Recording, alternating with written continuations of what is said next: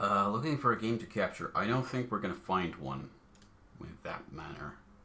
Oh, shit. Mistakes have been made. There we go. We're back.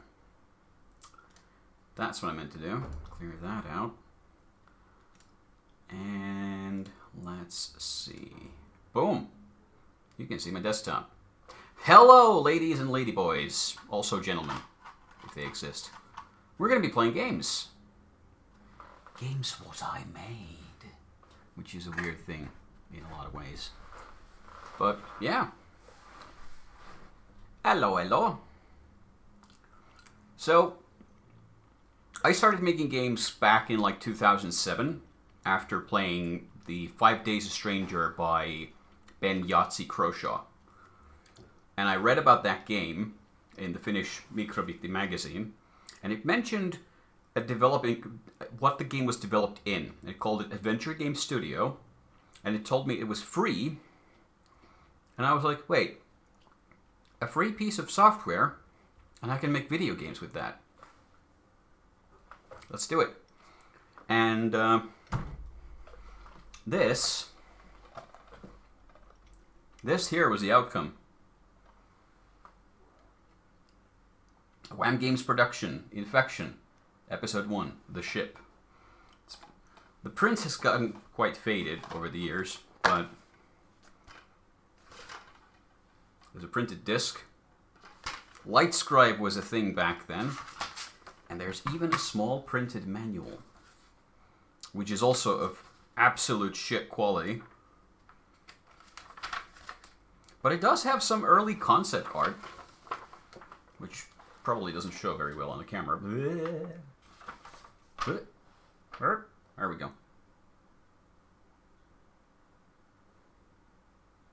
There's even, the lower image is actually from an attempted, like, sequel, Infection Episode 2, which I was already hoping to start working on back then, but that didn't quite pan out. And then there's a bunch of fake screenshots from, I think, 28 Days Later, because that was kind of the main inspiration for this game. There were two major inspirations, 28 Days Later and Aliens. I just looked at the README file as well, and it's kind of interesting. You are now reading the README file of Infection 1, Infection 1, The Ship. That's even supposed to be Episode 1. And it's just basically me. Alright, the game has a German translation. That was the thing someone did. But it doesn't quite work out, which we'll learn later. We have our characters. Michael Owen, the protagonist. Jacob Pliskin, who has very excellent voice acting. Name was stolen from Metal Gear Solid, where Snake was known as Pliskin. Ellie Adams, voice acted by my then girlfriend. And the story, it is 3118. And we have a spaceship. Let's see.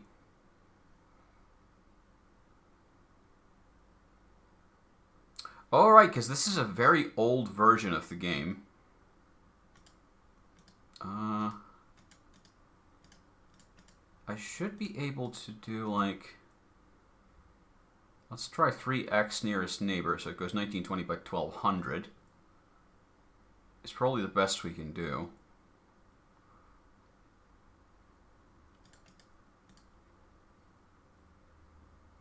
Let's see if this runs.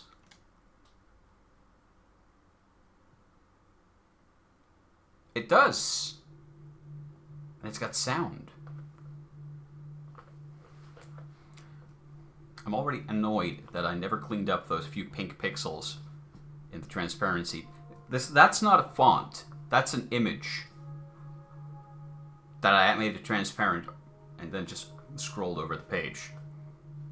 And it's all fucked up, and I don't know why I never cleaned that out.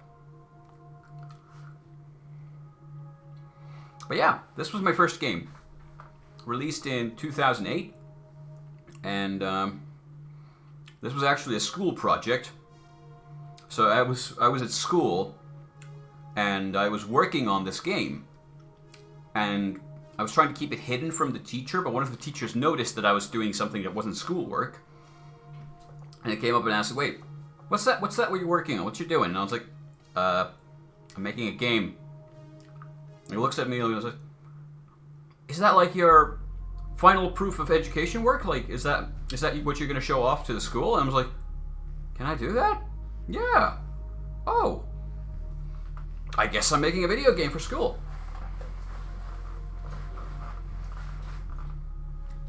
And this was it. The music is all original. Excellent ambient music made by Ferrara, as we call him, Tony Caban. Explosions. So you want to know about it then? Oh god, I sounded like that, and there's a lot of background humming. I'll tell you what I can of it. It's a funny thing, really. There's a buzz. How such a thing can haunt a man. How it follows you. No matter where you go, no matter how deep into the galaxy you run and hide. But I get ahead of myself. The beginning. This is where it all began. This is where it all... I've been thanks. I've been trying to get rid of that Americanness. Who? The background hum. And how? This is But at the time, I knew nothing about it. terrible All I buzzing. knew was what the little red monitor told me when the computer woke me up. That's gonna drive me mad. It all went downhill. So this ship is the Pelican. And this game is Infection, Episode 1. The ship. This is something I didn't know at the time, but I've learned since. If anyone ever says that their game is Episode 1, and that there's going to be multiple episodes, there's never going to be multiple episodes. System error detected. Master alarm triggered. Crew wake up necessary. Bringing hypersleep offline. Good morning, Mr. Owen. Oh, wow. It might be the higher resolution the game is trying to run at, but the mouse cursor feels awful. Wow. What's up with that? And so I woke up.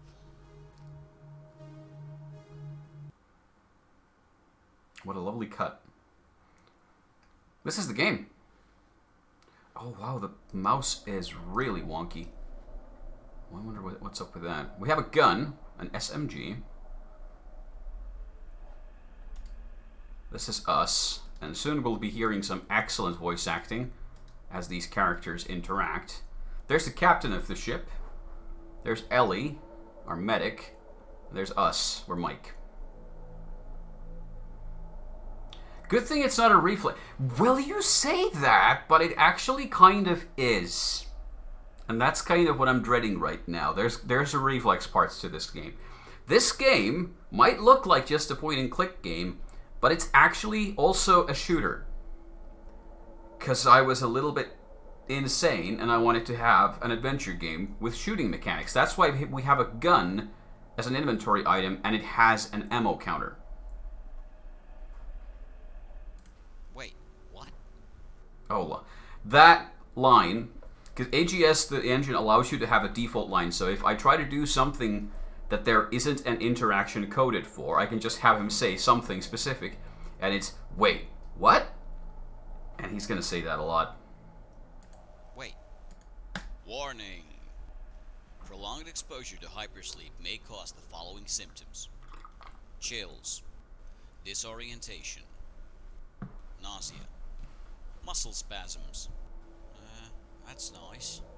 That's nice. There are some more British. Fine print at the bottom. May also cause cancer, and in some cases degeneration of internal organs. Excellent.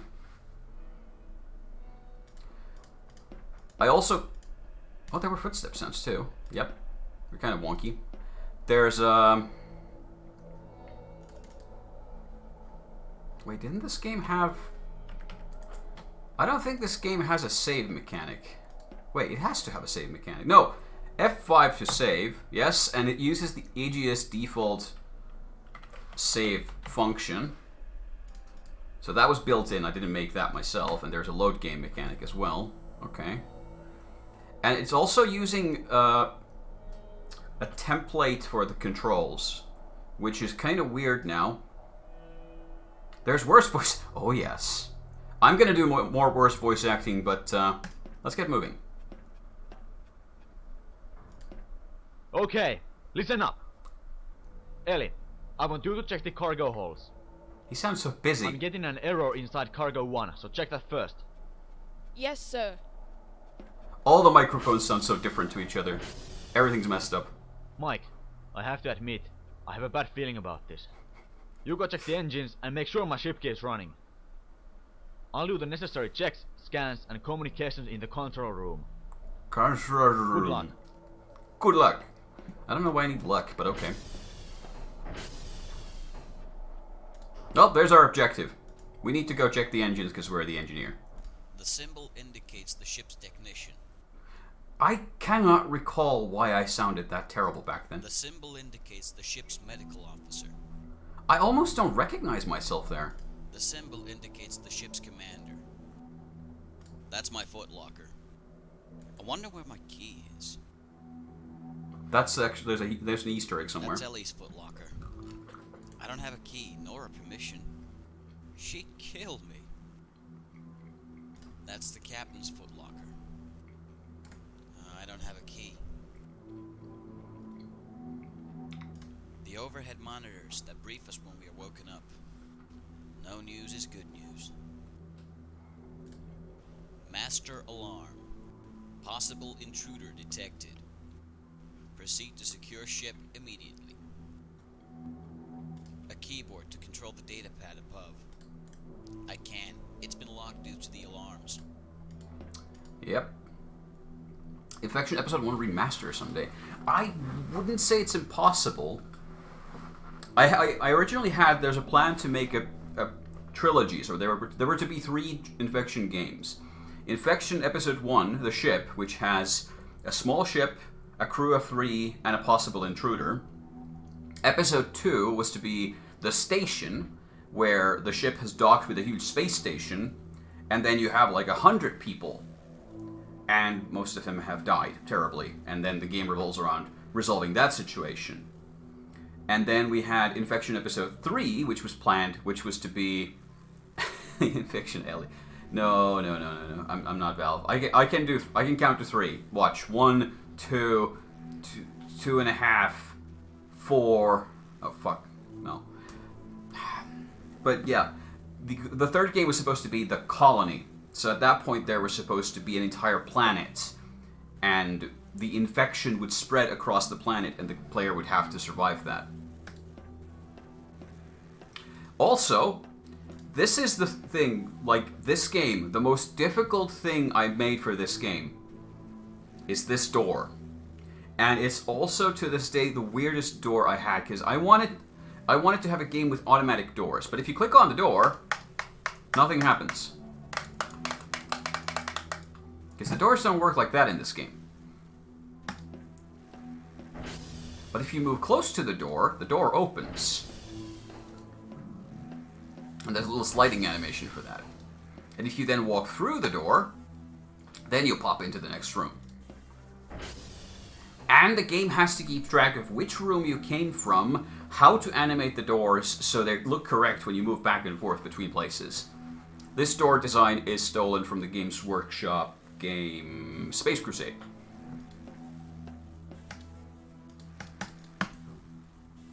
That panel controls the door to the control room. Not now. I should get moving. I should get moving. I don't know what accent I had back then. That was weird. The Marine Corps. This poster made a lot of people think that we are Marines, but we're not. Although we have a similar green outfit. It's propaganda. Join the UEF Marine Corps. See the universe. Wait, what? I can't interact with that.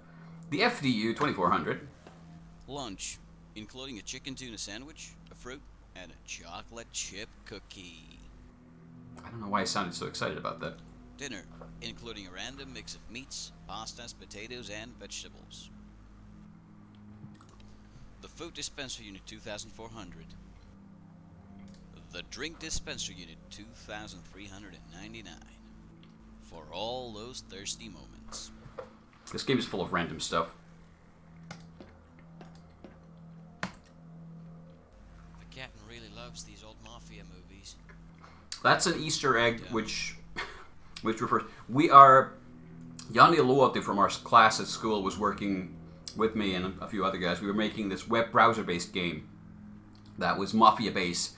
Basically, it was the Mafia City game that came to be on Facebook a couple of years after. We just never finished ours, and we didn't have Facebook integration. There's no point. Doesn't work. We had the idea first, we just didn't do anything with it, so it doesn't count. Not now. The first sin of this game? Having a door in the foreground. That's a pain. Last time I checked, the elevator was working fine.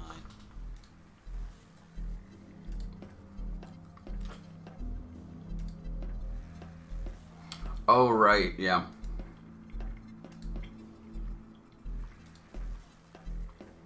Not now. We have to go check the engines. This is Ellie's job.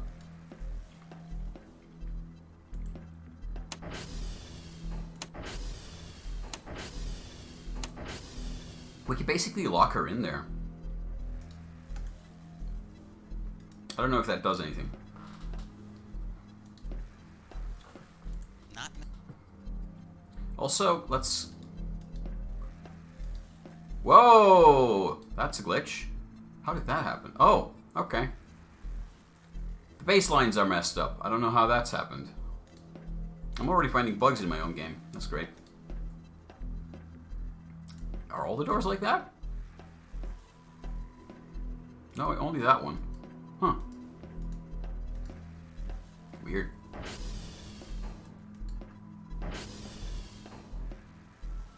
A hatch. I wonder if that's important.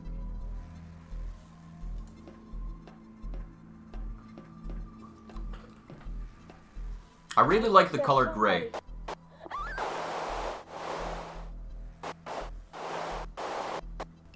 Ellie? Ellie! Captain, did you pick that up? Something's wrong with Ellie. I heard it, but it'll take me a few minutes to get off this computer now. Mike, go and see what's wrong with Ellie, and hurry up! That microphone Gotcha. peeking there. Glorious. Also, yes, it will take him a moment to get out of a computer, quite literally. That's the thing. Alright, let's save. Ooh, a switchboard. Ah, so many little switches, so little time to play. Any one of these switches could well be the ship's self-destruction function. Nope, wasn't that one. Maybe the next one.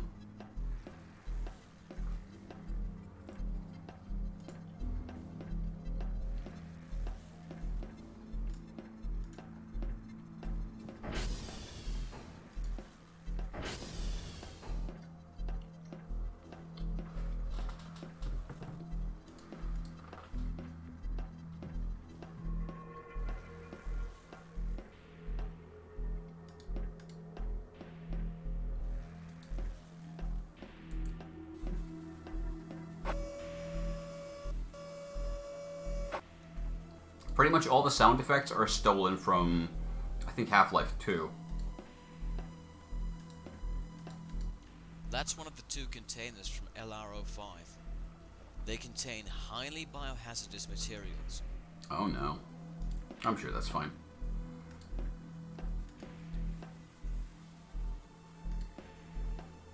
She looks like she's in pain. Ellie, are you okay? There's someone on board. Oh Last god, night she sounds away, awful. I found him here. As I got too close, he jumped me and Where is he? ran for the elevator. But only after he tore my suit open. Yeah, she does not sound very convincing. Also, there's a lot of silence at the end of this line. Someone called me, didn't cut that. Are you injured? The blood. Oh, it's not mine. It looks like he's been injured somehow. He must be on drugs or something. Mike, come here. Come here, I need your help. What can I do? My suit is torn and it needs to be patched up. The patches are in my food locker. Food locker. Yeah, you can tell these are not native English voices. Yeah. I don't know why her lines never Take the end. key. There has to be a ton of silence you at just the end sit of tight them. and keep your gun handy in case the dude comes back. The dude. Oh, got a better name? Just Now we call him the dude. Empty submachine gun shells. Or shell casings, rather, but okay. There's a small compartment inside the next container. Oxygen bottles, cans of food and water. I also didn't bother to A rotate the load characters of to those face the right way. explosives.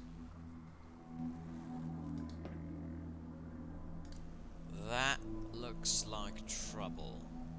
The piece of wall must have had quite an impact.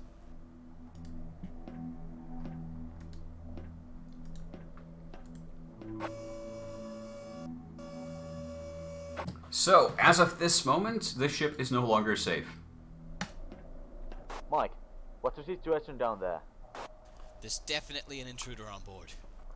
Ellie's been injured and the intruder is still at large. Can she move? She's a bit shocked Can and she will remain in the move? biochamber for now. I'm going to get her some suit patches from the hypersleep chamber. Sweet patch. I'll meet you in Hyperspace. Yeah, there's Over probably a and lot out. of typos and mistakes in this game. Didn't you playtest this?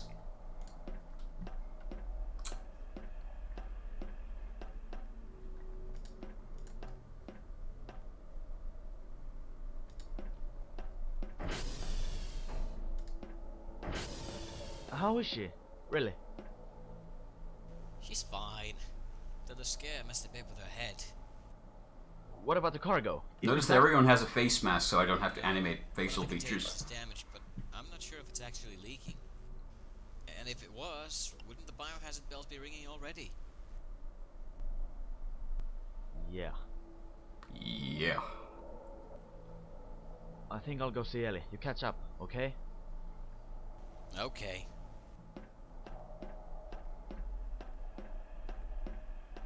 That animation. Top notch.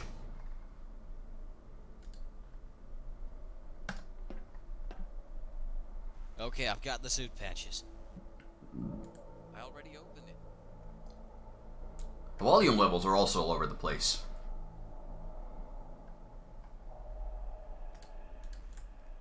Standard suit patches. Standard patches. Why did I stop moving? That's... Oh, yeah, I had this issue in the old versions of the AGS engine. Especially if you played it on a higher resolution than intended. This could happen, and I don't think there's a way other than restoring the game. So I managed to just get stuck by moving outside of the walkable area in the game. So in the game, you define areas where the player can walk on the screen. And those are just, you paint the area to say, okay, here the player can walk and here the player can't. And you match those with your background. And sometimes at the very corner of that line, the old version of the engine could allow you to clip How is through just by 1 pixel, but then because you're no longer on a walkable area, you get stuck. Yep. And I think I had that issue massively when I tried to start making a demo for episode 2. Okay. So let's save again.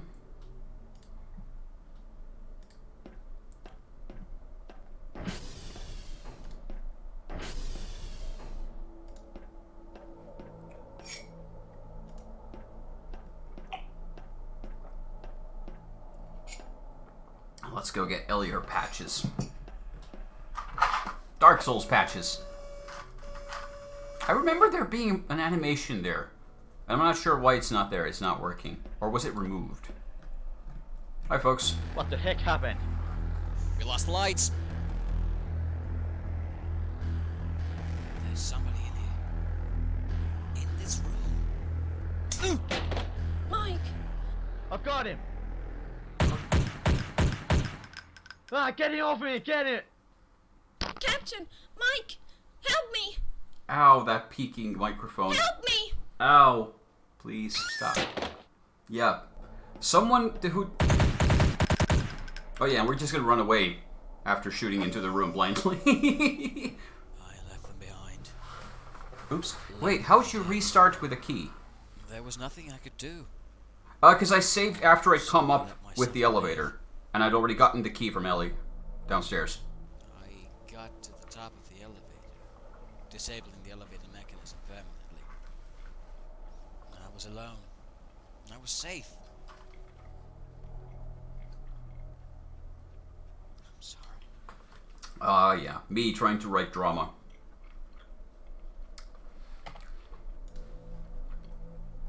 Well, now we don't have an elevator down there anymore. Oh, what you cooking?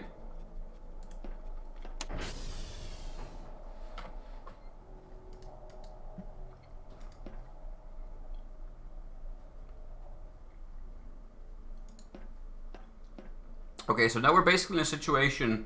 Egg in a hole. Okay. We don't really have an objective right now. Let's see if we can find one. Another cool animation, which I was really proud of.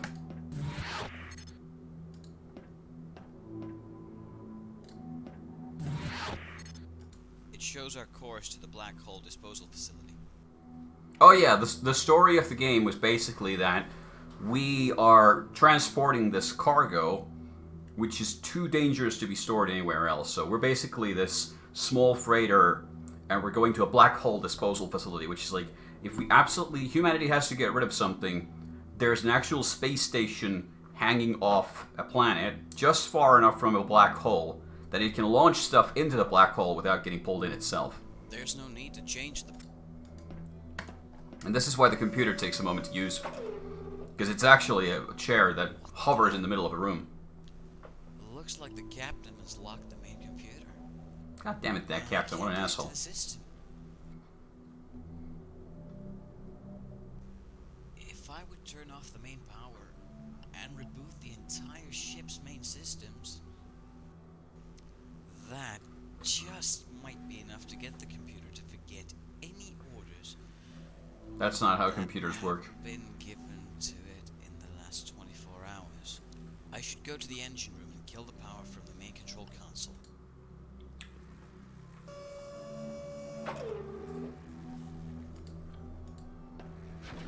What the hell is it this time?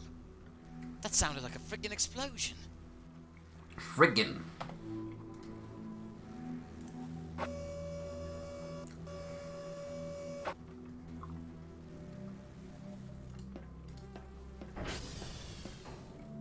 Here is a room which I don't think has any function. It's a button for sealing this room from the rest of the ship. It's a fuel tank for the escape pod's engines. Looks like somebody used explosives to break the hatch. Looks like What the... Someone sabotaged the escape pod. This room exists in the game only to prove that the ship has escape pods. Which is a weird inclusion for me to have made, because I never included a bathroom. There's no crapper on this ship. Which is a little strange. I don't need to transmit it. The crate that contains the FETS system. The FETS? FETS, Ah. Ferrara Emergency Transmitter System. The system is designed for atmospherical use only, as it uses the atmosphere as a signal booster. In vacuum or space, the signal range is immensely shorter, guaranteed a 5-mile radius. Void suits. Rations. Disgusting since 1995. And that is a Metal Gear Solid reference. It's a bunch of power cells. These little puppies can choose up pretty much anything for quite some time. That might come in handy. Yeah. Bullets for the submachine guns.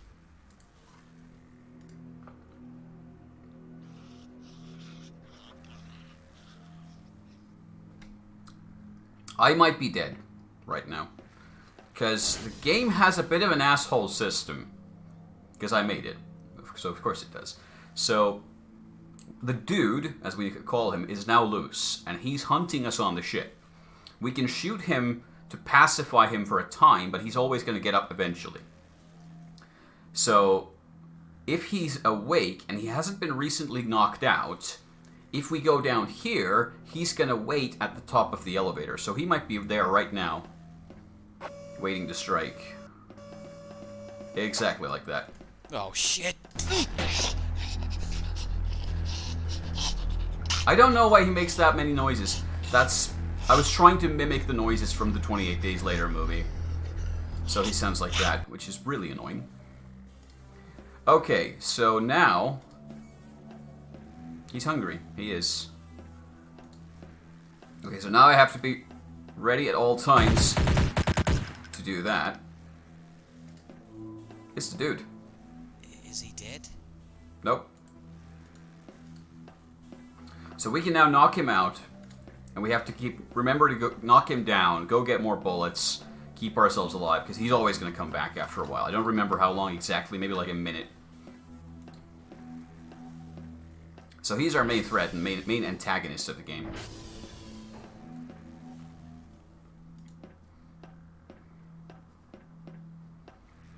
So we have to remember to keep saving.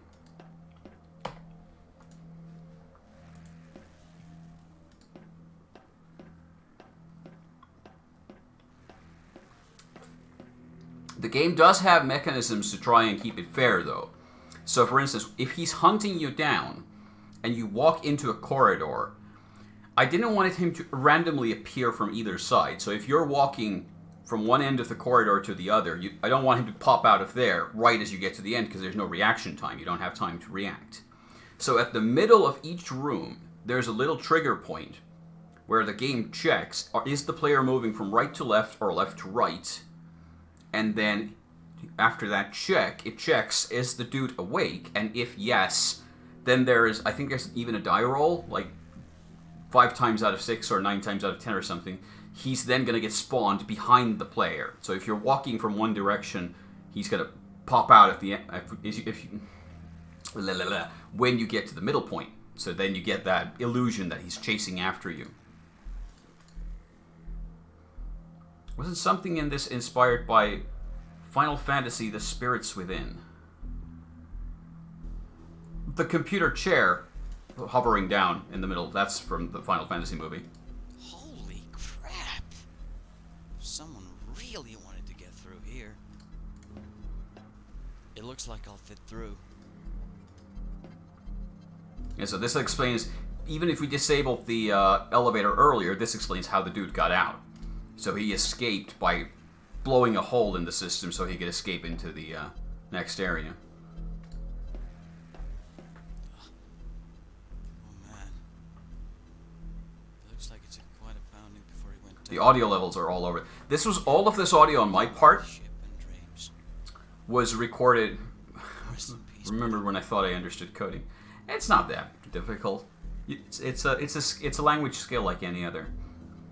But yeah, I did all the recording. I had this crappy headset microphone, which I was using to record all of the audio, and even all of the sound effects that weren't stolen from Half-Life. So for instance, that clatter that you hear, that crashing sound when of a body falling down when you die, that was actually me putting my headset microphone on the table and then just kind of doing that with my hands a little bit. He's dead. No. I'm not sure why I would touch her, but she's dead, yeah. Oh man. Her mask has been smashed.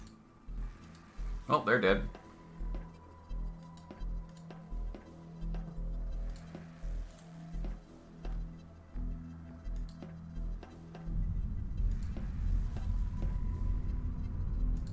A standard fire extinguisher. You want to shame me for not being able to progress in this complex game? I'm not sure if you played this glorious game called Infection Episode 1, The Ship. Perhaps you have. I am not going down there. Plus, it gets pretty darn hot in... Nah. There's not much point in... Nah. Switches to alter engine coolant, starter motor power, other functions.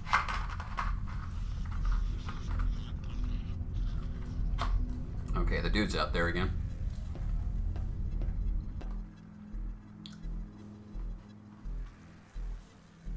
You heard the shit.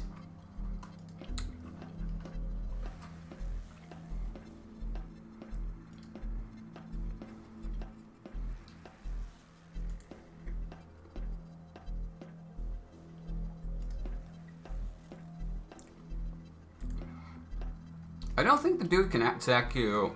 Maybe he can attack you in the corridors, I don't know. There's some restrictions on what rooms he's allowed to appear in and where not. The MB3300E engine. Over a century old and... For some, I don't know why. Sometimes in this game I say the numbers like 3,300 and then I say 3,300, which the latter is like a more sensible way of saying it, but I don't know why you change it around. Graphs. Okay. This was also basically, this room is just a mirrored version of the other one, because I wanted the ship to be symmetrical. It's like, which also allowed me to make it bigger, more impressive, because there's more rooms, but it's all just copy-paste work. Because you're Finnish. What?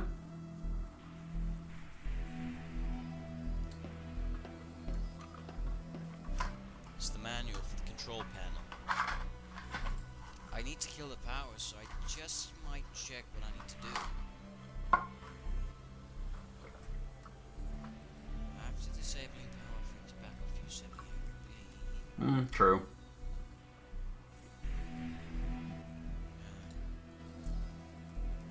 Oh, that's it. I don't need this crap.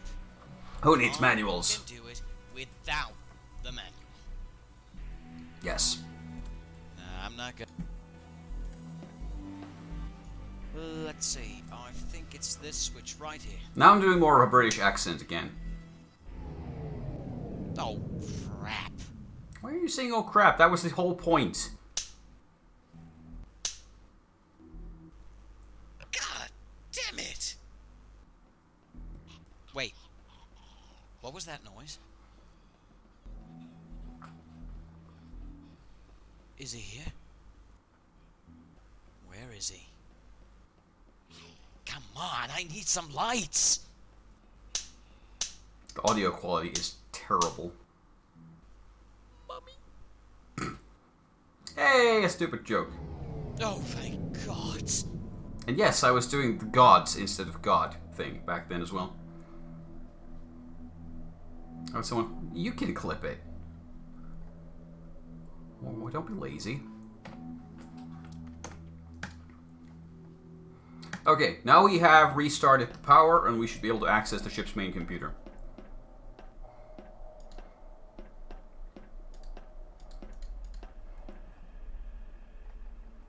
Let's see if I can survive this trip.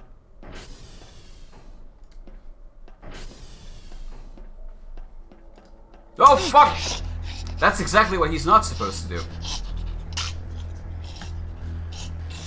But I think I made it so that if the timer has run too long, then there's a chance he'll do that as well. Like, he can appear at a certain time at a certain point.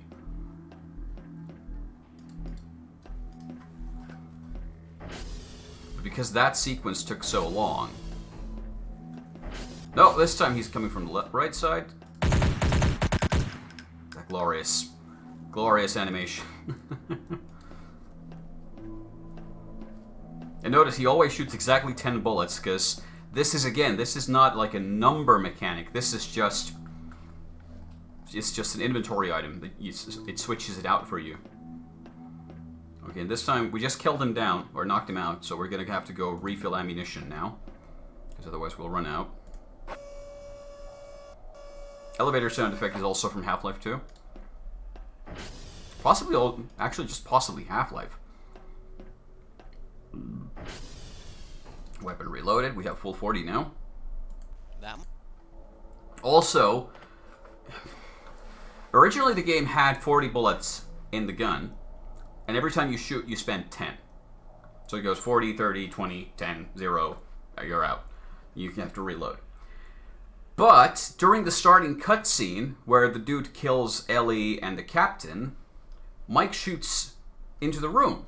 And someone kept complaining to me on the forums that you can see the ammo counter says 40, and during the cutscene he shoots 10 rounds, but it still says 40 at the end. So I added a new inventory item that says 50, which appears at the start of the game, but once that cutscene happens, it drops you down to 40, and reloading only brings you back up to 40. Because I didn't want to increase the maximum ammunition the player can carry during the game, because I felt that would make the game a little bit too easy. Let's hope I didn't just screw myself over by saving too soon. Oh, I can hear him. Okay, he's not here. Footsteps coming from the left ear. That's really... Ugh. There's no, like, spatial sound or anything? It doesn't sound real? Clippy clips. What now? Port engine failure? I hope that's actually port. It shows an error in the fuel intake. Weird. It's like someone just cut the fuel from the engine itself. Well, it's a critical error, so I need to go down there if I ever want to get into this computer anyway. Anyway, with an E. Also, yes, the computer on the ship, if it has a critical error, it's not going to open the user interface until you fix the error. That's design.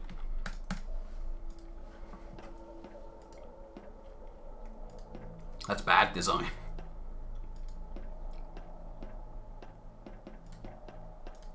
No, no, no! Oh shit, I quit the game. I tried to shoot him so fast, I quit the game.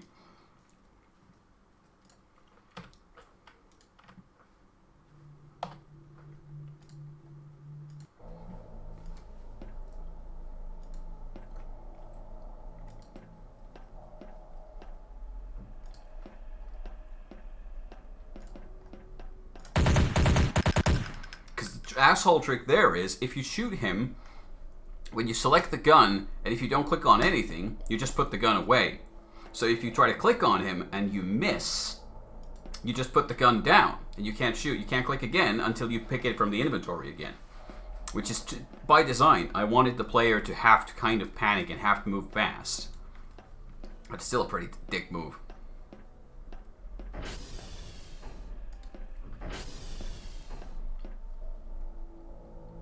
Okay, so we have to go check the engine and see why it's not getting any fuel. Why does your channel have so many ads? I don't control that. I have zero control over the ads.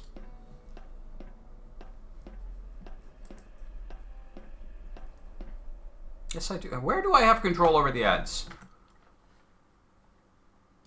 What are you talking about?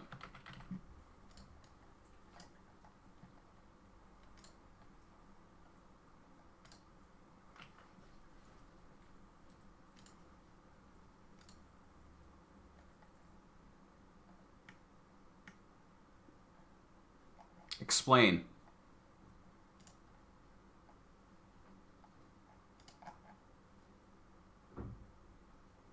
Discord.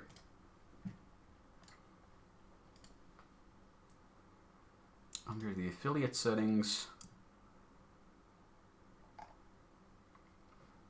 ads. Activate your schedule to automatically run ads. It's not done. Disable pre-roll ads when I run ads. Enable dashboard notifications and be alerted when the pre-roll ads are enabled or disabled. What can I do here? Ad density 3 minutes per hour. What? What?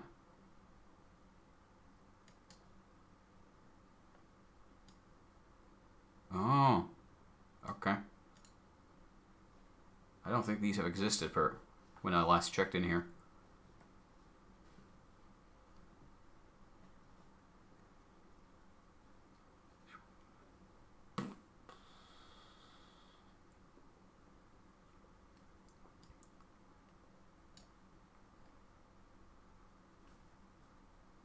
I think that's the best I can do. Huh, okay. Should at least perhaps reduce the count. You have to sell yourself to Raid Shadow Legends. I don't think I have enough viewers to get Raid Shadow Legends money.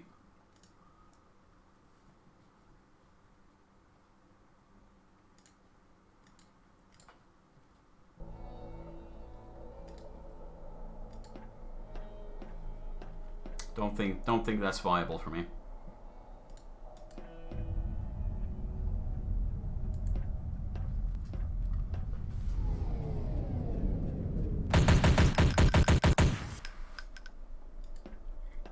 I think there was supposed to be dialogue there, but there wasn't.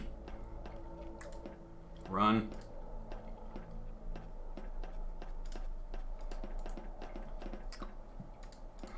All right, I remember this part. We have to just kind of run.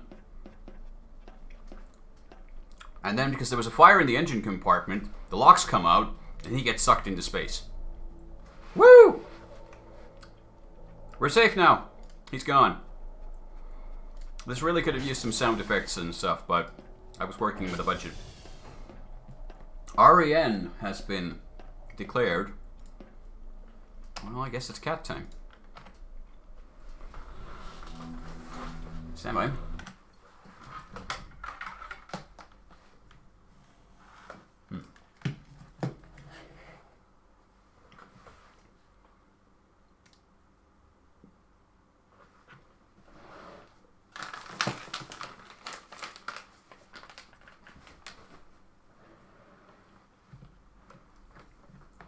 Hello. Brienne.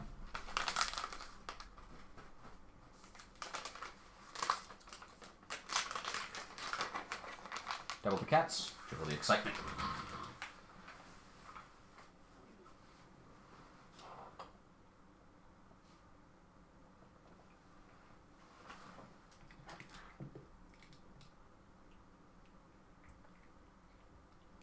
Saving my points to make you play Jump King again. Wasn't there a rule in that thing though that... No, wait. I think you don't... No. Yeah. I think you can do that. Yeah, never mind. I was thinking about the Discord poll, but that's different. Whoop. Screw Jump King. Nobody likes Jump King.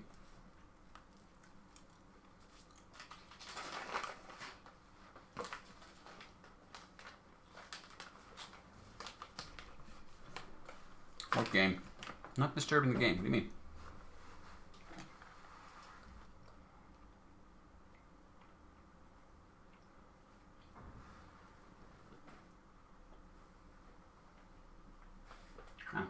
Butt cleaning time.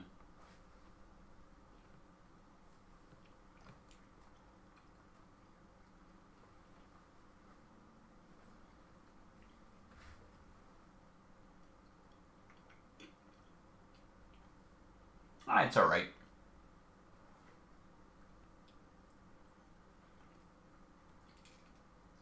Cats like it.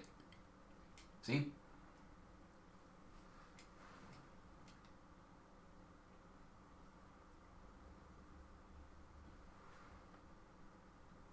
She doesn't want pets right now, she just wants more treats.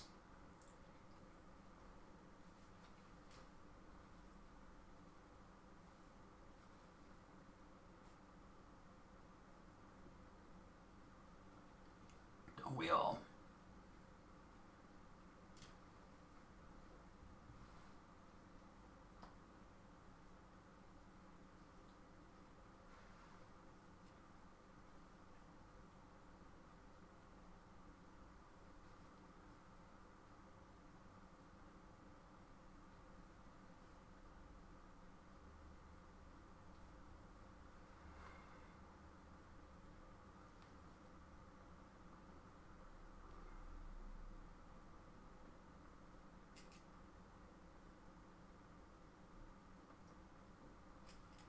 There we go. There's your cats. I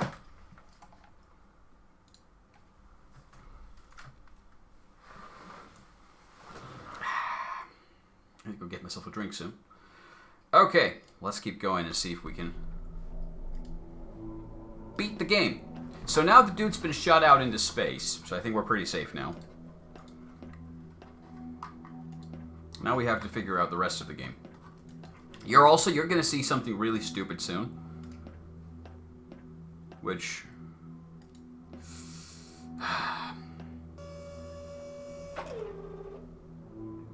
Booyah! This freaking computer is immune to the German translation. And the reason is... oh, that's called Hotspot 12. And that line doesn't work. There's an audio file missing. Huh. Oh well. Something's fucky. It's not playing the... It's showing the text, but it's not playing the audio. That's broken. I'm not sure why. You can hear it starting to play the sound, but it clicks itself out automatically. Hold on, I'm going to test it elsewhere. Did the game just break entirely? No, we just lost audio completely. Okay. Let's save and restart the game.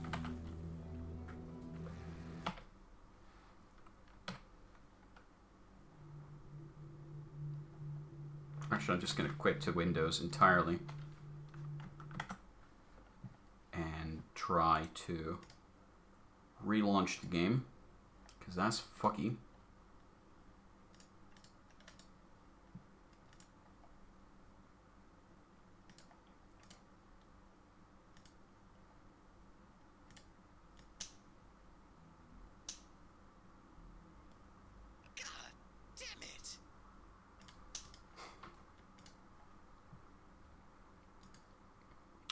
Yeah, nobody likes ads in general.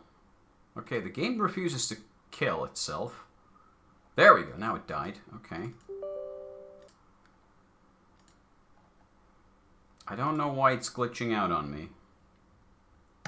Let's see if I can get that to work better. It would be a shame if I just broke my own game. They control the... There we go, now it's working.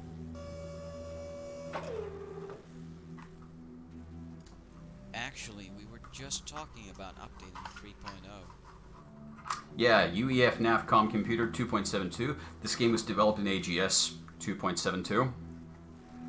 And yeah, this text is not a font. This text is an image file, and I drew all of it by hand, pixel by pixel, because I couldn't find a clean font that was 5 pixels tall. And I wanted a small font.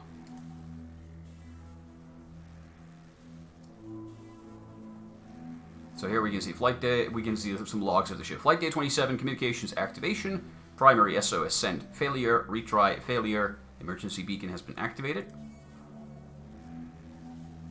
We have power control. Oh, hell. The power reboot has shut down the hypersleep chambers. And I'll need the captain's password and authorization to restart them. So we need the captain's password. Looks like everything's okay now. These things aren't broken. We could fly the ship manually, and we are apparently off-screen. I guess we won't be getting to the BH-1 facility anytime soon. Yeah, we're badly off course. Communications locked, no response. The captain locked the console to send out an SOS. Current status, functional. That's not right. And here we have a map of where we are and where we're going. These dots represent our course. The trail from LRO-5 facility to the BH-1 facility. I like my abbreviations. Are you okay? I think so. Why do you ask? Near the Eye of Terror, yeah.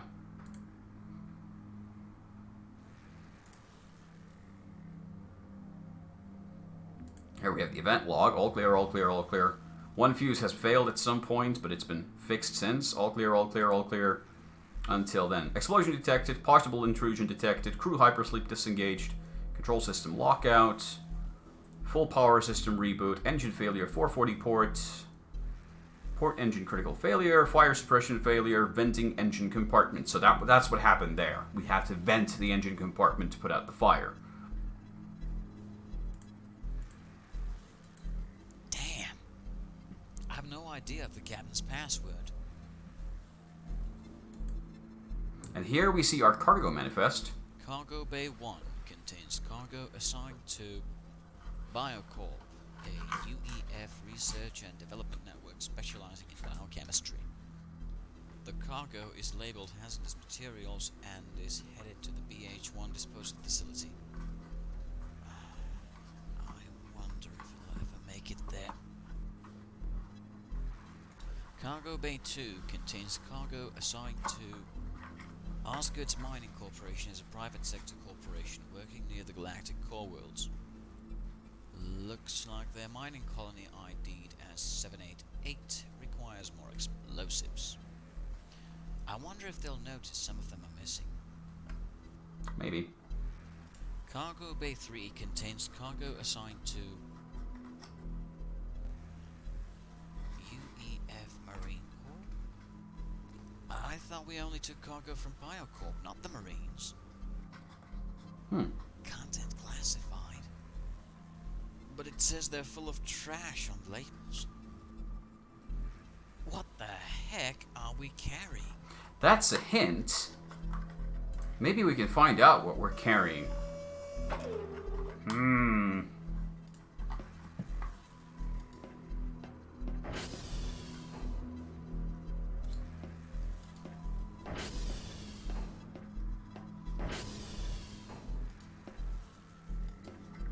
Okay, so we need to find the captain's password.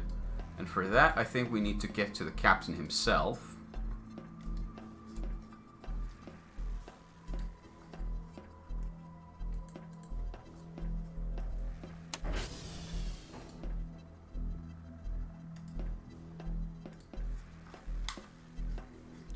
Warning. Class 4 mining explosives inside. Handle I sound like I have a care. cold in this game. Seeing the rust on these containers, full of explosives, always makes me feel all warm and fuzzy and safe. Ah, yes. That's exactly how you want to store explosives. In rusty, crappy containers.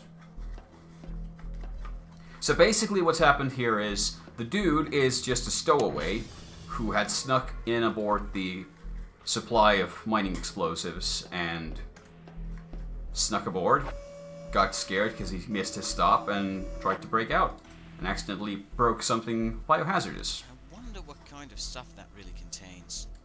Yeah, like I'm gonna pry it open with my bare hands. Yeah, we need to. If only we had some way of breaking open steel containers. Maybe like exploding them open or something. The sturdy blast seals to keep the vacuum. Since I broke the elevator, through here is the only way to get to the captain's body. If only I could make a hole in the door. Then the ship would react to the loss of pressure, close the outside hatch, and maybe withdraw these blast seals. Maybe. Okay, so that's our objective. We need to blow those open. So for that, we're gonna need some explosives. And now I can't remember where I can get explosives.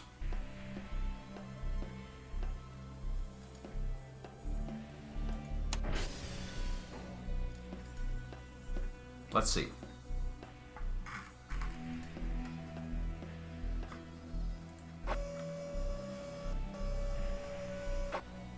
I can't remember how to play my own game.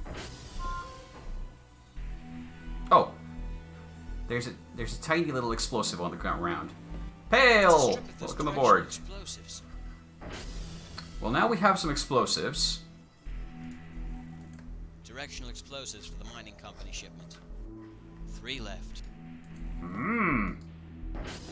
What could we do with 3 explosives? Good morning, Tom Tom. Good morning, Pale. How fare you, good sir? That's the emergency communicator. This is actually the Ferrara name for this thing is double joke because Ferrara is the nickname of the guy who made the music for this game, and Ferrara is also for some reason on the XCOM 2 game on the save load console. There's a little logo that says Ferrara on it. This is all wonky in hell. Those can be used to enter a message. It's like all messed up. I don't need to adjust. You can try to send a short-range voice call with this thing too. Good lord. Good idea. It might be something I can Give me the use. description. Me too. It was a good game. I liked it. Aha. There we go. So, okay. Here's actually a puzzle which has... You were very whelmed, but not overwhelmed. Or underwhelmed. Just whelmed. Here's a puzzle in this game which, for some reason, I decided had to have two different solutions. So you can use this communicator to steal the timer chip and create a timed explosive to go through the door, or you can use the signal receiver. Do I really have a reason? Yes, you do. Do I really? Okay, not yet, but soon. I don't need to stop. I can't remember what the next step is, I don't but think we'll I figure it need out. So I need to remember what the next steps are, but I think we're going to try to do the timed version. Also, now we have explosives. We can break into that secret container of surprises, and we can find out what the United Earth Federation Marine Corps has been smuggling aboard our ship. Let's go find out. I'm sure it's also very whelming.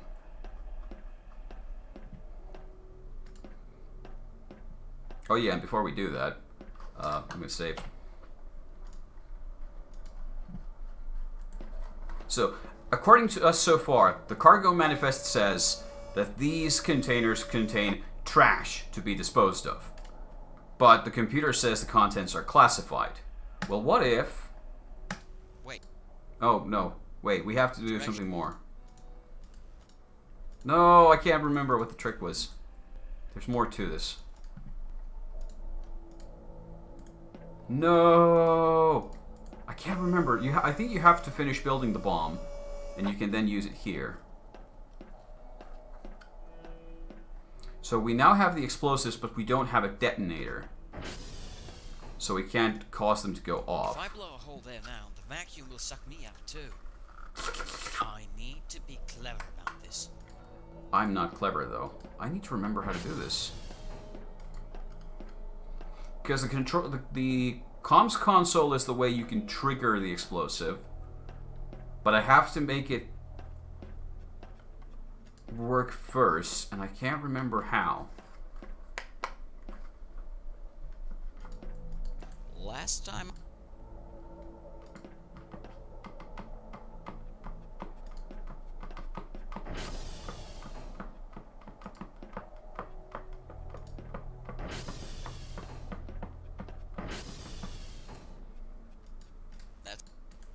I don't have... Okay. Now it has to. We have to do something with the control console here. It has to be about that, but I can't remember what it might be. Or was there something in here we had to get? That? Wait. It's a button for... It looks like someone Yeah, it's sabotaged and broken and borked. Yep. Seal those blast doors!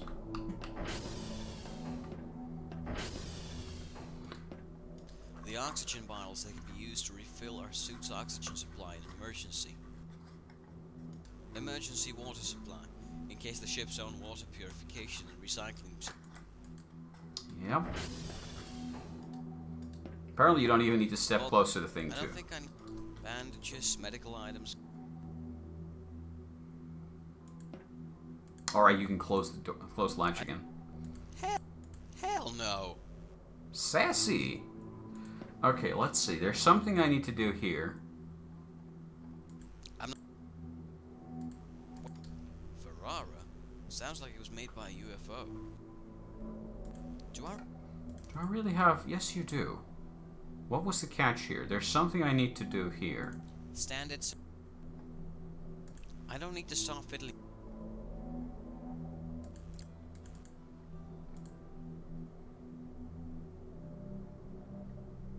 I can't remember how to play my own game.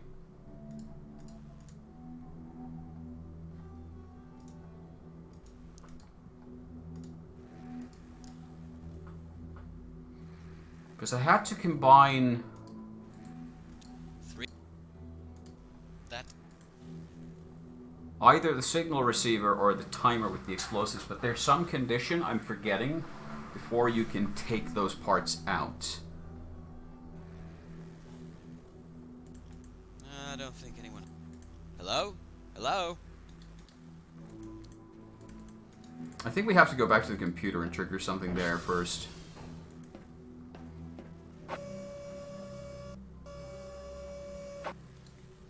That's the only thing I can think of.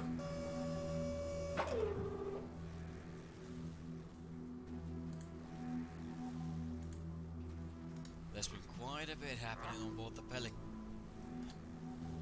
I hope I'll make it. Damn. Damn!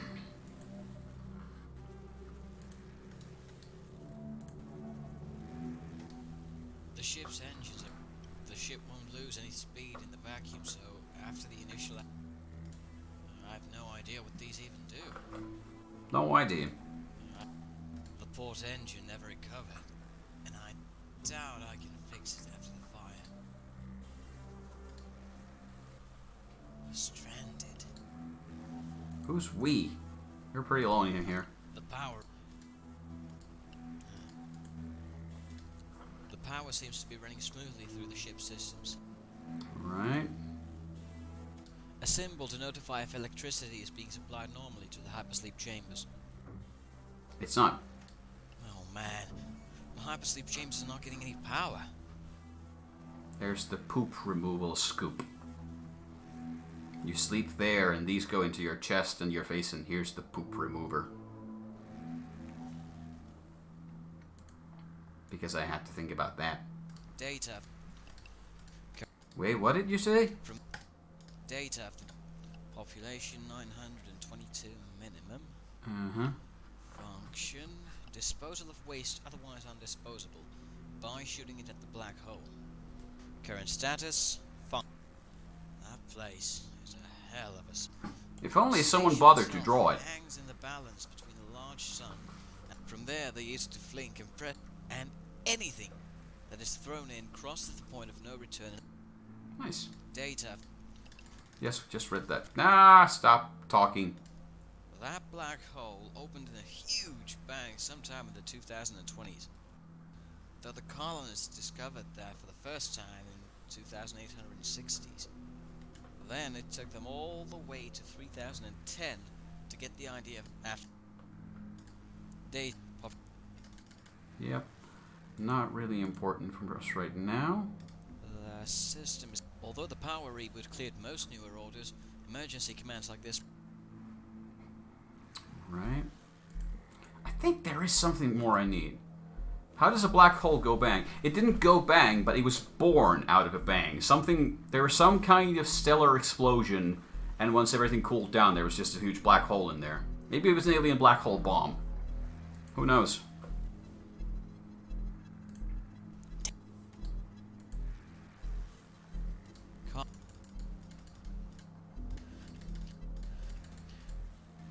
I hate the fact that I didn't cut out those inhales before I read every line, so it's all over the place. It's a diagram. They're pretty sturdy, mate. What do I need to do?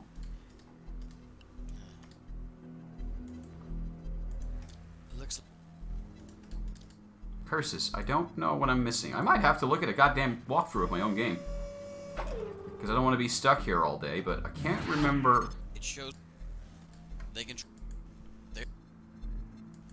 Ching chong. Yes. Very well. Ping pong. Ching chong. King Kong.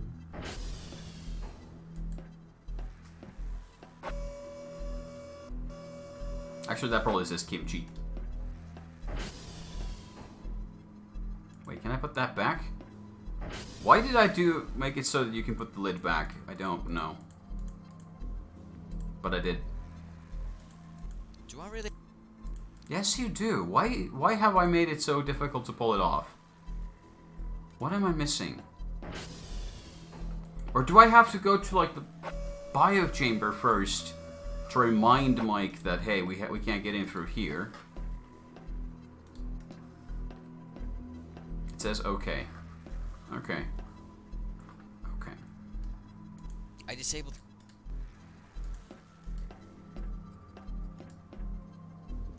Biohazard. Oh, really?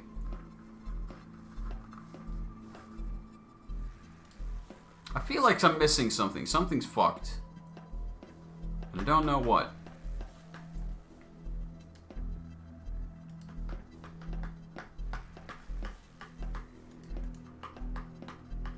This is embarrassing. I can't beat my own game.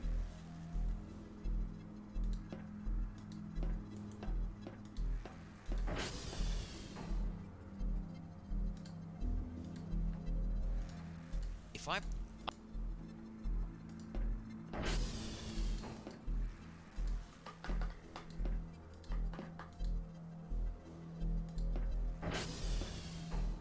What am I missing?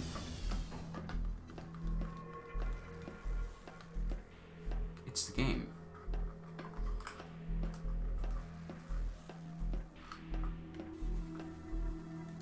The game? Did I just lose the game? Is that what this is about? Because that's a very old joke.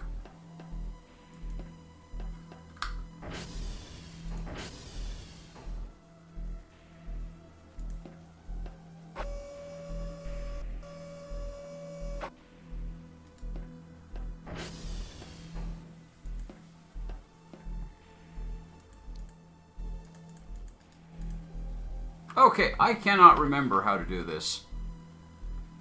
So I am now going to check, because there are some notes I have for this game.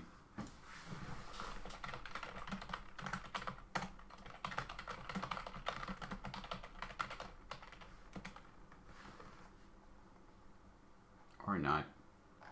Hold on, let's see.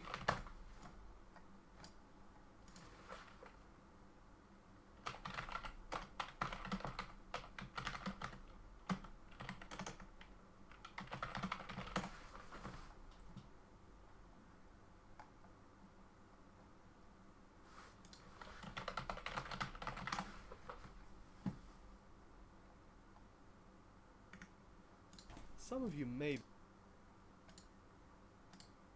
There's a gentleman called The Undead Meat who made a Let's Play video of this game back in 2010. And he is at the same point of games. I'm just looking at his video. What did he do?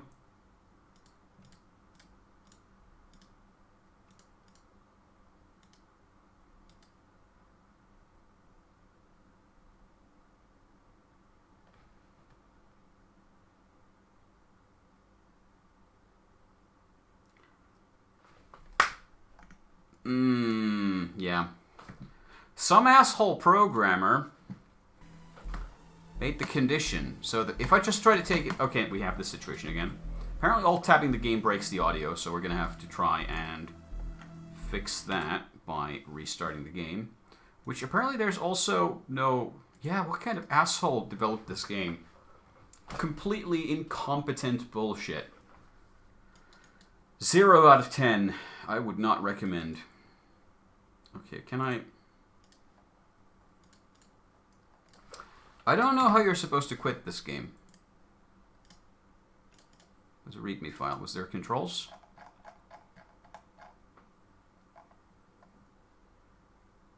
Quit game. Control Q. Okay.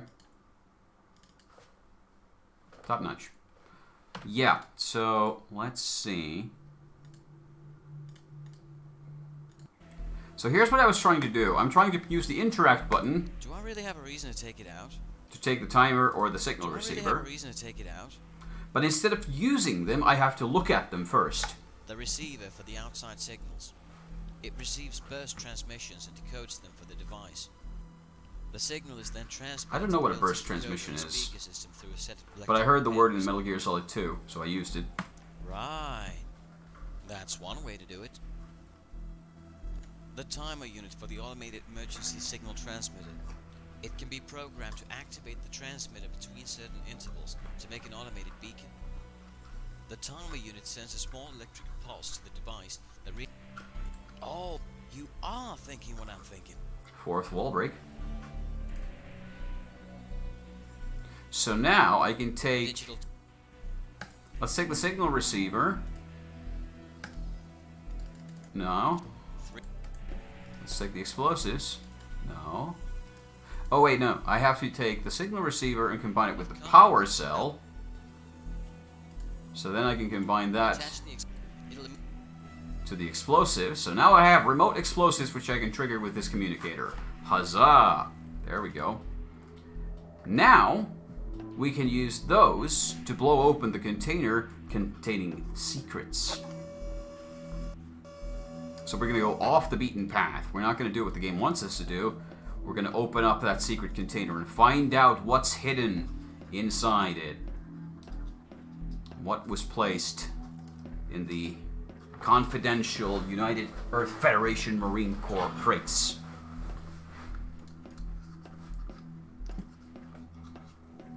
Okay, who in the chat can guess what's going to happen? Because I designed this game, so I did things.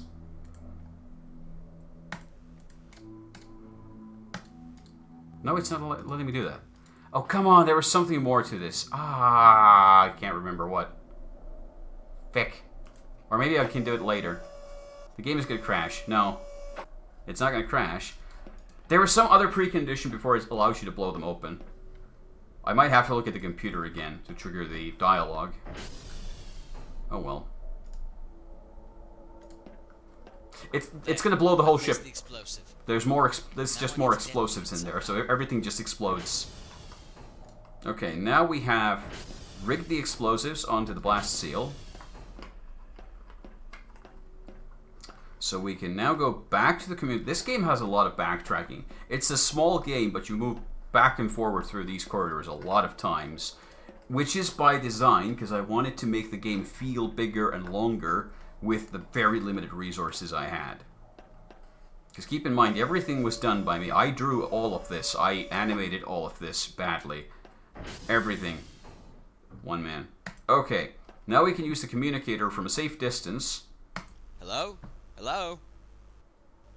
I don't think anyone heard that. I've set the transmitter frequency to maximum. Hello? Hello?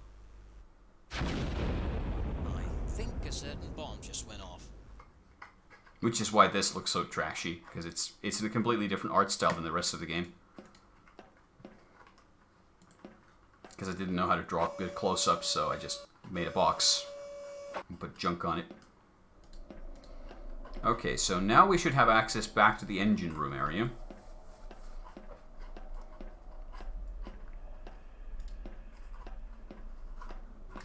This is taking longer than I expected. Like, I thought this was a 20-minute game, but we've been playing Infection Episode 1 for an hour and a half now. This might be a long night, because I got a lot more games to cover.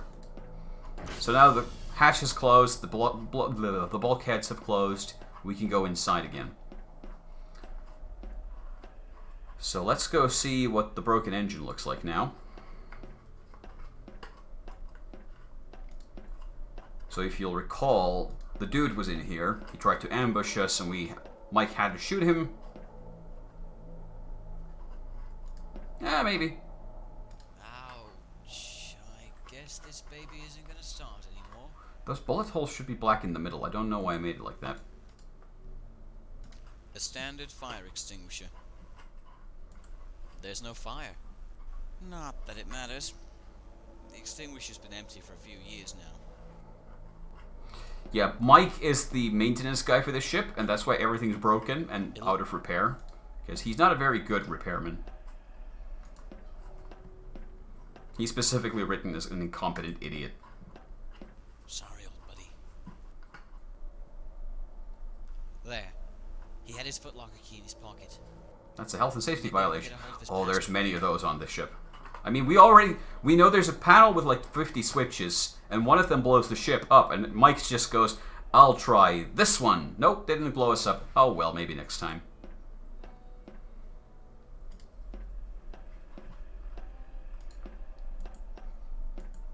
Come with me, and you'll be in a world of OSHA violations.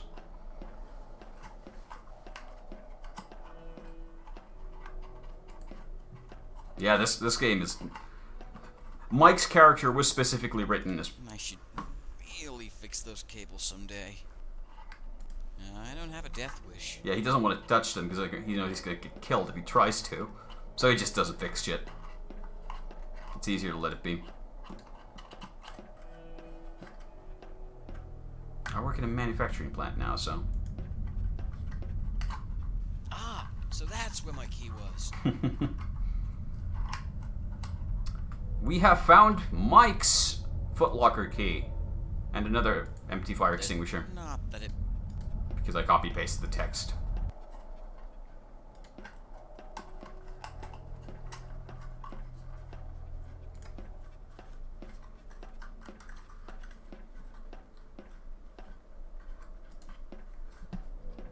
Wait, let's use the switchboard again. I don't know if there is a trigger for it to blow up. Any one of these switches could well be the ship's self-destruction function. Nope, wasn't that one. I mean, I'd do that if I was in his position.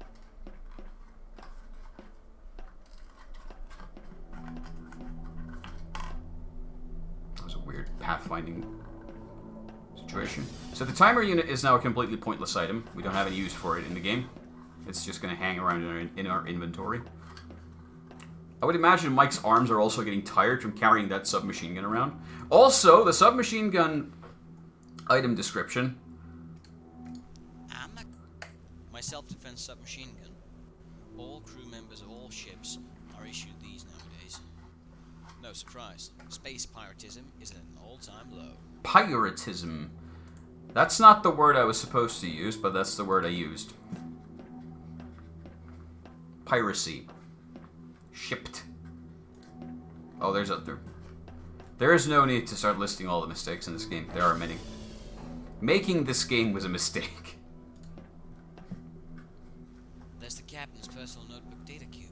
A data cube, just like in Deus Ex. Let's see then. Spreadsheets on the Pelican's efficiency. Of course. Old military reports. Yeah, he's an ex-military man. Come on. A net link to something called Mafioso. Mafioso was our web browser game about mafia. Found it! His password is... Lollipop? I think Lollipop is a reference to either Time Splitters 2 or Time Splitters 3. And then we have our footlocker key, which was hidden away in the engine room. I wonder where my key... You just That's used my- it. I could snoop. It's my favorite blue coffee mug. And my bunny. I'll just take you with me. For luck. Now we have a toy bunny with us. It's my lucky bunny. It's a completely useless inventory item. And the blue cup is the logo of the Adventure Game Studio engine, so that's why it's mentioned as being there. That's...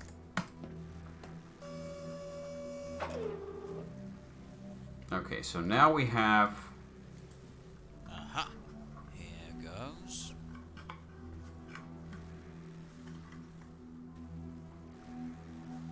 Alright, these are audio files. I hope Bomba's still around. I was contacted by the UEF military today.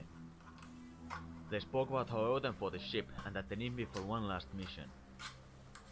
A mission? A mission. As I asked them about this mission, they said that it was just an ordinary crash under the BH-1 facility. You sound like you're in But a lot I of think hurry. there's something wrong here. The money they offer is too good to pass up, so I'm going to tell the crew about this next gig and head the ship to LRO 5 station. You're listening to it right now.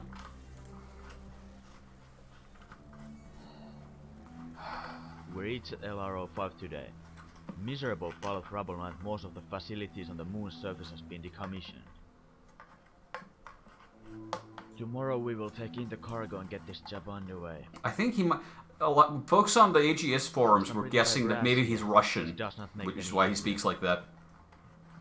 I was in the military, and I know that no ordinary Trashan would get this much attention. Are they suspecting of us something? Are they suspecting of us something? That's broken English. They are about to bring in the cargo, and the brass wants me down on the moon. Yeah. We're not going to listen to quite all of this, but the point is, we got mysterious cargo. Something's wrong. And something's wrong. The ship system reports an intruder on board. Probably a stowaway in the Money Corporation's cargo. There was also an explosion that triggered a few alarms, so the system is all fucked up. Fucked up. I locked the computer, in case the intruder slips in the control room. Also, in case something goes wrong, I'll also lock the communication system to send an automatic SOS. God damn it! The stowaway has blown There's a hole another straight good in the goddamn it ballast for you. chambers and poked a hole in the containers.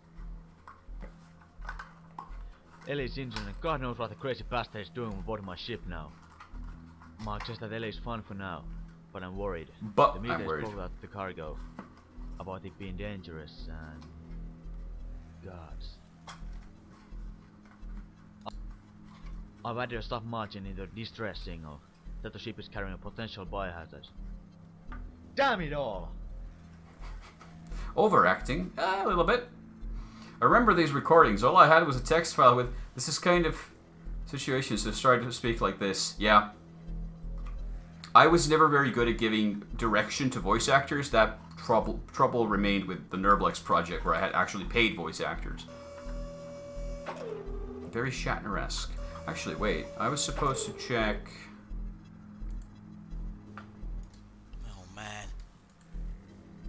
Alright, we need to get power to the hypersleep thingamabob. Re-establish power input to hypersleep. Insert password. Lollipop. Now I've got power in the hypersleep. I guess it's time to go to sleep then. Yep.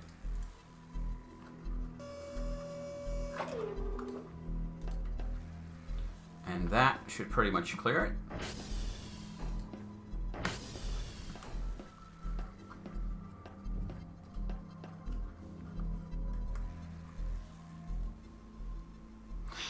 I guess it's over then. I won. I won!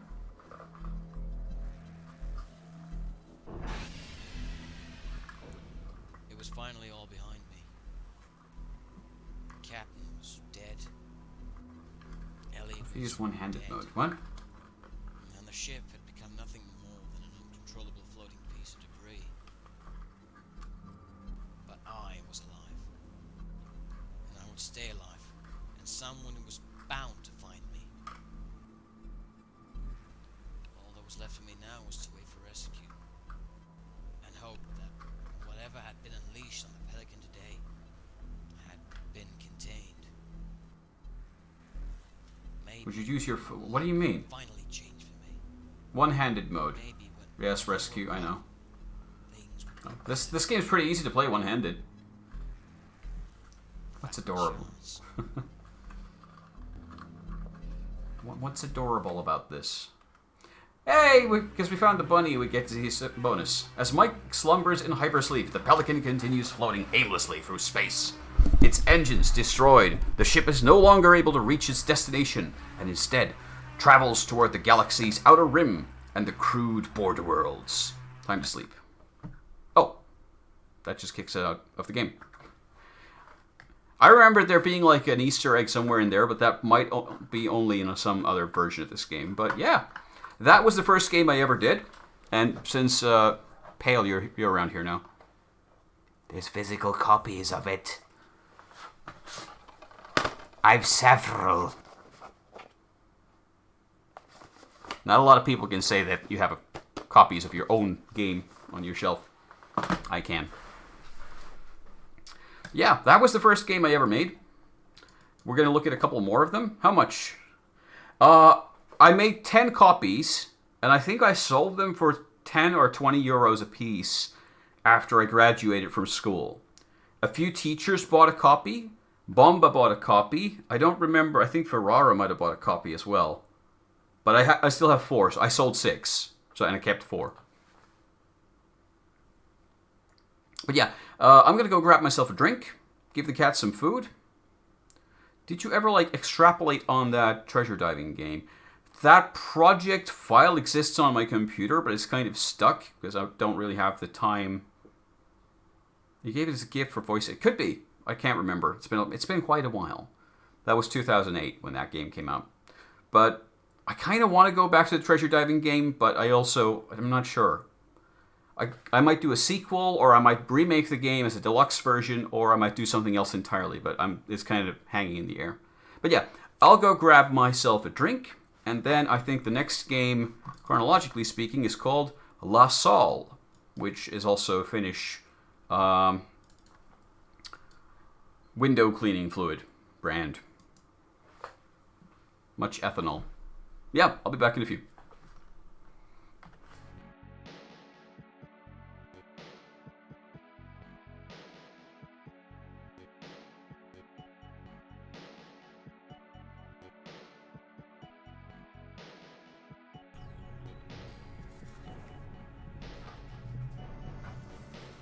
No, don't go inside.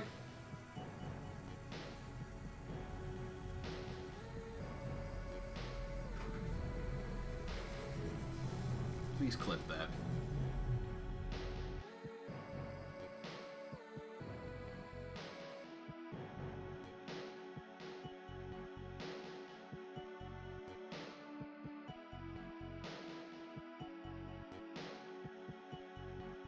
Hup. Move to the next. Oh, so close. Hup. Fuck. Oh, 4 points. Move to the next site. I'm happy with that. Let's go.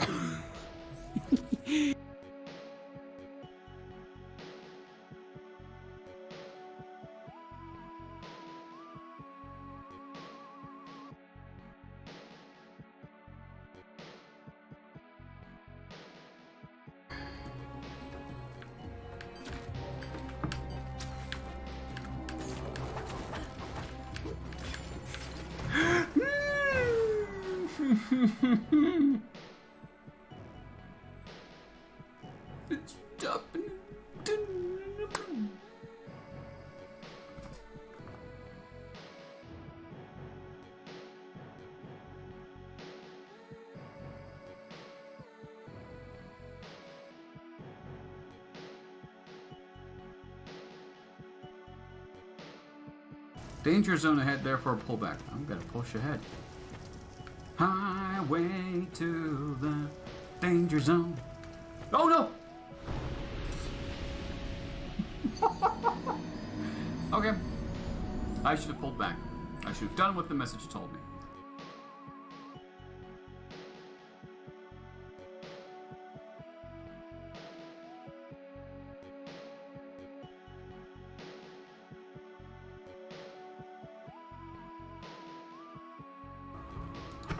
Are those mines? They're mines! If you ask yourself, are those mines? Do not step on them. Life lesson. Learned it. I didn't.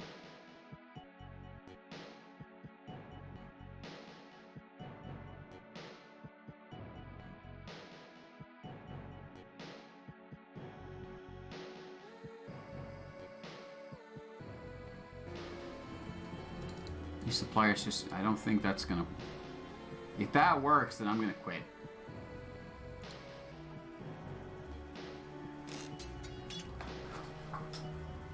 Why does that work? There seems to be a lock. It is quite unique. I must make some kind of key specifically for it. Why?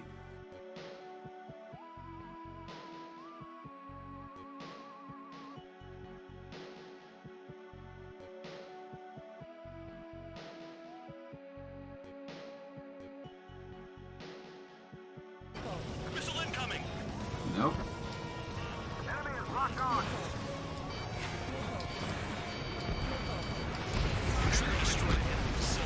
Ah, fuck me.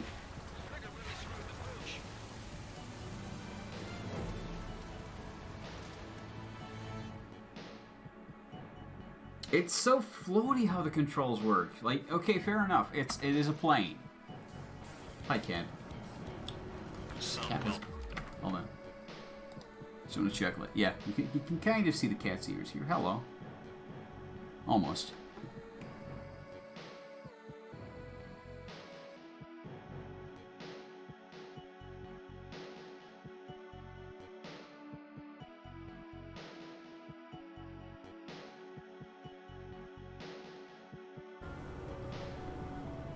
But you want to make sure you understand that you are a fish person. The sanctuary. Nice fucking model. Honk honk. So is this where you went, Harry? Was this your last stop?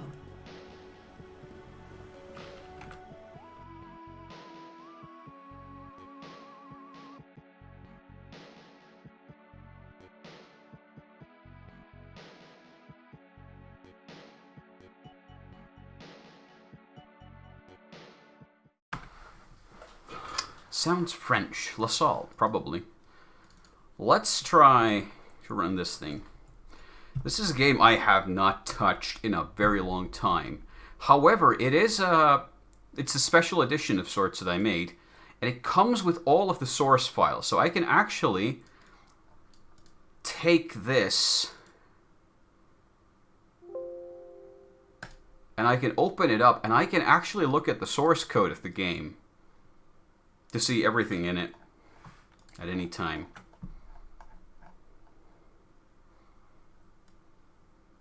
This is something removed before release. Yeah, commented out. There's a lot of very, very old code in here. But it's fun. It's fun, and I'm happy that I kept it around.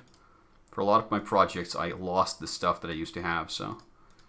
Alright, let's try to run this again. Full screen. Yeah, not that.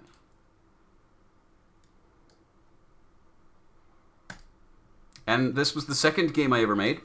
And once again, oh god, I was the fat bastard back then. This thing has that.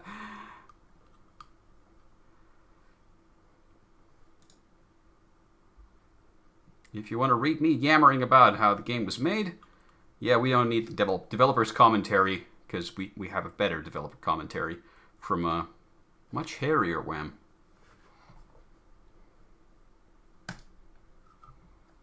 LaSol, maintenance level 13-8, August 17th, 2072, 6:58 p.m.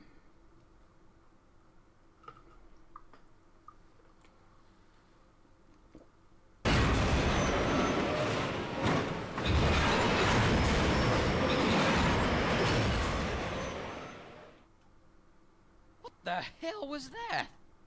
Central, come in, over. Central, Bob, you there, over? This is an emergency. Evacuate the LaSol immediately. The staff will guide you to the emergency raft. Please, for your own safety, remain calm. Son of a bitch! I need to get out of here. Oh yeah, that's a chunky animation right there. And nearly all the voice acting is, again, I had to do it myself because I couldn't afford to hire actual voice actors.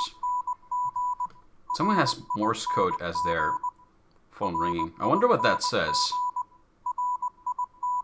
Chunky animation by Chunky Delver. And my best Russian accent! I was writing the speech for... What about the news? Okay, I'll check. I'll check. The X HDMI. Oh, for fuck's sakes, I remember this.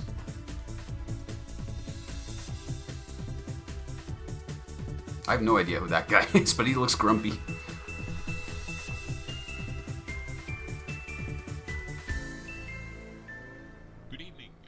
Channel 15 News Live. And this man is Tony Ferrara Cavan. But I took a photo of him and I drew over it. Built just off the coast of Florida just a few years ago, has reportedly been bombed just moments ago. Though no reports of casualties have come in so far, estimates about the damage are coming in as we speak. And we hope... Also, again, I'm doing all the voices, so they're just different, like, pitch shifts of my own voice. I've just been informed that the damage to the structure might be quite severe indeed, and that it has just been reported that apparently a section of the entire facility has just collapsed into the ocean. Rescue workers are already on the scene, but this will surely impede with their work to an extent. Officials have opened an emergency hotline, and U.S. Navy has sent its specialist diver teams to assist in the rescue efforts.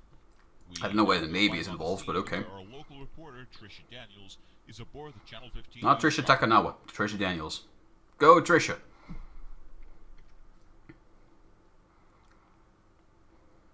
LaSol.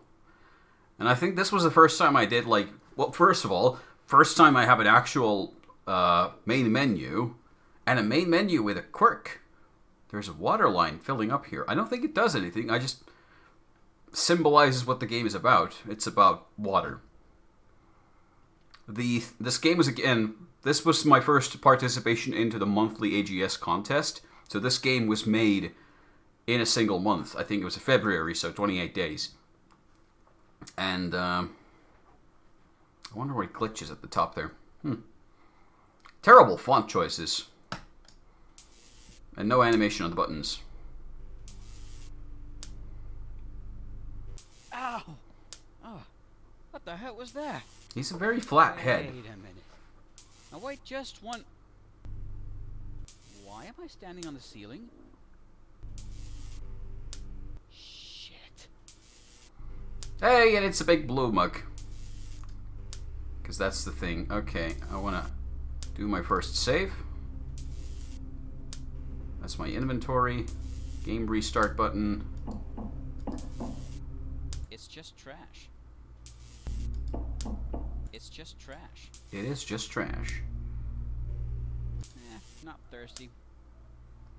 Okay, so we need to get out of here. The audio levels, yeah.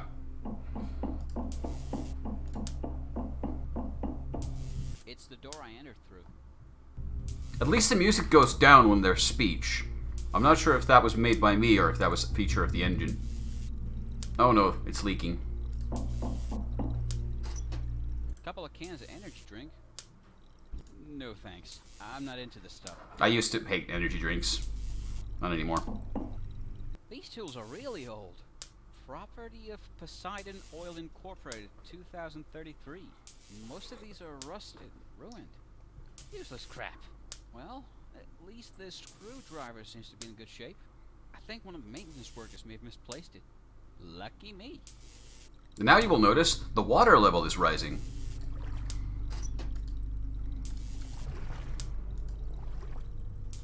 And the trash is floating as well. It's a box.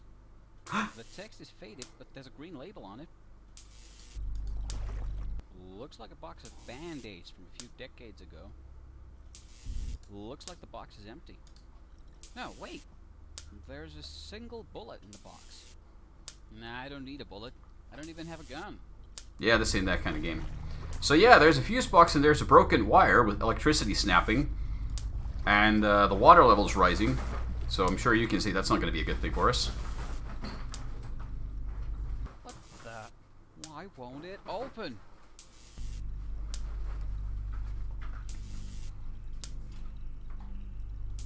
That's a waste of time. Oh, one more try. Fuck me. Well, fuck me. This sounds more like me than the previous game. There was a sound. But it's gone now. There's some kind of books. A full roll of duct tape. Ooh. It's locked. My key should fit these, though. Okay. So The keys are bent. They won't fit into any locks like this. Oh no. dead. It's locked. My key should fit these, though. Yeah, but the keys are bent, so... But now we have a ladder! Okay, so we need to grab the duct tape. Duct tape. Man, I love this stuff. Everybody loves duct tape. So we can use that to patch up the damaged cable. So now we're not going to die as soon as the electricity level hits there. Next up, we need to use the ladder, I think. I'm not sure what I'm supposed to do with these alone. Oh, wait, no, yeah. So there's a grate. It's the floor panel. Well, I guess it's the roof now, actually. It's held in place by a few bolts now. Few bolts, you say? Maybe we should use the wrench on them. I'm still too short. Oh. I'm still too short. But we have the ladder. Oh, right, we have to build the ladder first, because it's in pieces. That should do nicely. Whenever I'm not using these, I lay them on the floor, opposite of the emergency door. That is the south side of the room. The explanation why he's not actually carrying them. Urge to make that obvious in case someone was listening. Because I wanted to explain why they appear in the inventory, but they're not actually in the character's pocket all the time. I did a lot of animation work for this game. Like, again, for a game that I did fully on my own. Surprising amount of animation. Now, I've got deep pockets, but not that deep. Okay, so now we have a plank of wood, which we can use to prop up the door. And then, we don't have a hammer though. Oh dear. That sounds bad. The room scrolling isn't exactly smooth either. Yeah, that's not very good. Let's use the duct tape to patch the leak, at least temporarily. It's not going to hold, but it's going to slow it down. I have no idea what to do with that. Okay, then let's open up the other grate. Notice the little animation of water splashing around your feet as you walk in it? The lights getting darker as the water submerges the lights.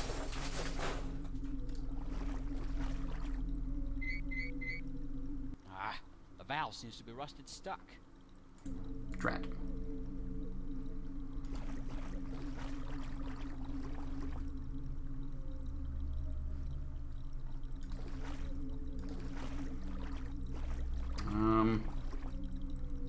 There's a way to get batteries somehow. Bottle of vodka. What? Bottle of Finlandia vodka. Made in Russia. Wait, there's a hammer down here. There we go. That's what I needed. Now he's walking like this because there's too much water. He's gonna get his hands wet. Oh! And I was too slow. I think. We lost. Crap! Thank you, Bruno. And now, back to our ongoing talk. Yeah. That's a bit harsh. There's I think the game has like 3 different endings. Different characters and interactions you can do. I'm not entirely sure why we lost. Because it showed us the electricity flicker. But I think we patched the cables. Should we try that again? Or move on to the next game? What says the chat? One more time. Okay. No, shut up, fat me. Or old, younger fat me.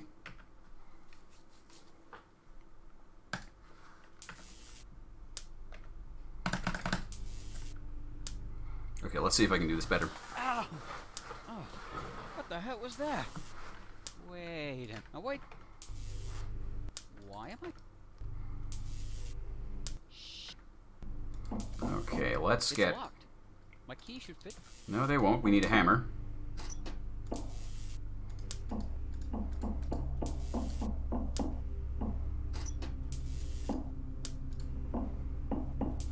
Let's see, I need to move pretty fast. Patch that up.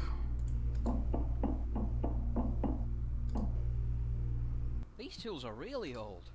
Property of most. Well, I think one of the maintenance workers.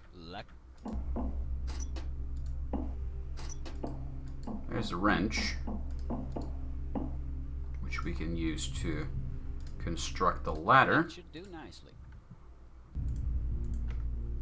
Which we can then use to open up the grate. The hammer comes from up there as well.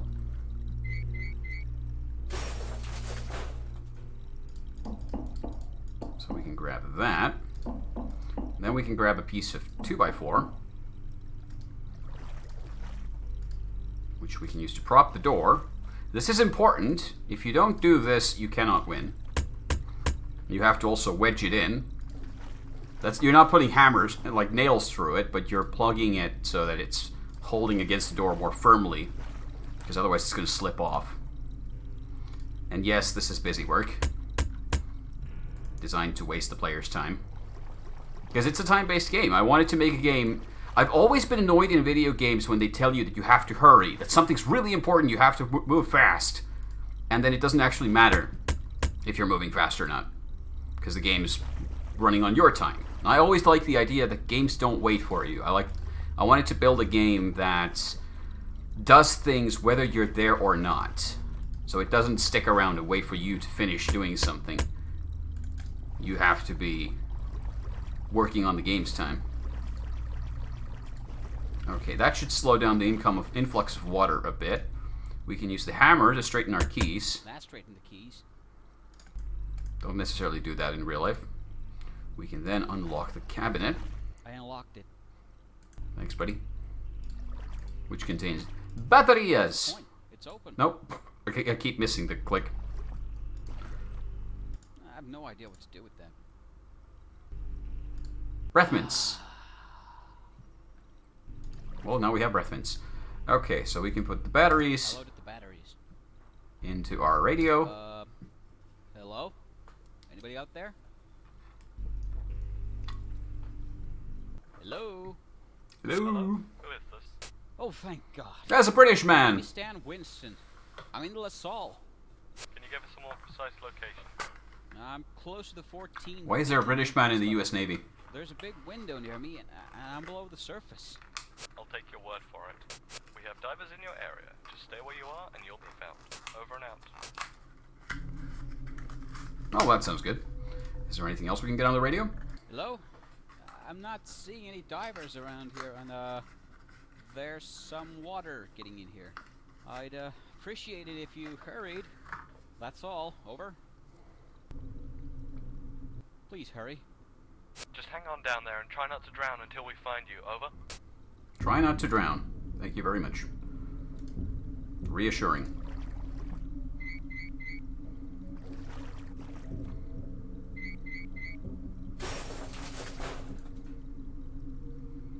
I don't remember what the point It's a valve. Well, it was a valve. Looks like it's broken. Okay. What can I do?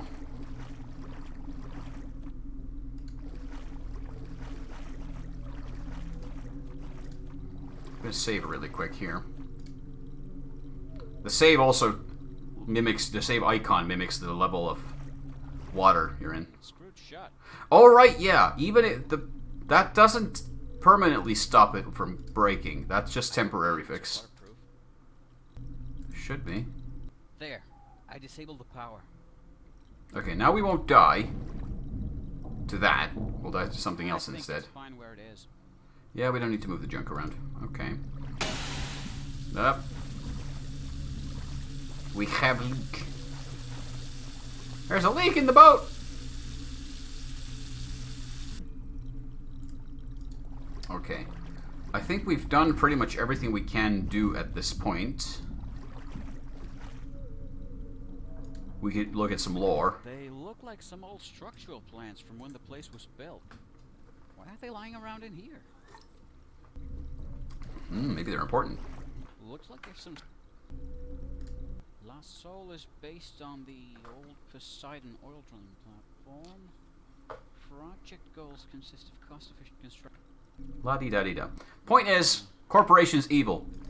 And they made a cheap resort based on an old resort, and they fucked everything up. Wait, what? Wait, what? I think there was some way to, like, fix that valve. I don't need more batteries. Because otherwise we're just going to have to keep doing this over and over again.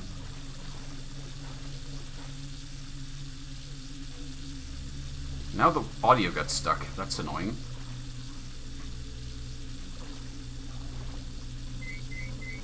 Oh, actually, no. That's coming from the other side. Hold on. The same sound effect is also used for a leak here. What the heck was that?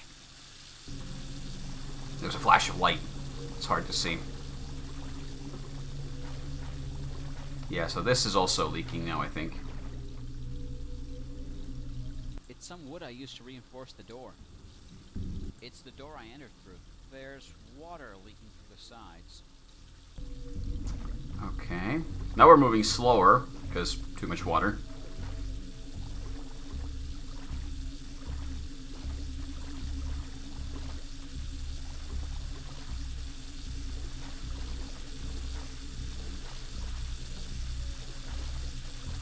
I think Ferraro made the music for this as well, and I think he mixed in some, like, sound effects from submarines or something. Let's see if we can patch that up again. I'm trying to remember what more there was to do. I know how you need to survive. Once there's enough water in here, the balance of it doesn't shatter everything. You can save yourself by breaking this window. Well, that didn't do much. I just got the screwdriver to stick to the glass. Oh, hey, there's a diver. Hello. I need to contact him. Maybe he can get me out. A radio. Well, it's about time you showed up. Hi, buddy. Need some help? Yes, indeed, I do need some help. The doors are stuck, and I can't get through the window. Seems pretty sturdy to me. I'll call the surface and see if we can get a small explosive or something down here. Will it take long? Don't you worry about that, buddy. We'll get you out somehow. Just wait. If you can break the glass somehow, that'd be a big help. I'll see if I can come up with anything. I shall, by hammering the... Okay. Oh. Now that I see those cracks, this suddenly seems like a bad idea. Oh, it's fine. If glass breaks now, the shards will come flying right at me. I don't think that's a good idea. If the glass gets too weak and breaks inwards, I'll be shot. I mean... There's a catch here. Now I can't remember what it is. We're also going to drown soon. Oh, there's something more to this. What was I supposed to do to open that up? The diver's here. I just need to get to him. It's just useless trash. I don't want it. It's kind of cruel then when you're speaking and listening to dialogue, the water level doesn't stop rising. We're pretty much doomed. I think we're going to drown.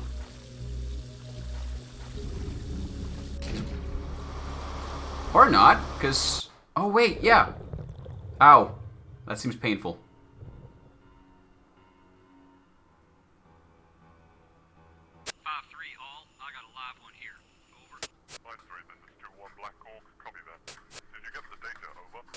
Roger that, 2-1. I also have the package. Mind picking me up, 2-1? Over. Reef by Pop Flare, and I'll see what I can do. FYI, there was a cold fault operation a moment ago. We're packing it up, over. Already? Over. Colonel's orders. You'll hear more once aboard. Pop that flare, over and out. Pop and flare, over. This is supposed to have like a whole bunch of like conspiracy theory story to it, but I was a bit short on time. There's a sequel planned for this. I have documentation for it. Moments ago, revealing a shocking truth behind today's events. A radical environmentalist group calling themselves the Ocean Crusaders has released a statement on the internet. My God, the internet. The spokesperson takes responsibility for this tragic attack and claims that more is on the way.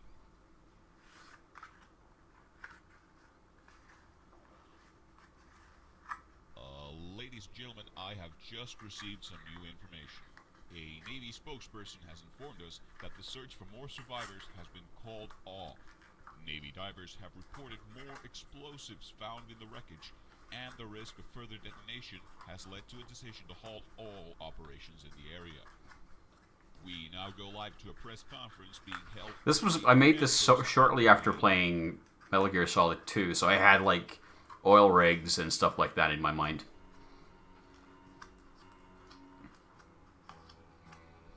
Hey, we won. Kinda.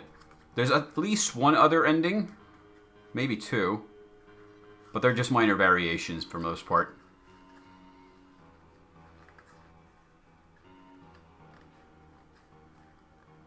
Yeah, that's my second game.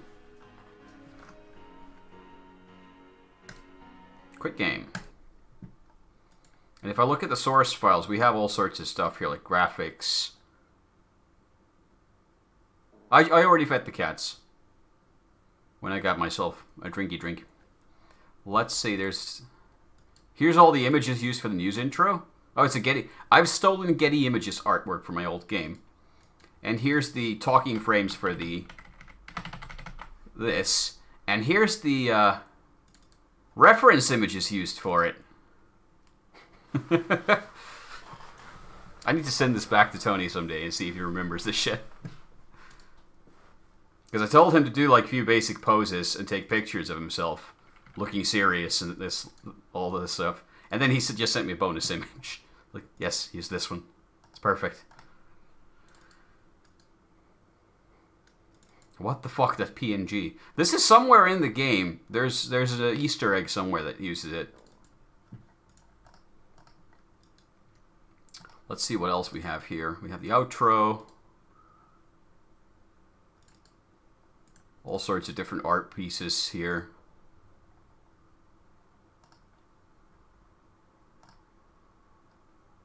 All the items used in the game. User interface elements, item, graphics, buttons.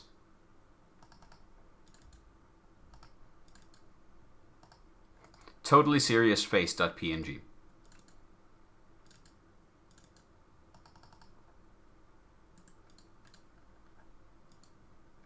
I think this was the screenshot I used for the game publication page.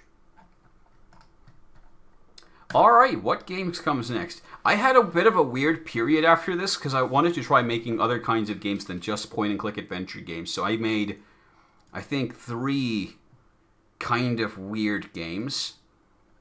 I'm going to cover 2 of the bad ones first. There's Essence, and then... Wait, there's one more. There's a game missing here. Let me grab that. If I can.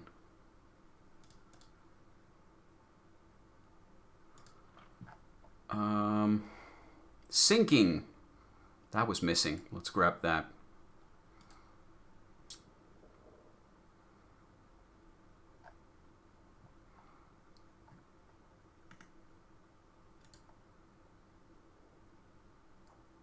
There we go. Sinking AGS.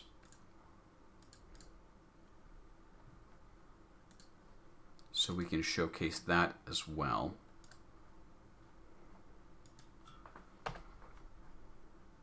So let's start with Sinking because it's kind of crap.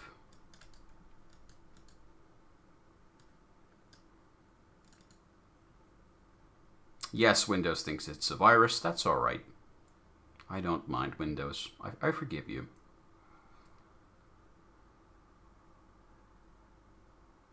Why are those folders so humongous? These? Yeah, I just... Depends on what I have in the folder. If there's this folder used to contain a lot of images, it's just a download folder. So I need to occasionally get at a glance look at what file each is, so I sometimes use the biggest possible view for that. 1280 by 800.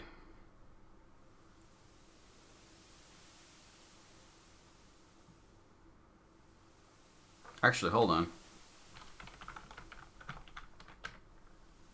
Quit. Let's restart the game and put it on full screen at least so it doesn't look quite so wonky.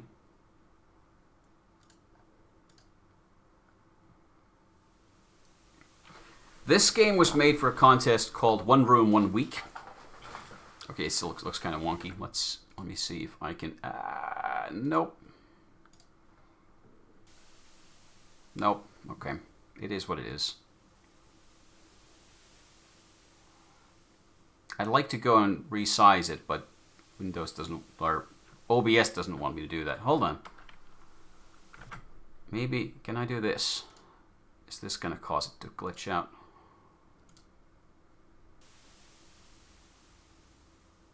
Better. Let's use that.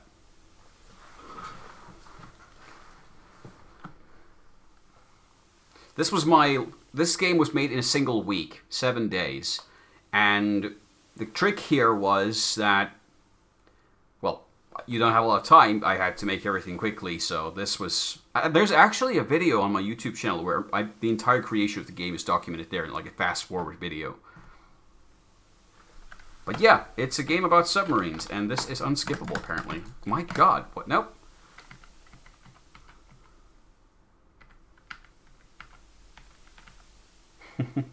There's more. Before One More Fathom, there was another ocean game. I've always liked the sea and the ocean and water as it, like, the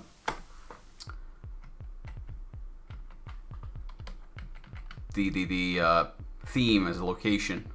So yeah, this was a game I made. I made the music too.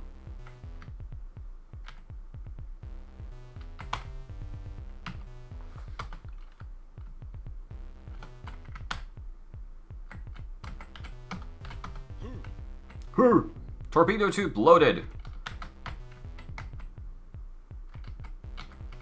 Ah. Pump man. Man, am I pumped! That text scrolls way fast. Obstacle ahead. Turn port. I don't know which one's port. Let's say this is port. Success! We avoided the obstacle. Huzzah! Ah!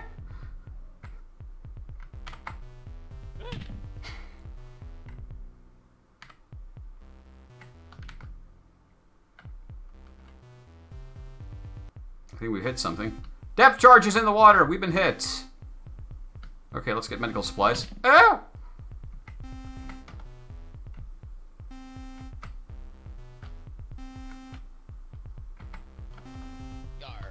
Yar! Thanks for saving me. Okay, let's go and get to the torpedoes.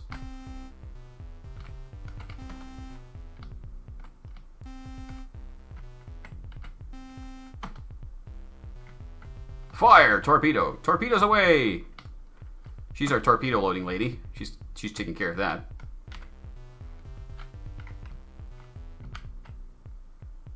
I'll make sure there's always something hard in the tube. Okay. There's a leak. Target acquired! So the idea here was just to make this kind of frantic rush around game where you have to try and do a lot of stuff. Everything's breaking down! Yeah, I know. Don't worry, we got spare parts up here. Torpedo struck target. Can I make this jump? Yes, I can. We can fix this. Arr! Wait, do all the other characters have audio too? Yeah, the higher... Oh, you're right. If you fall too many times, you start to limp. And you don't walk as fast, so you need to use the medical supplies. Or I think, actually, it might just take some time to recover. We've collided with an obstacle. Use the radar to detect future obstacles. Okay.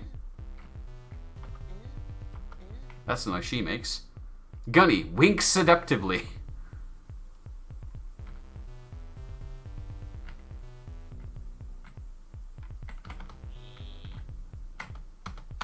And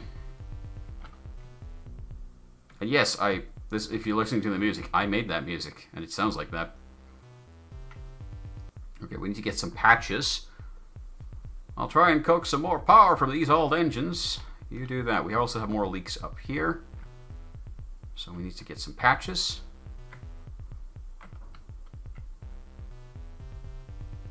Yeah, I really shouldn't have hurt myself. Oh, hello there, handsome. Oh shit, this is broken. Pump man, flex his muscles.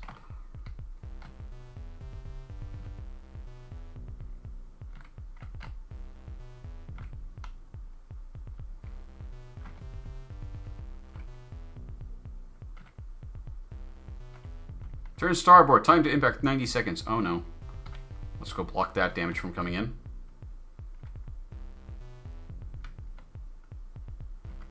Ah! We've hit something. No! Depth charges! We lost the freaking command console. Ah!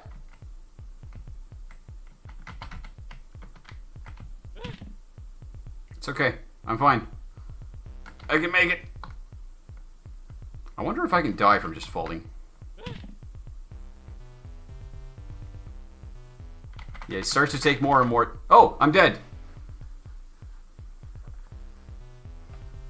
You have fallen to your death. Final score. Difficulty normal. You survived for 3 minutes 45 seconds. Your ship was damaged 4 times.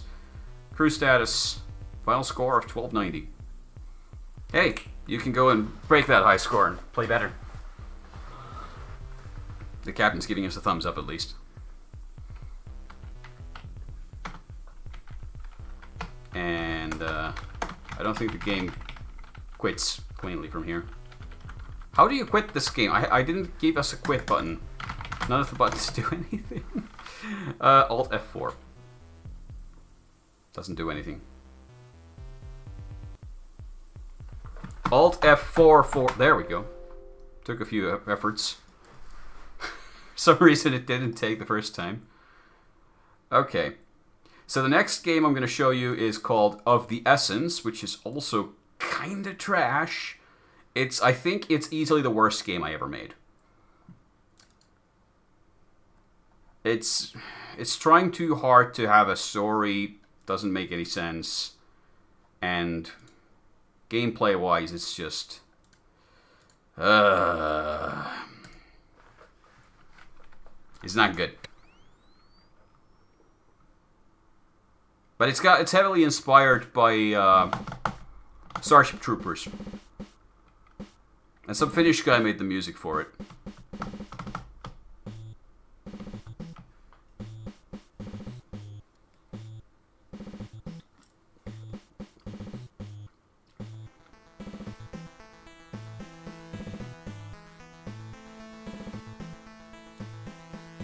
None of this matters. This is bullshit.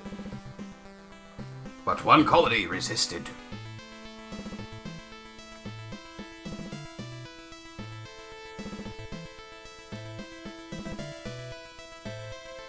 The music's not bad.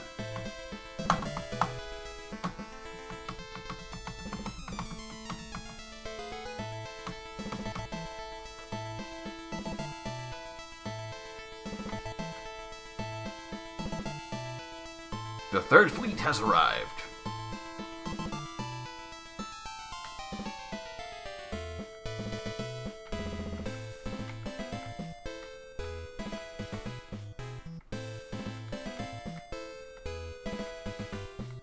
That's not good. That's an explosion.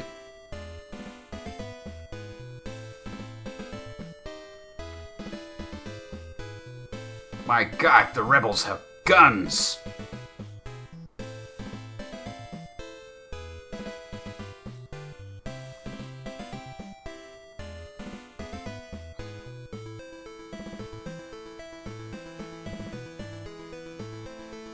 The ship is falling into the atmosphere. That's not good. So there's a huge fucking ship that's falling down from the orbit, and it's going to crash into the planet. No, we definitely don't want to replay the intro.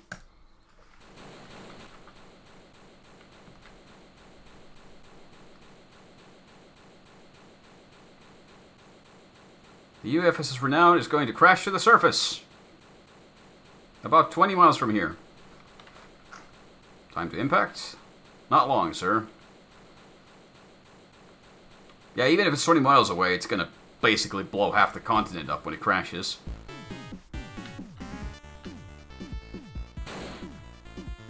And this is the game!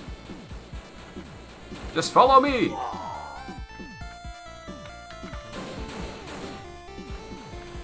Ah! Ow.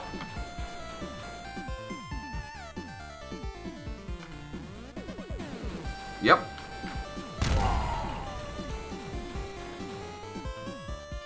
This was my attempt at making an arcade game. You have to get into the craters to duck and take cover whenever there's fire coming in.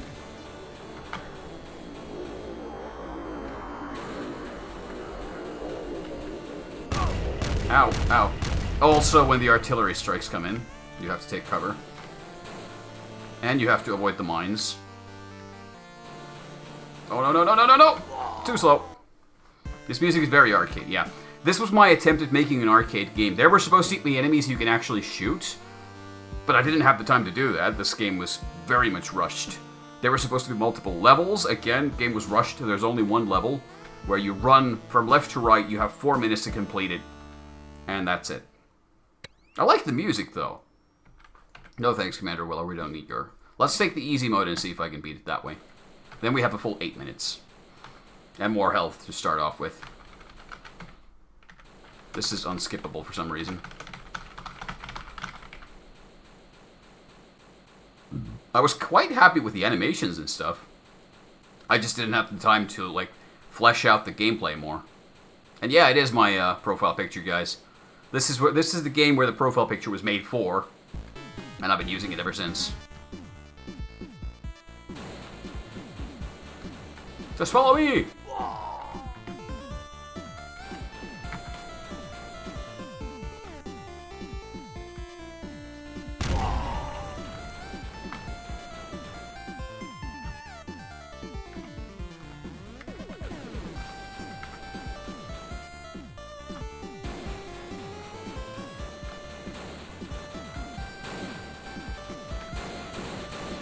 I think you can shoot upward to suppress the enemy gunners a little bit.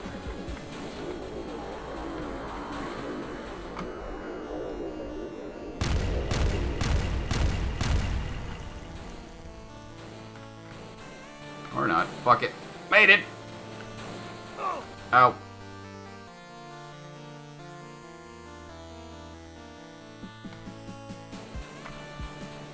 You basically have to try and duck into every cover you can get. There's quite a bit of tracking. The gunner always starts shooting behind you, but he starts to lead you when you move. So if you stop or if you just try to keep moving, he will eventually hit you. By design.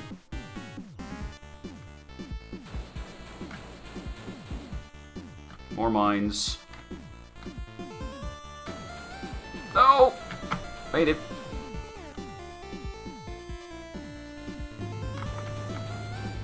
Let's try not to get squashed. Ow. Ow! God damn it. Incoming artillery, you can hear it whistling in. So you have to take cover when you hear that sound.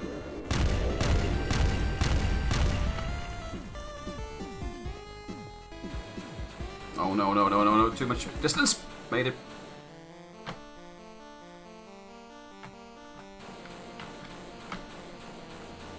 Yeah, this isn't a very fun game. It's very crude and very simple. But there's a lot of cool stuff like that I really like.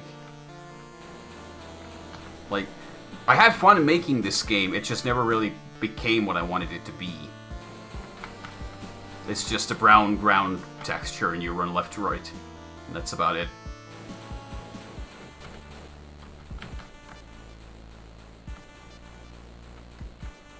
Make for the bunkers! This place will be cinders in a few minutes.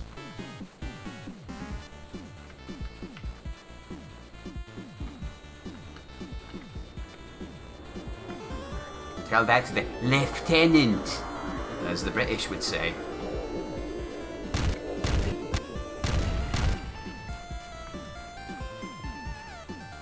You a coward, son? Reinforcements are here.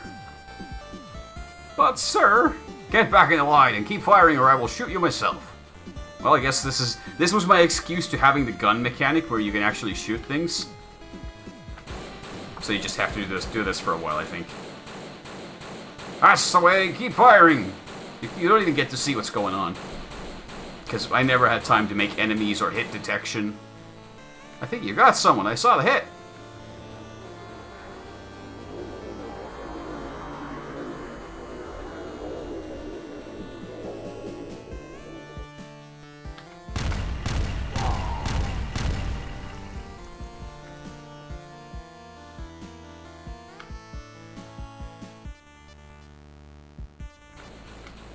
Oh dear.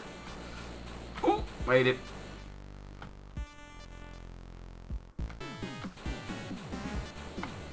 I think we're finished. Here's the bunker. As we enter that, we win the game. This was very much unfinished, very much incomplete, very raw, and I'm not very happy with it. Folks on the forums just blasted the hell out of it because they said it was total shit, and I can't really argue with that.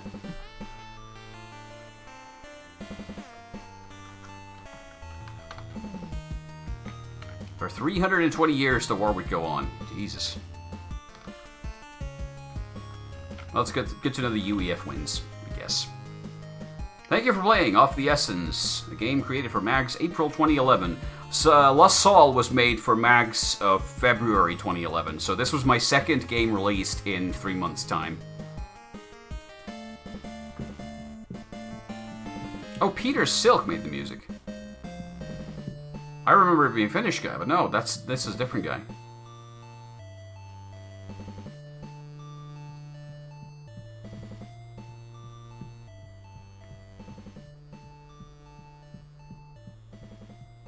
I wonder how that guy's doing. Huh.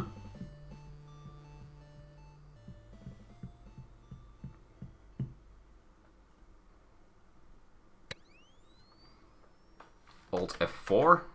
This time it worked. Next up, we're going to play one of my better working games, even though it's also kind of hacked together. So, let's take a look at this. No, I didn't mean to run it in a window. This is the first game where I got someone to do music work for me, and I paid money for it. I think I paid $50 for the music. Mr. Guni Ozan. I have no idea if he's still making music or if he's still active anywhere. I haven't found him. I tried to contact him at one point, but couldn't reach out to him.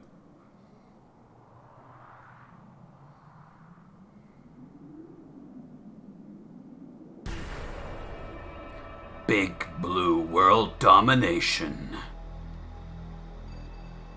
Every year since you were a little boy, or girl, how the hell should I know, you have schemed. In the park, when other children were building sand castles and roads, you were watching over them, gathering information of their puny sand infrastructure so you could maximize the effectiveness of your attacks. You hid among them, infiltrated their ranks, and when they least expected it, you struck like a deadly snake. It felt good.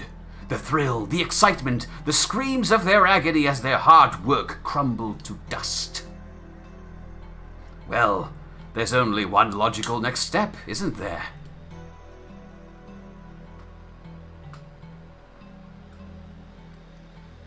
You took a loan from the World Bank of Evilhood and bought yourself an abandoned underground base and began building an army of secret agents and ninjas so you can one day rule the world. And that's the story of the game. What are you waiting for, genius? Get to work. The world isn't going to take itself over anytime soon. You have to do it. Familiar music, eh? Yeah. One of the few pieces of music I bought, and one of the few pieces of music where I have the rights to it. For some reason, I have a mouse cursor stuck on my screen. You can see it too. That's annoying. Let's see if I Alt-Tab. Is that going to fix it, or is that going to crash the game? It might have crashed the game. That seems very likely.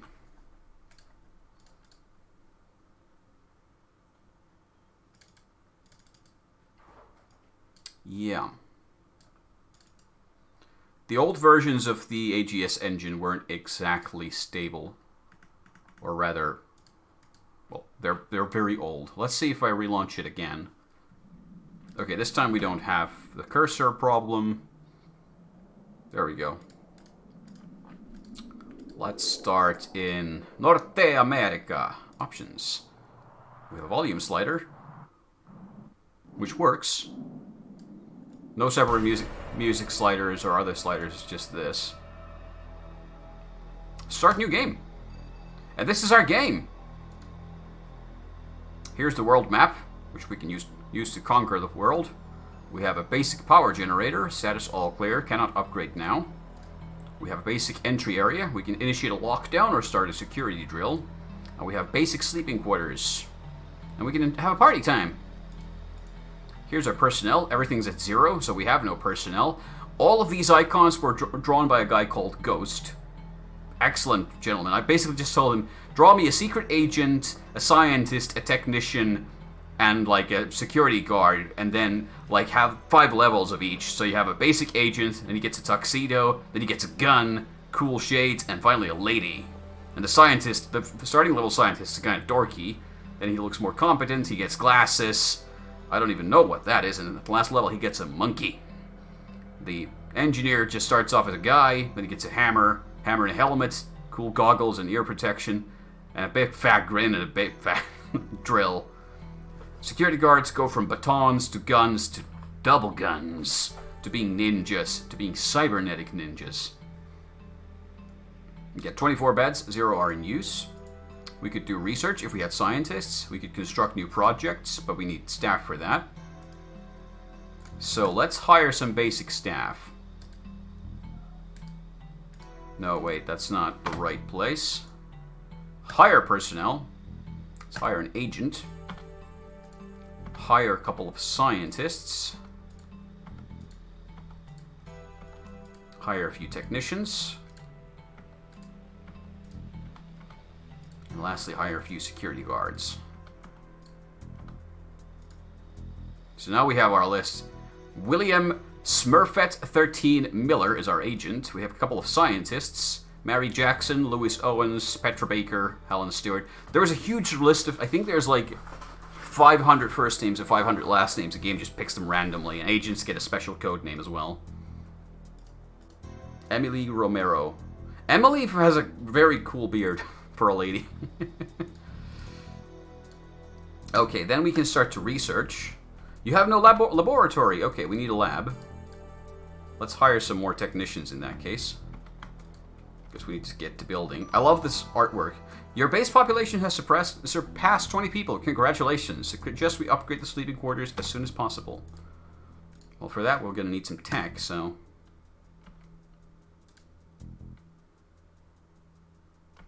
Seems like there's no garage in your base. Yes, there is.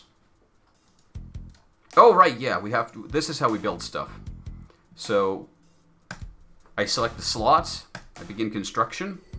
I assign my construction crew to work on it. And I can start to pass time.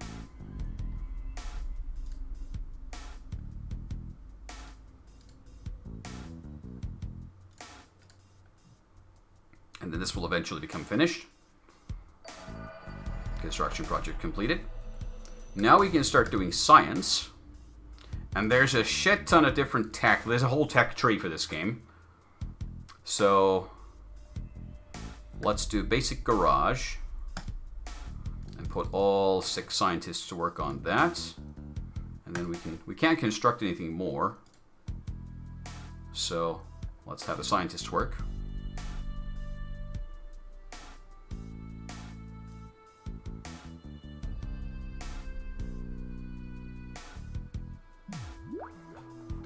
Science team is excited to tell you that basic garage has been researched. Okay, let's start some more research.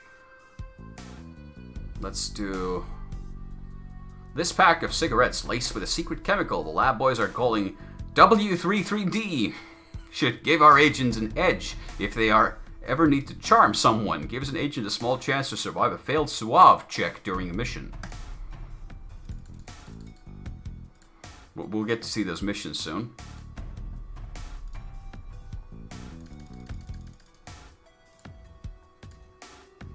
Also, what I can show you, we have this mode where we can see missions that have come up. Actually, yeah, we can... Ministry of State Security. Your agent must infiltrate an enemy facility, gather intelligence, and then escape safety. Accept mission. We can send William Miller.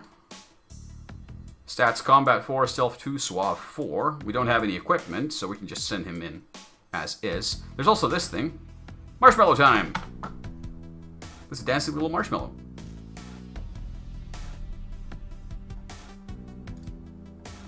If I stop him, then he just sits down.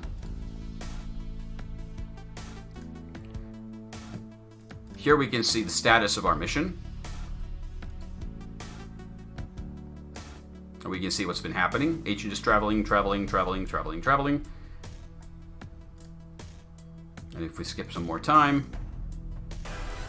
Freeze! The security staff have detected and captured enemy agent attempting to enter our base. The intruder seems to hail from the Cuban cigar cartels. Has been dealt with harshly.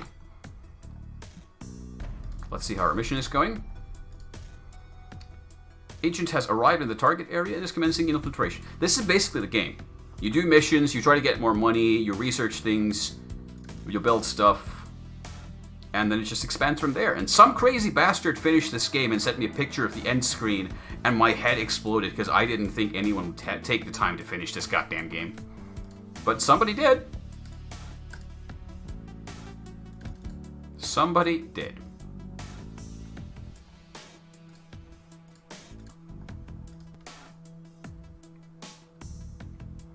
How's our mission going?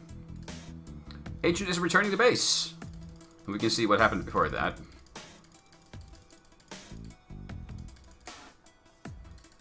Success! Agent has managed to convince guards that the agent is a VIP, thus allowing access into enemy base. Proceeding with mission. Agent is fighting some guards. Agent is fighting some guards. Agent has successfully completed primary mission objective, proceeding with exfiltration. And then he's exfiltrating successfully. The missions have phases that the agents have to complete. The missions are randomly generated. There's challenges and tasks. Different agent stats get accounted for. Agent Smurfette 13 has successfully completed an infiltration mission. We get $24,000, and the agent has gained experience. So we can now look at our personnel. Experience 91, level is still 1. But we can send them out for another mission immediately. Target, Interpol, accept mission. Go, Smurfette. Yeah, we can't construct anything new yet. We have to wait for our research to finish. We might want to hire more security guards, apparently.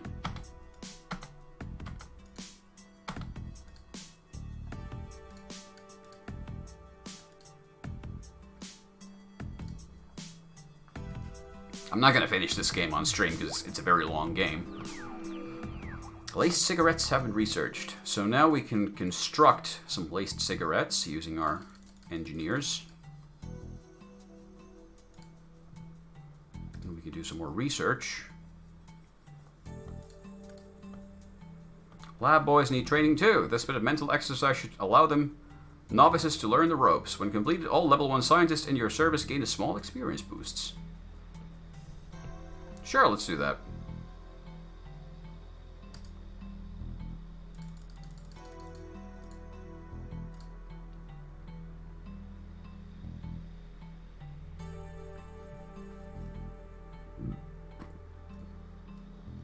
So basically, I just stole the base building part of XCOM, made a game out of it. That was a very quick mission. Good on you. Still level 1. How much experience does he need to get to level 2? Huh. The Black Panther Alliance.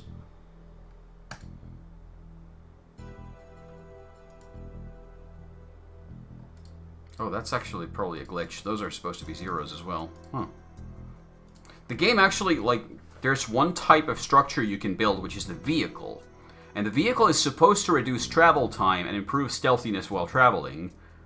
That code doesn't exist in the game. The vehicles do nothing. They're a complete hoax. They're a complete waste of time because I never finished coding them in. But they're still in there.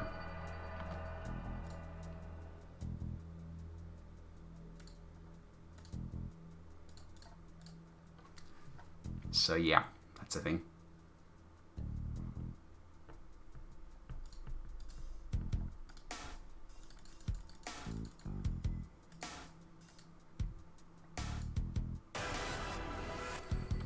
And we might want to look into our security a little bit.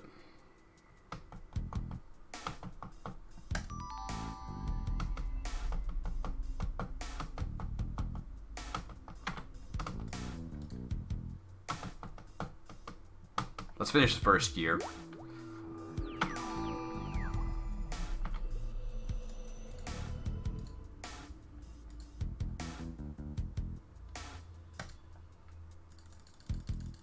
We haven't even gotten our scientists or anybody up to level 2. That's how slow this game is. Agent has returned and gained experience. Did he also gain a level at last? No. Still level 1. My god. The Taliban jihadists.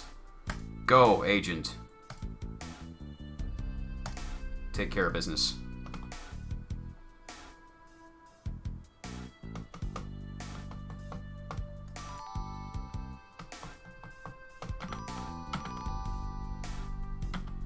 Jim Jackson, security guard. Security guards are gaining levels at least, so that's good. How's our mission going?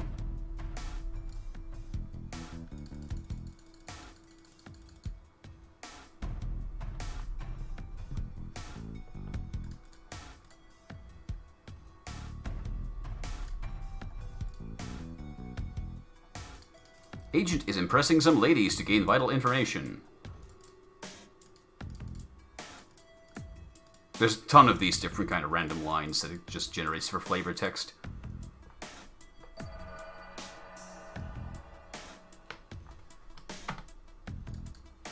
But yeah, you get the idea. I'm not gonna play much more of this because it's just gonna be more of the same. But it was designed to be a time waster game that you can kind of just play on the side, perhaps while doing something more worthwhile. Let's have a party. That doesn't do much. I think it raises morale. The agent still didn't get a level. Why? Okay, we need to get the training room or something. Or just finish the game.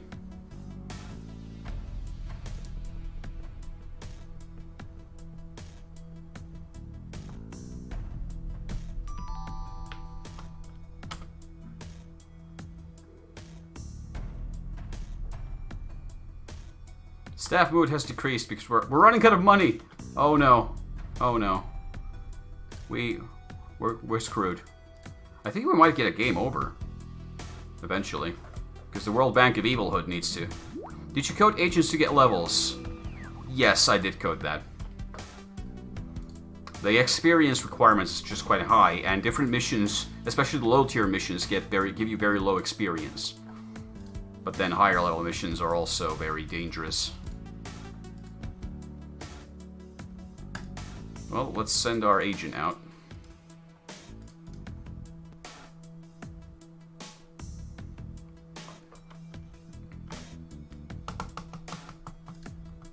Alright, yeah, we have to pay back the debt as well.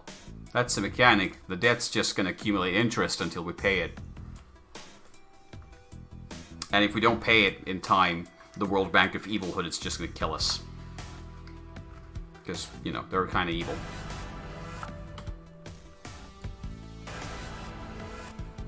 Oh yeah, $32,000 from that. But we have so much staff that it just gets wasted immediately.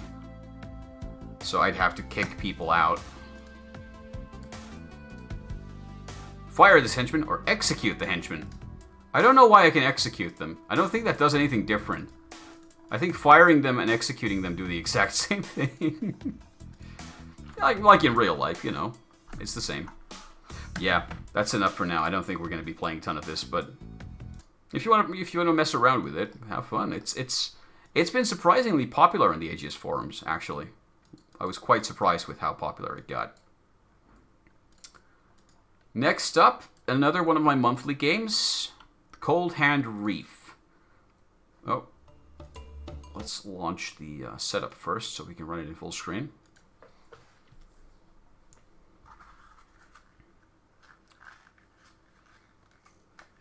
I don't know if I haven't been doing much like developer commentary here or anything. I'm just kind of playing through the games and seeing what they look like.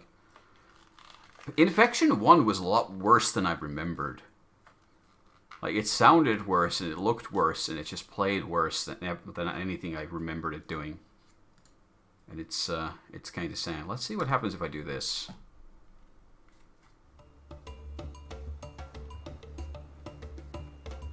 Holy hell, this game runs at a surprisingly high resolution. Hold on, I'll get you a better view.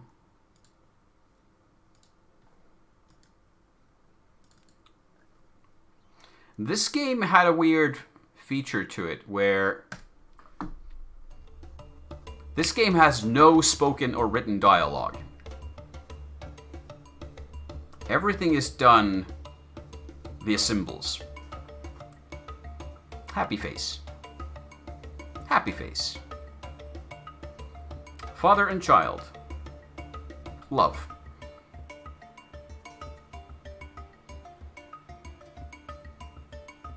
Some people thought this was like an old man and a trophy wife. I'm not sure how they got that, but... Fishing!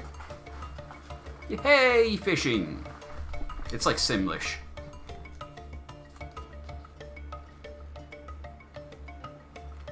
Two frames of animation, because of course. Many fish. Any fish? Question mark. Fish? No. No fish. Sad face. Sad face.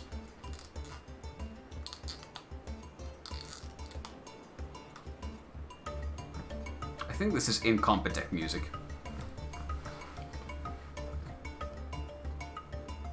Oh, we haven't been getting fish anywhere.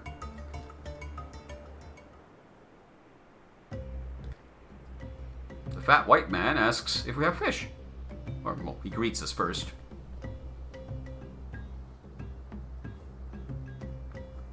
He's wondering why there's only 2 people when the family should have 3. Where's the mother?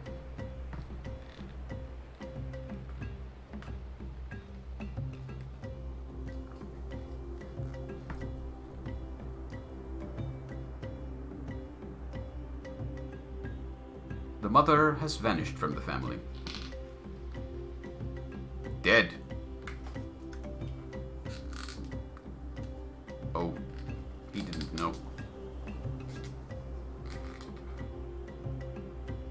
Anyway, fish? Question mark. Fish? No. Sad face. Fish equals money. Equals happy. Oh, really?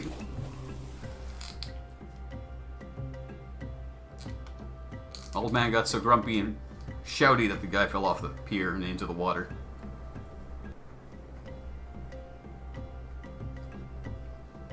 I really should have animated this more. Fish on the globe? Question mark. Where are we going to find fish? Well, we have a map to a place with a hand symbol on it. So that we shall sail. What? The hand reef is death. Shouty marks.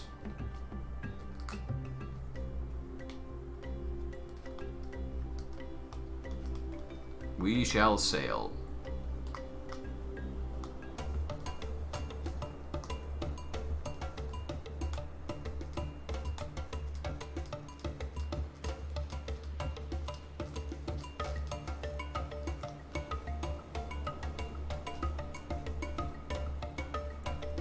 For indeed, the cold hand reef is a dangerous place, but it gives fish. This game has a pretty heavy Lovecraftian vibe to it.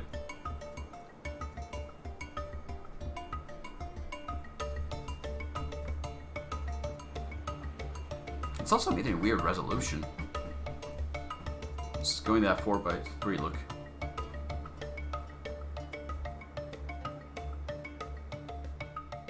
Well, now we have many fish. Happy times. Angry shout.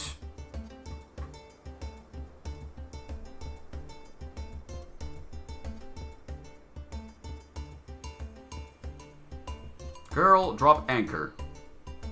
Hurry. Okay, or raise anchor. Something to do with the anchor.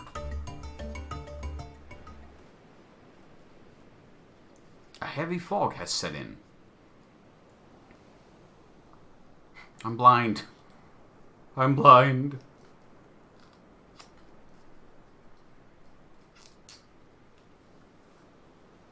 It's time to wait. Maybe get some sleep. This was like, I wanted to make a game that isn't reliant on language. It doesn't matter what language you're from, what country you're from. The symbology was meant to be simple enough that you can kind of get the idea what the story is, and you don't have to worry about the symbology any more than that. And I think I kind of succeeded. The story might be a little hard to follow, but it's better than writing it in English and then having someone who's never seen English and doesn't know English try and play it, because they're going to be like, the fuck is this? These squigglies mean nothing to me. Dad? Question mark? That was the end of the intro. Let's start the game.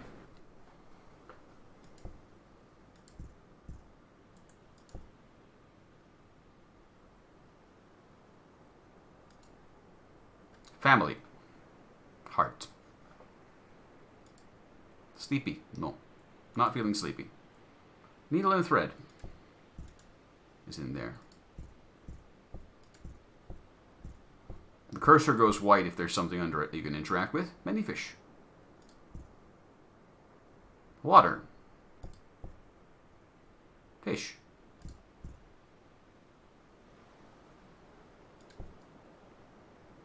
There's a little annoying blue line up there. Something's not lining up quite right.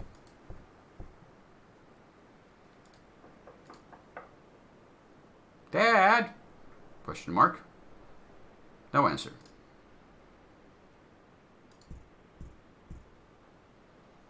Tools. Oil.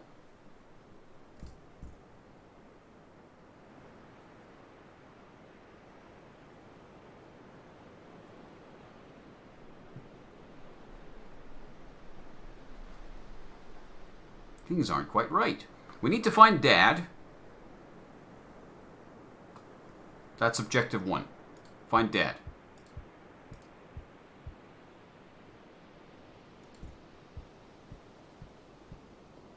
The compass is missing. Compass. Where is it? Map. Where is it? The cursor moves up and shows us another objective. We need to find a compass and a map.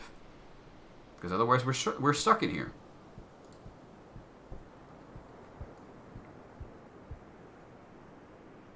Too far away. Can't reach.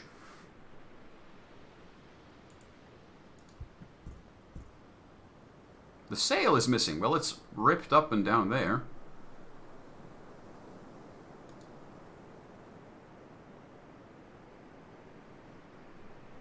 Need to fix the sails, so that's one objective.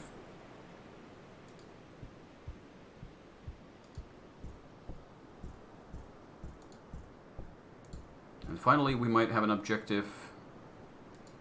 No? Yeah, we get a piece of sail. It shows us the progress, where you get piece by piece. And now we need to find a way to pick up those things from the water.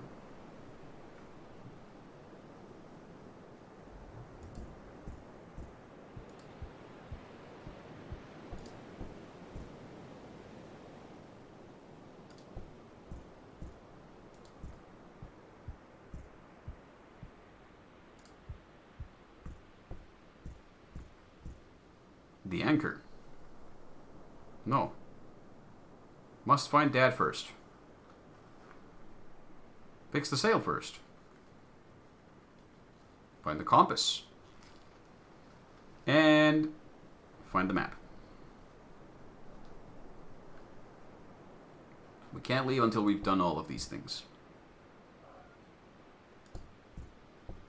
And I love that instead of doing the wait what question, there's that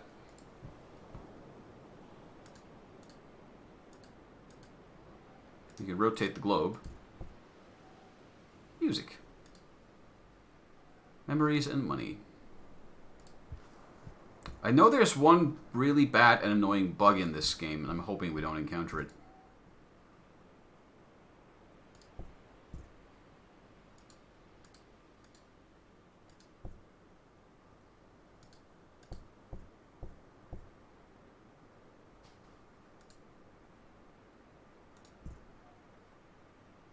We need a fire striker to do that. Need a key to open the door. Now, if only I remembered where the key is. Well, there's a hook we can use.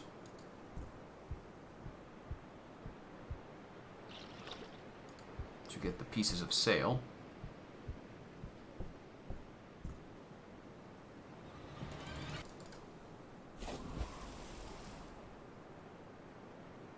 Oh, right, that's a thing in this game. Something grabbed the hook from our hand.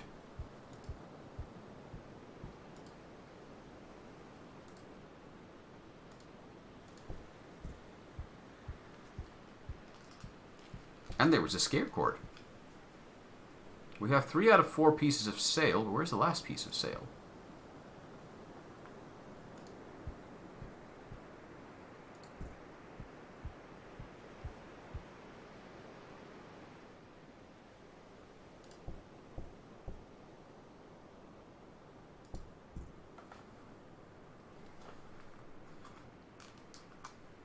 Wait, it's using the same fabric color. I can't remember my own game again, like how to solve this, but it's using the same fabric color as this piece of cloth here.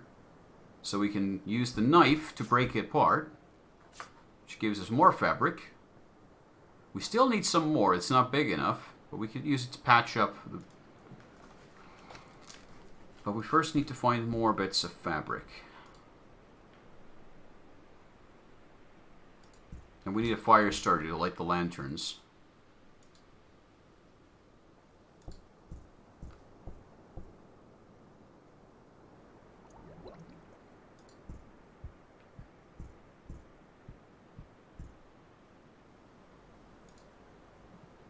Oh, we got the fire started from here. Okay. So now we can light all the lanterns at least and feel safer. Because this is a horror game. At least trying to be. Hello, cat. What's up?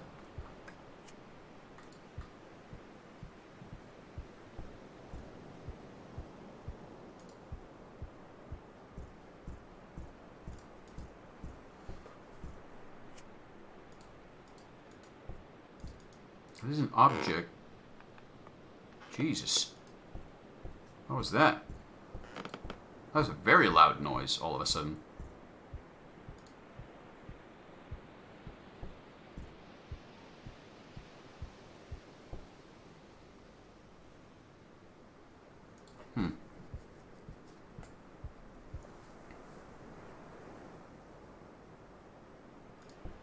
Maybe we need to light the lanterns down here so we can see something we haven't seen before.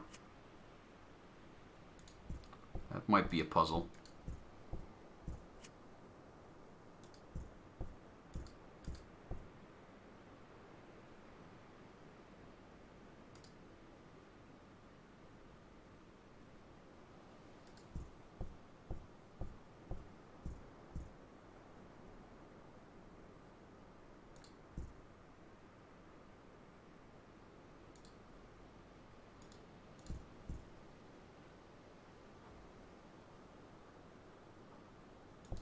There is something to this place, I just can't remember what it is.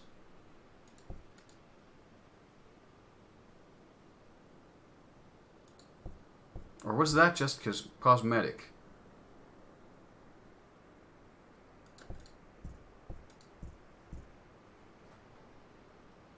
It looks like there's like a gray box here. But it doesn't seem interactable. Oh!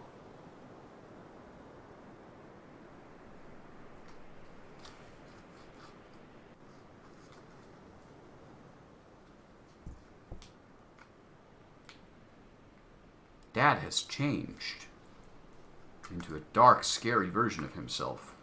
What is this?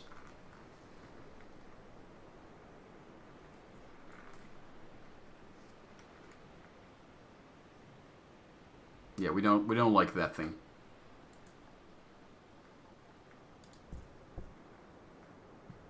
Yeah, he's still up there.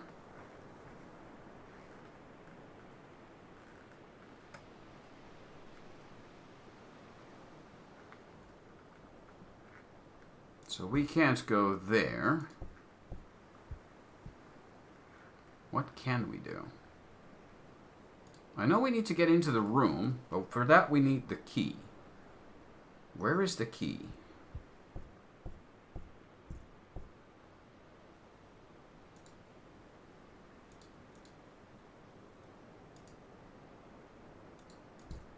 Again, I don't remember how to play my own game. It's kind of embarrassing.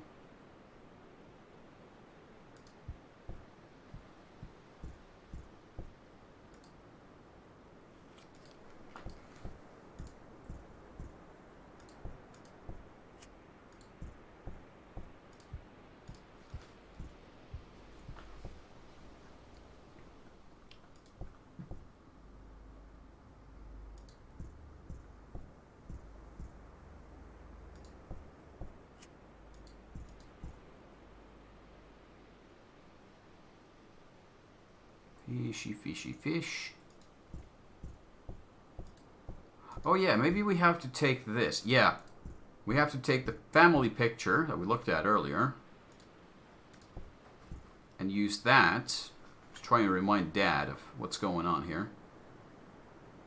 Look at this picture, Dad. Look at this photograph.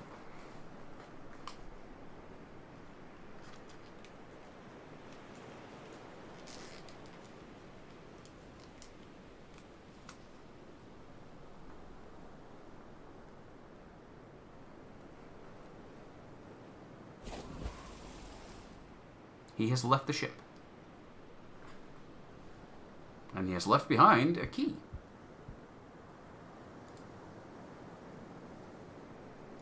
So something's happened to our dad and he's turned into this dark, scary version of himself.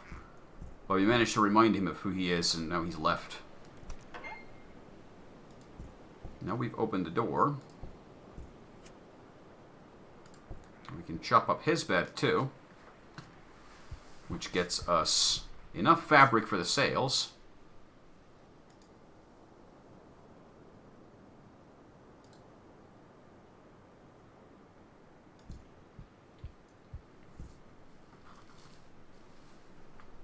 Right fish, left, left, left, right, right, right, left, left. So it's starting right. 1, 3, 3, 2. What is this? It's the solution for the globe. So we turn it right once.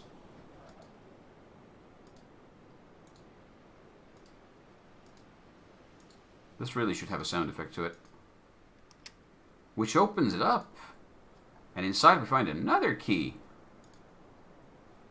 But for what? Well, those locked chests, so probably that.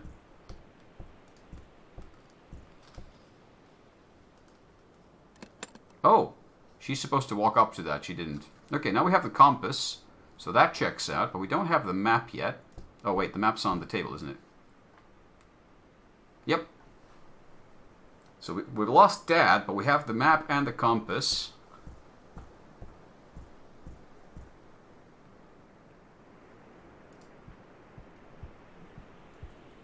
You'll notice perhaps that the sky has changed. The game actually has this flow of time to it. The sun slowly sets, the sky slowly darkens.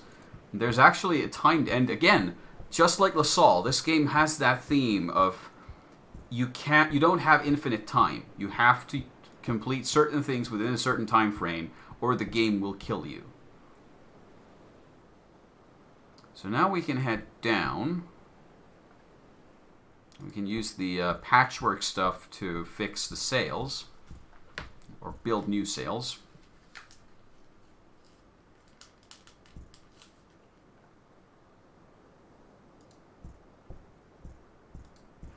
Which we can then take upstairs.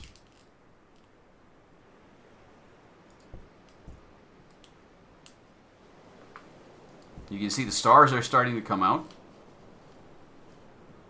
That fixes the sails, and the compass is fixed, and the map is fixed. All we need to do now is raise the anchor and get out of here.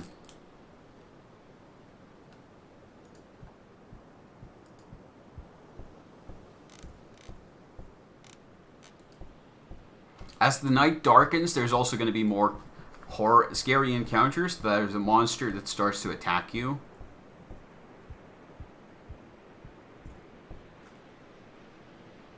But it is a very short and simple game, so...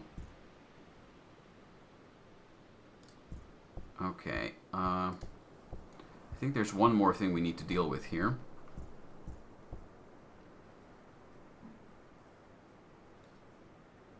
The anchor doesn't move. It's stuck. We need to oil it up. Unfortunately, there's oil. Oh, pathfinding glitch.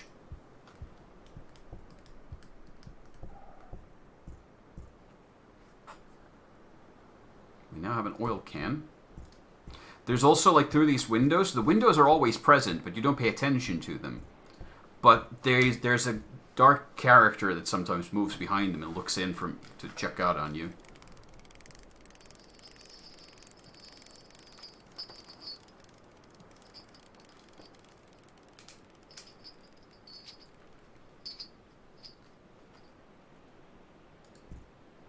There we go. We have raised the anchor. I think we are about ready to go. Still missing Dad, though.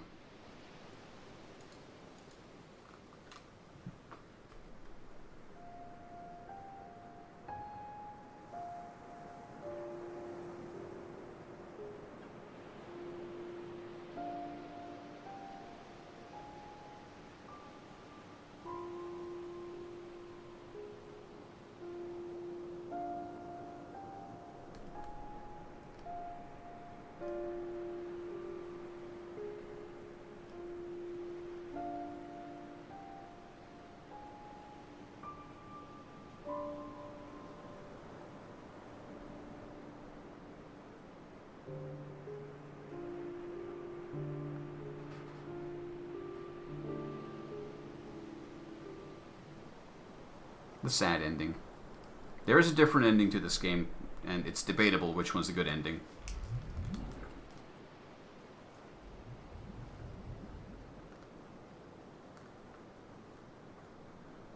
Ooey gooey blue love between the zombie people who live in the sea. Now the mother and father are together, but the child is missing. And his little zombie heart is broken. Because indeed, the mother drowned long ago at the Cold Hand Reef. And the dad's been missing him since. Well, he found her.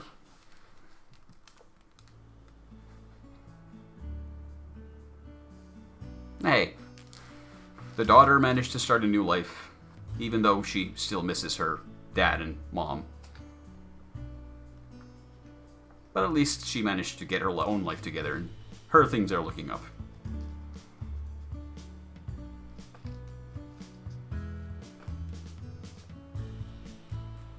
And here's the first place where it's this text in the game. Because, well, I wanted to have my name in it, so there has to be credits.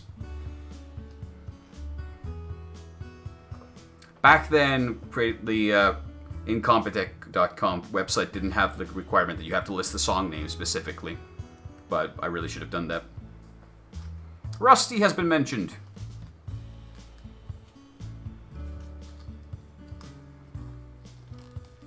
What a weird font decision. I don't know why I've used that font.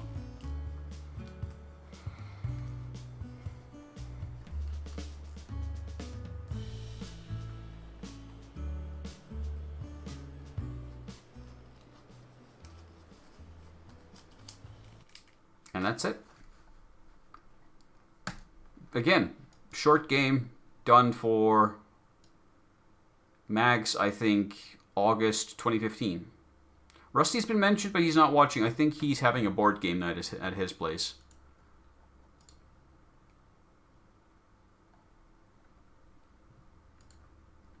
Alright, next up. What games do we have left? We have one more Fathom. But before that, and GNRBLEX, of course. But before we go to those two games, I want to take a quick look at another project. I started this project, I worked on this for I think like 3 years. And I lost all the files and all the code after a full rewrite was already done. And I just couldn't do it a third time. So this project died in the end. But let's take a look at it. Or not. Okay. Let's see if we can get it to run.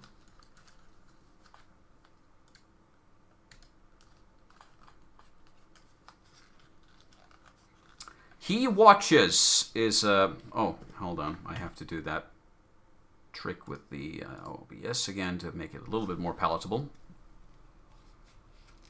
He Watches was supposed to be a big, big, big horror game project that I worked on for a very long time. And sadly the game died. But this is the prototype demo that I built for it, which still survives.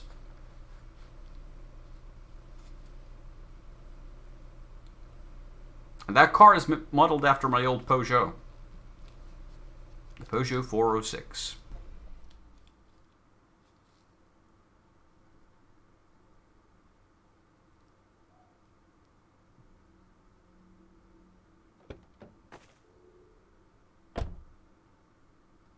Where am I?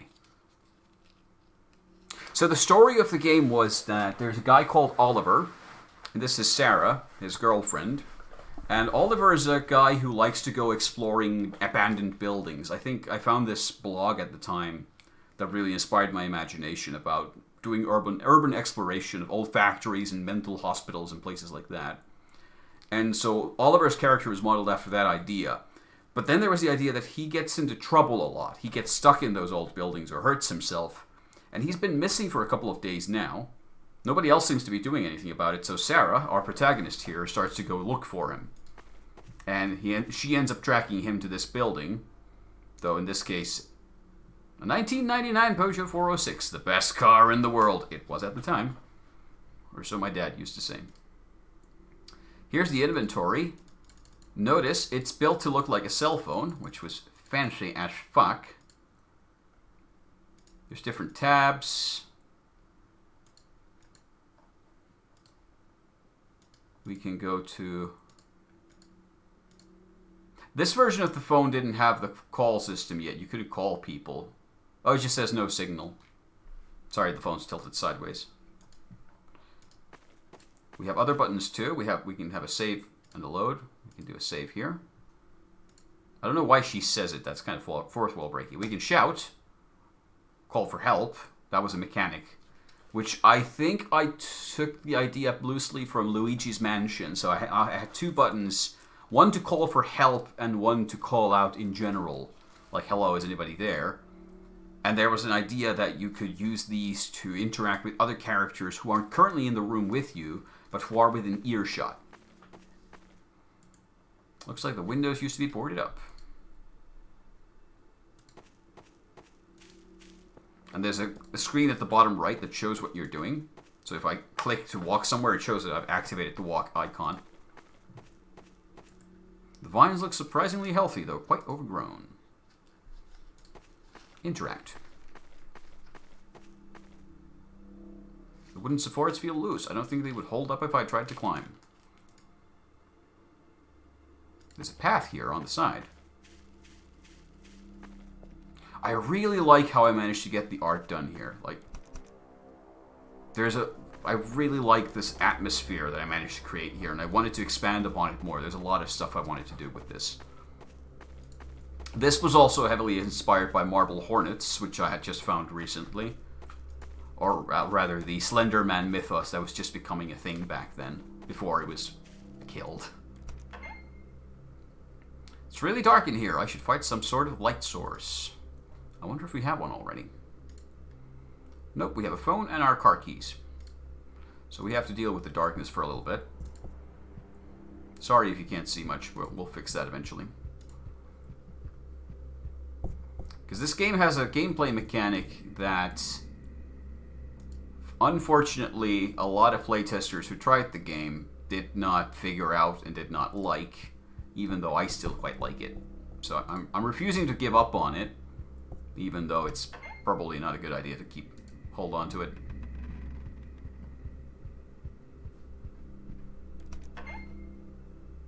Oh, there's light coming from here.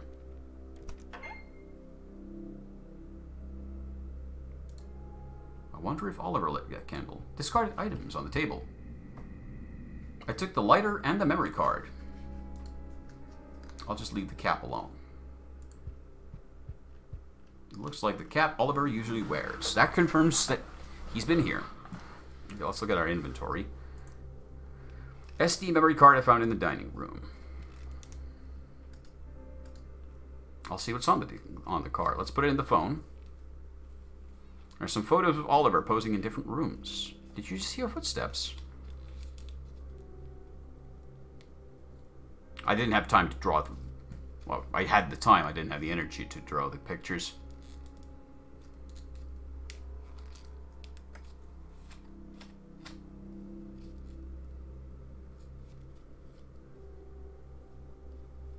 Yep, now we have some text files to look over. Which we can do. Here we have our objectives. Find out where Oliver is. We found a source of light. We haven't failed any objectives yet, fortunately. We have Oliver's notes, which we can read. I'm not going to go through all of them right now, but that's possible. And here's the thing. There's a lighter, which we can use to create more light. Actually, let's look into the cabinet real quick. Bowls, pitchers, and cups stored in here. Okay, nothing useful. Hey, there's some candles in here.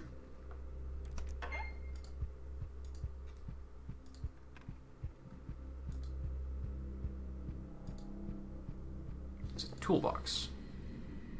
Hand drill looks like it's in usable shape. Well, we now have a hand drill.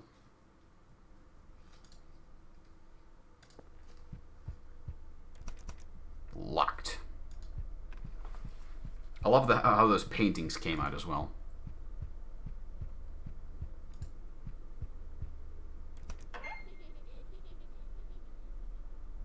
I took it. I took it. He told me to hide it too. Who are you? No answer. The overhauled UI also had a nicer UI for doing this dialogue thing. So here's the thing. I've used computers all my life, and for me, double-clicking on things is second nature. So I thought, okay, what's the logical way to interact? If I click on an item in my inventory, I select it so I can use it. If I right-click on it, I can examine it. What would be a good way to activate it? And I thought, okay, double-click on it. And you can double-click on items in this game to activate them. The lighter is an example.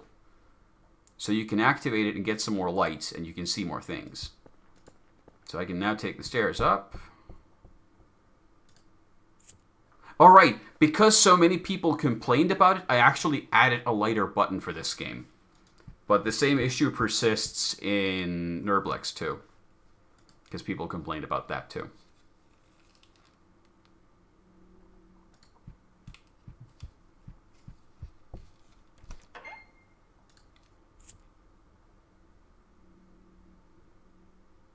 Chessboard, toys, comic books. I think the comic books are based on Tintin. Those posters on the wall at least are. Or maybe in the next room at least. Yeah, these are Tintin covers. Toy soldiers. A small chest. Locked. Hmm.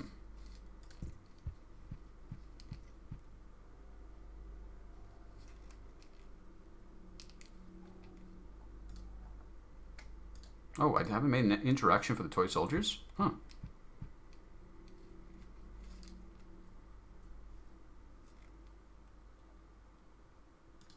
Light switch. No power, no lights.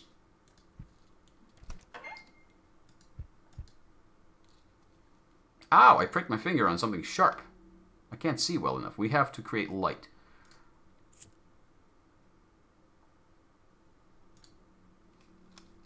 No. Was there a place here I can add candles to? Maybe on the table. Yeah, there's a candle stand there. So we can put a candle onto it.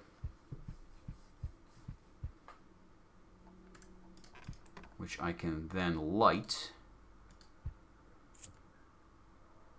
This actually makes me feel a bit better. Nice. So now we can look into the toy box, which had something sharp in it. Drill bits. It's no toy. Drill bit, and we have a hand drill. So now we have a working hand drill.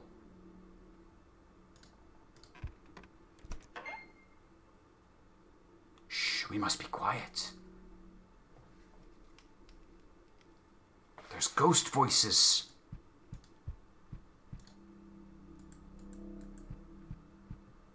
It's a baby's cot. Cot.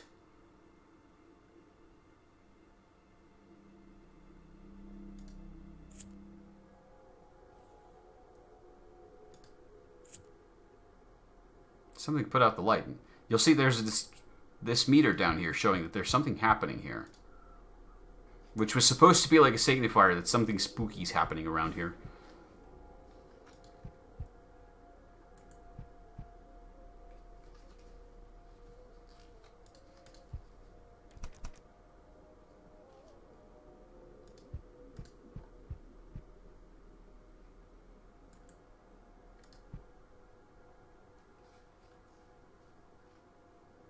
There's a spooky baby room. Let's get out of here.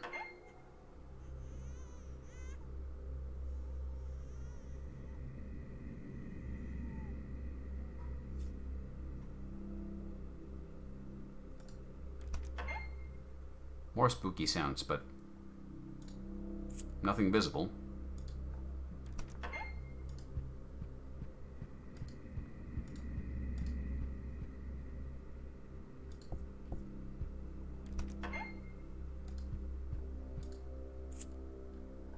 I love the way the lights work in here too. Like the way I managed to do the shading, like with the different layers that it draws as overlays for graphics to create that darkness and that dull atmosphere, which you can then break by adding light to it. I'm really happy with how that turned out. I really wish I had all the graphics for this game left over, all the stuff, but I just don't have most of it. I think this is going to be locked, because this is where we need to go. Locked. I think next we need to go to the kitchen. The demo is very short. This isn't going to take long. But I think the demo, even for a demo, this thing already has more quality to it than probably any other game project I've shown off tonight. Which is a different kind of sad.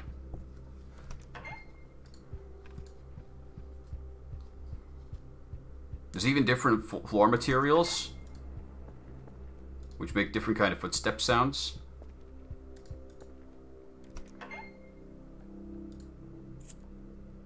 Ooh, a trap door.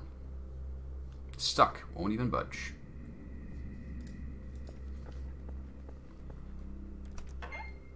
Note on the inside of the cupboard door. I've scanned it onto my phone. There's also some candles inside. Let's take those. Toiletries, toilet paper, cleaning supplies.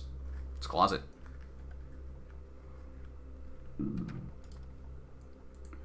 I have 8 candles left.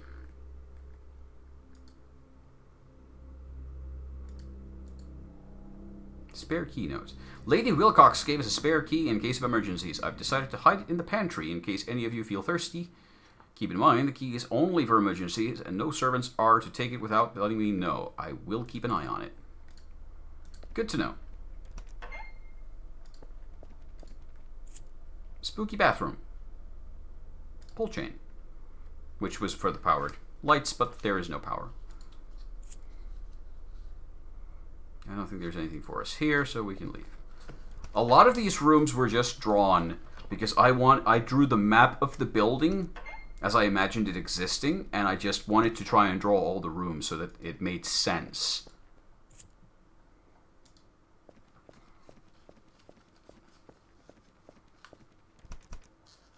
Is locked. Okay, let's add some permanent light to this room. Most rooms have a candle stand. Most rooms allow you to place a permanent light fixture in them. The full version of the game was to have like a sanity meter and a mechanic, so you could actually slowly gain and lose sanity and have different effects happen because of that. Locked. Her face looks wonky because the scaling squishes it down sideways. Let's go check the pantry.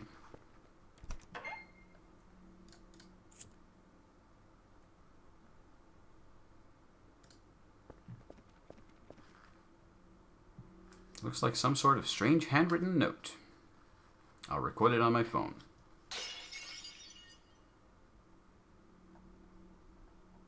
The heck was that?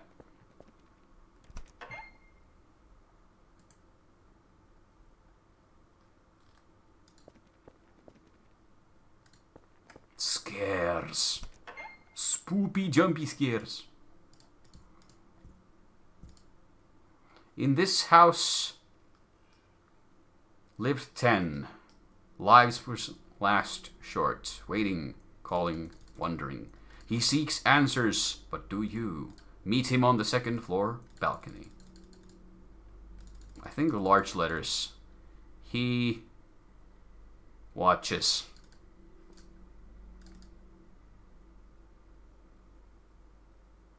End.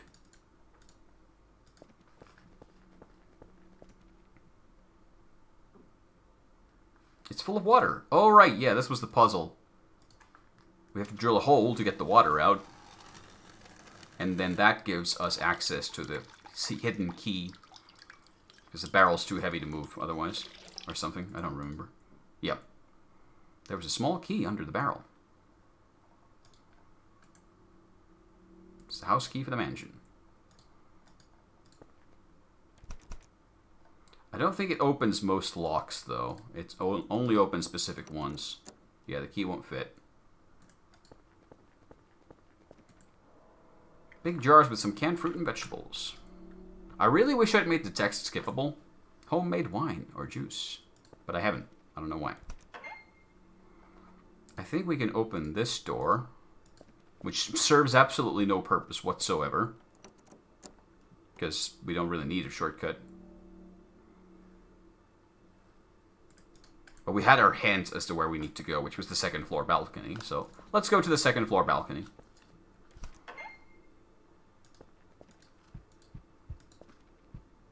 Actually, can we go here? Yeah, this was the dining room. We've closed the door now, so it doesn't light doesn't shine through anymore.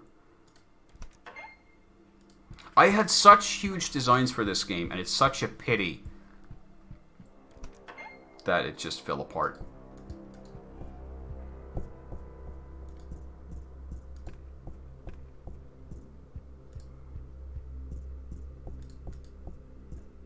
The ambience, the music, the sound, the light. Oh, hello.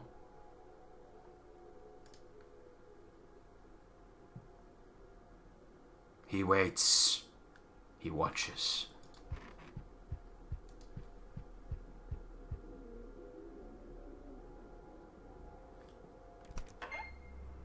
Oh. Oh, right. He casts you out if you go close to the shadow figure.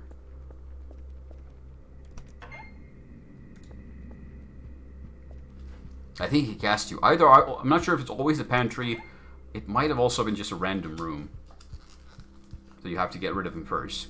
Which was supposed to be a simple light-based puzzle to showcase like how you can work with light to interact with some of these shadow creatures.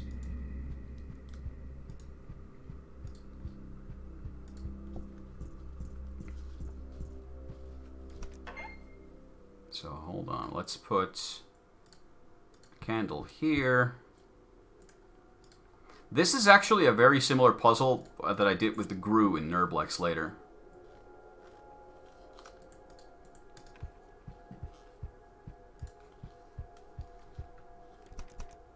Locked. Well, we have a key.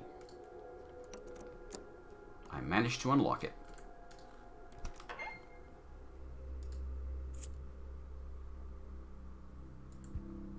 It's a picture of a lighthouse standing bravely as the beacon amidst a rainstorm.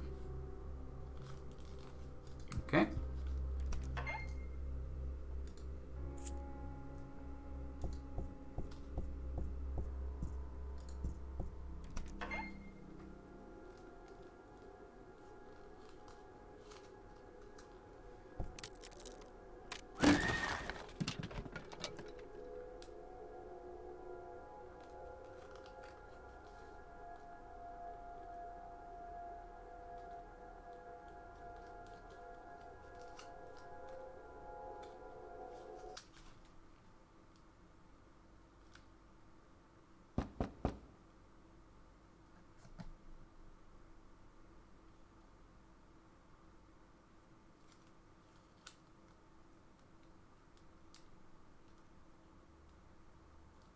I liked Sarah's character. I liked how I wrote a bunch of stuff for her. Also, that cough at the end was a reference to Marble Hornets. It hurts my brain that this project died. There was so much here. So much potential, so much detail, so much, like, I had such a level of the story that I wanted to tell. I don't think that URL works anymore. Hopefully not. Press any key to go back to main menu. Space didn't work, you asshole.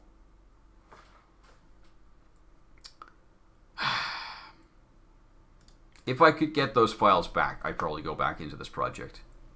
Because I like it so much, but I wrote the whole thing once, that whole engine for the lighting and the inventory and all the interactions, and I wasn't happy with it. I made the demo with it, but I wasn't happy. So I removed everything. I wrote all the code for a second time from scratch, and I was ready to start building the full game up. I was adding more rooms, I was drawing more art, and then I lost everything in a hard drive failure. Because I was an idiot. Fully my own fault. Hurts like hell. I'm going to take a short break here, and I think next we're going to do GNRBLEX. Because GNRBLEX. Maybe I'll get Steam achievements for my own game. Finally. But yeah, I'll be back in 5 minutes.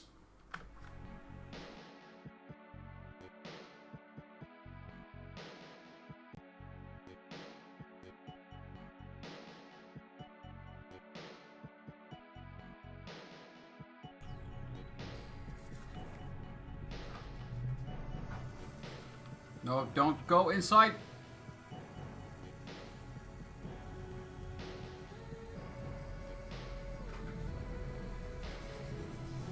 Please clip that.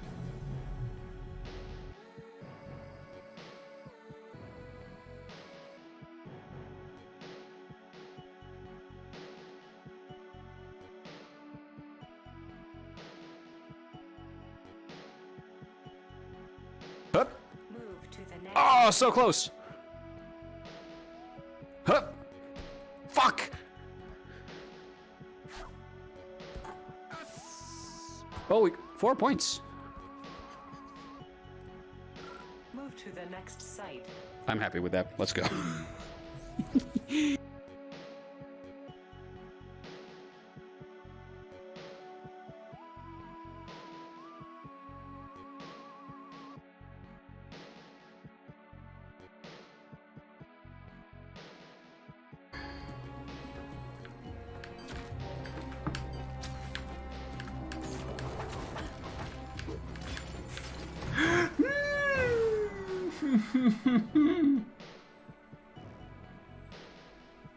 It's up.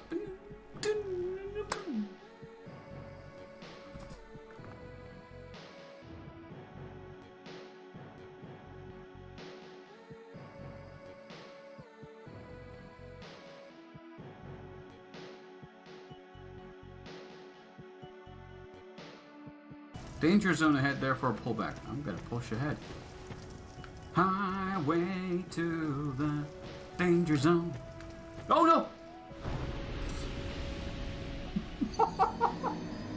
Okay. I should have pulled back. I should have done what the message told me.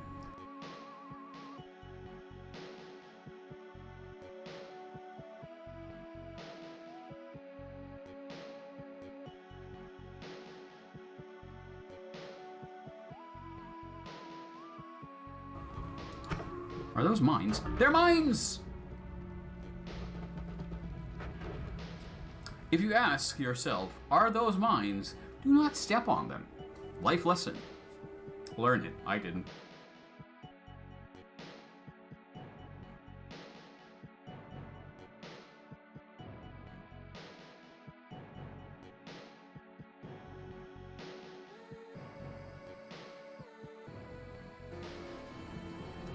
These suppliers just, I don't think that's gonna, if that works, then I'm gonna quit.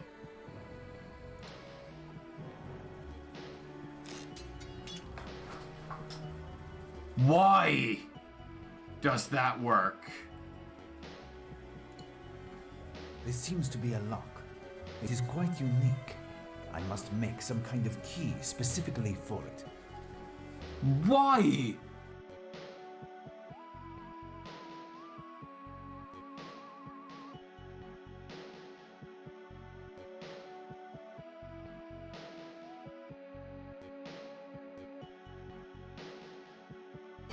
Missile incoming!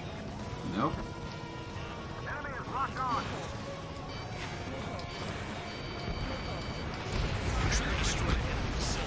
Ah, fuck me.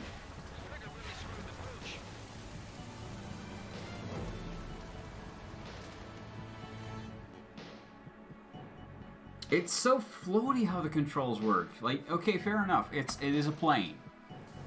Hi, Cat. Cat is, hold on. Just want to check. Yeah, you can kind of see the cat's ears here. Hello. Almost.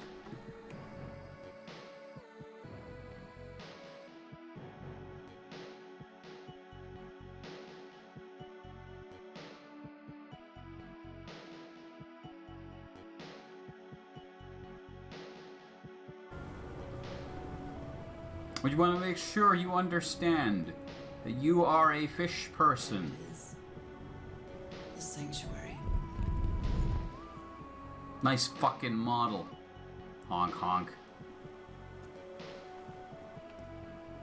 So is this where you went, Harry? Or is this your last stop?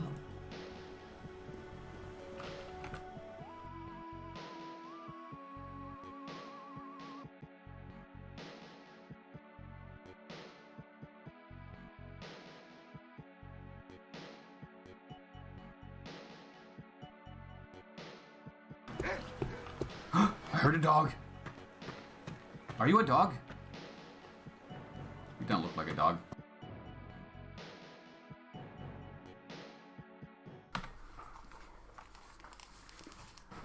And we're back.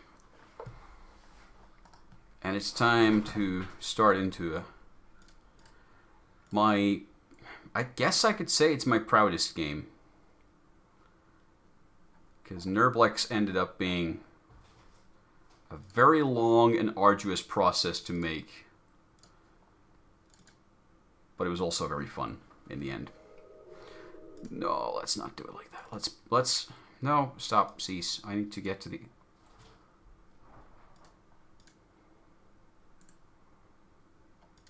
Wait. Doesn't it let me... There we go. Launch game setup. Let's stick it. Yeah. Game native resolution 320 by 200. But we're going to be playing at 1080p. Let's see how...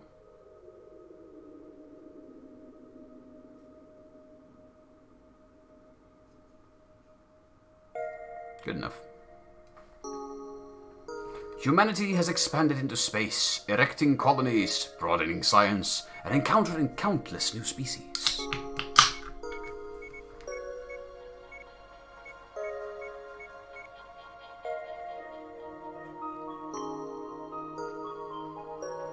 It was quickly discovered, however, that humanity excelled at killing these new species at an atrocious rate.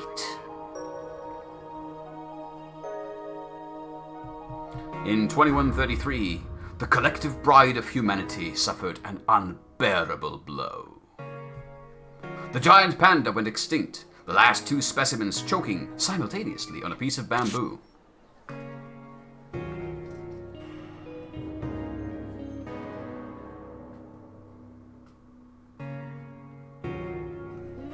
In 2134, the Universal Preservation Act was signed into Colonial Federation law with a singular objective.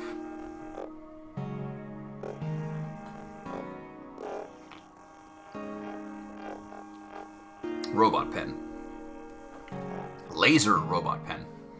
Mankind would do anything to preserve any and all species encountered from all forms of humanity-based extinction.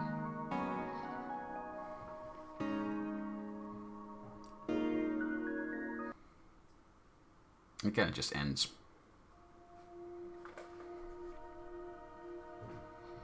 Achievements.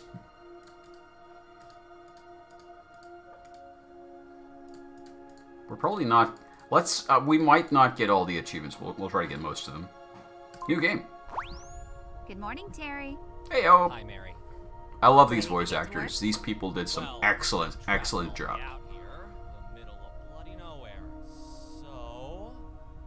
The music might be a little bit too loud here, but...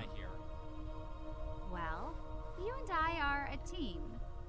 A team in that you are basically a light second away from actually being here. Yes, yes. But we share the responsibility. So, yeah, the job. Your job is to ensure the survival of the GNRBLEX?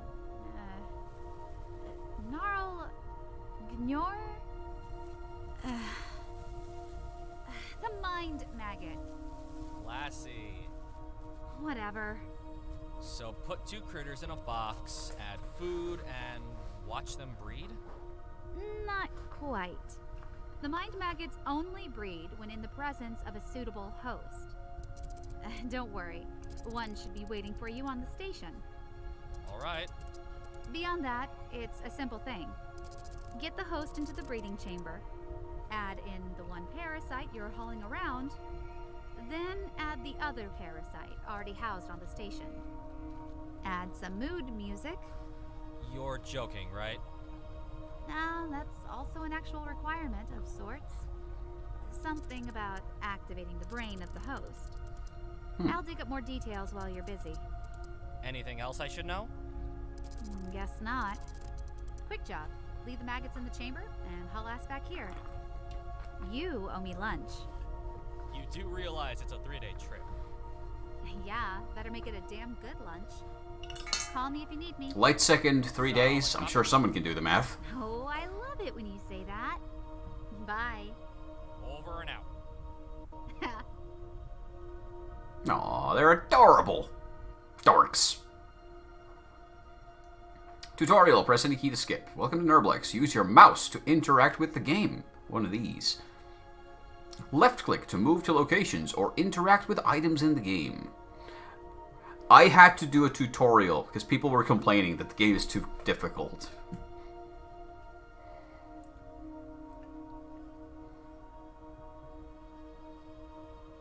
When you click on an item, you select it, and your cursor changes to represent the selected item.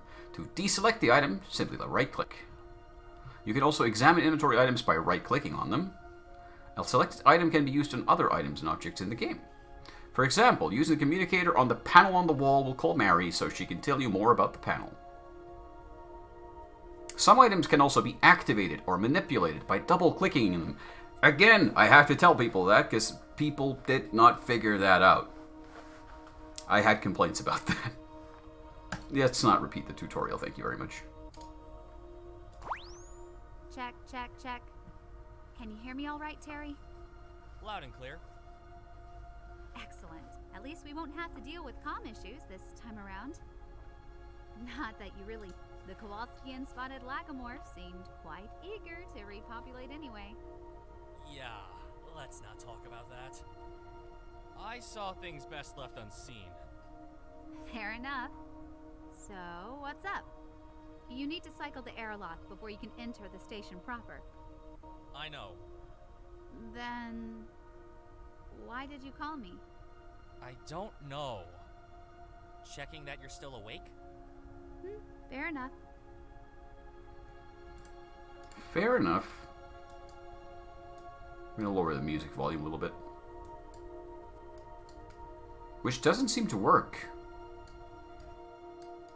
Why doesn't that work?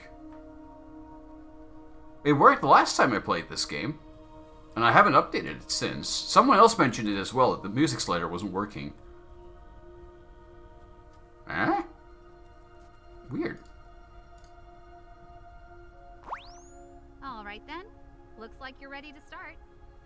Want me to bring in the specimen? I might have to pull the source code up. See if we can figure that out. Just a sec. I'm gonna get this started. Something's missing or something's fucky.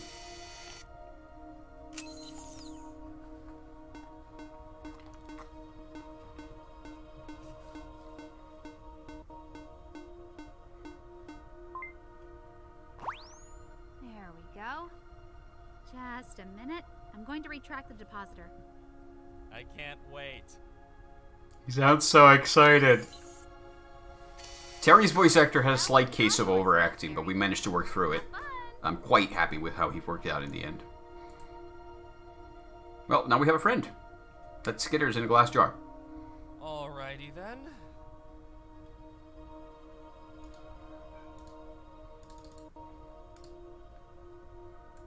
It's the hover container. That thing is wriggling about. It looks moist.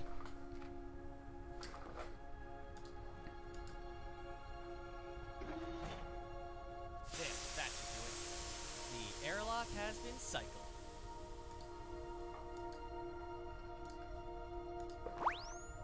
So, how safe is this thing? Safe enough. Though you will want to keep a close eye on it, just in case. It keeps staring at me. Maybe it likes you?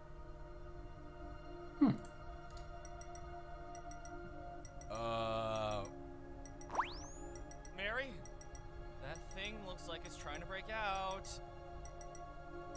Oh, yeah. It does that. It does that. It doesn't like being contained like that. If it ever gets aggressive like that, you can just zap it. Here, let me show you. I love this part. See? All pacified. Now what's it doing? Oh, yeah, that. The mind maggot can get stressed out. Plenty of reasons for it, really. If it doesn't calm down, its head will explode. What? How the hell did this species evolve in the first place? It's just the unnatural environment, really. If it senses the presence of food, it'll calm right down. So, what does it eat? Brain energy. I'm not feeding it my brain. You won't need to. All you need to do is activate your brain. You've got some music with you, right? Yeah. Let's play some for you, and your brain will light right up. Huh. That's supposed to play for longer. I'm already finding bugs in my own goddamn game again. Senses your brain energy and knows food is nearby. You can take it from here. Good luck. Thanks. I'm annoyed. The music's part of this game was always point. Kinda glitchy, but I should have really made it so that the background music drops down when you play this kind of music.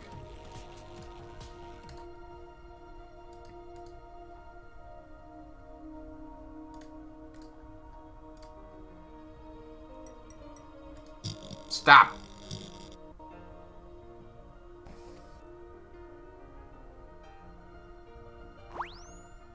Looks like you found him. Is he? Say hello to Host 217.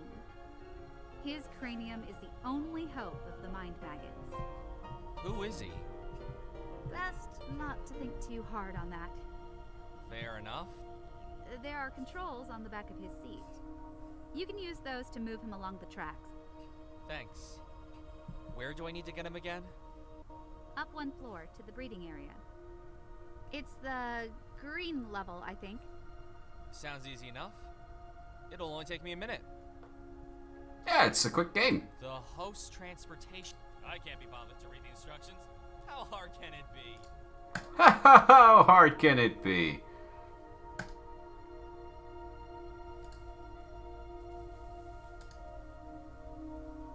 Oh, what the heck? Error. Rail damaged.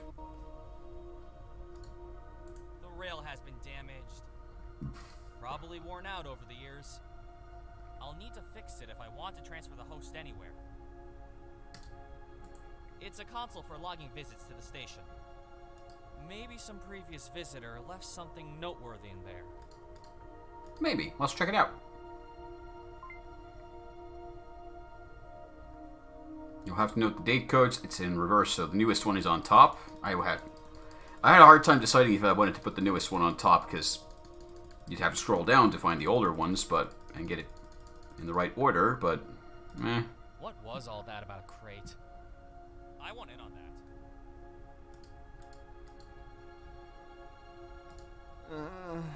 What?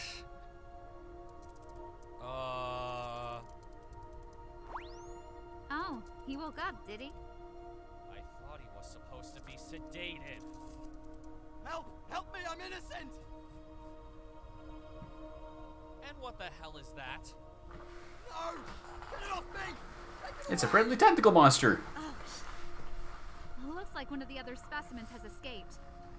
And it looks like it's drawn in by the noise he's making. Hey, buddy, quiet!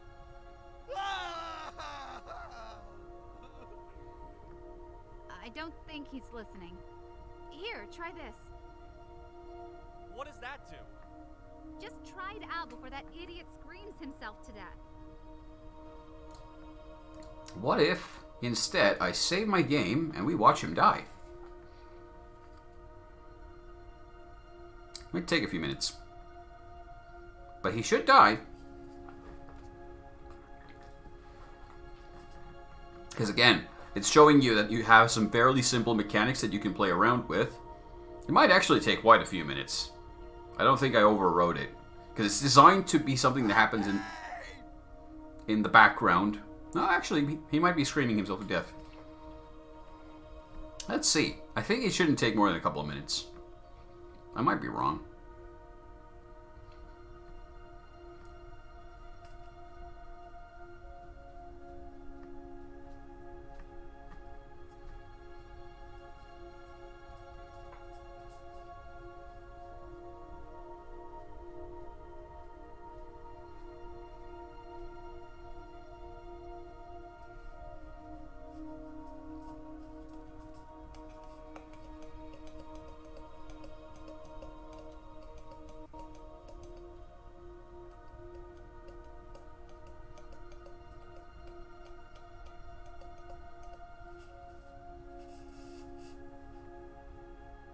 It's really chill music.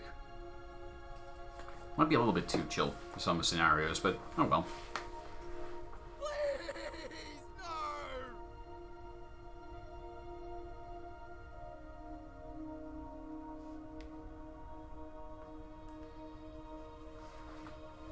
His heart is thumping, but he's still alive. I don't remember if I tested this out. Testing time-based stuff is always a bit of a pain. So when you develop a game and you create a mechanic that, okay, this does something after 10 minutes have elapsed, you could...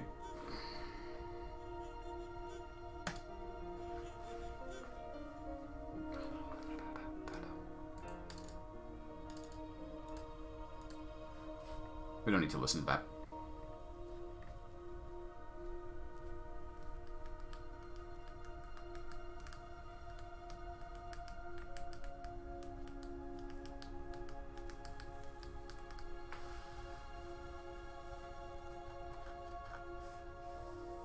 There we go.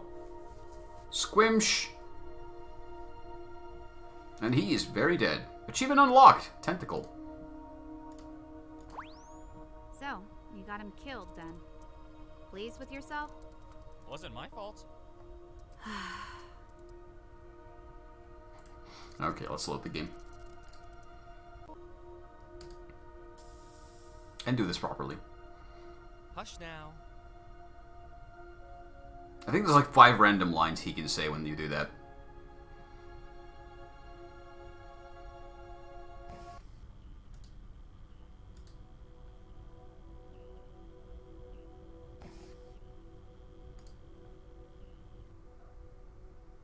Forget about Freeman. Terry Gramovich is here to save the day. Forget about Freeman. I have to do a Half-Life joke somewhere sometimes. Can't help it. This crate looks suspicious. Aha! A hidey hole. The Books of Blood by Clive Barker. I remember that. Oh man, dread caused me to seriously lose sleep. If there's one a horror story I've read in my life, Dread by Clive Barker messed me up big time. Somehow it just feels right to carry a key around.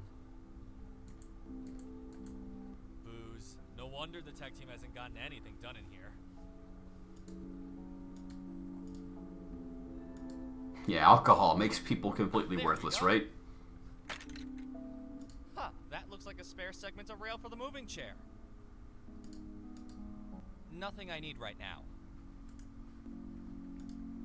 This looks handy enough to carry around.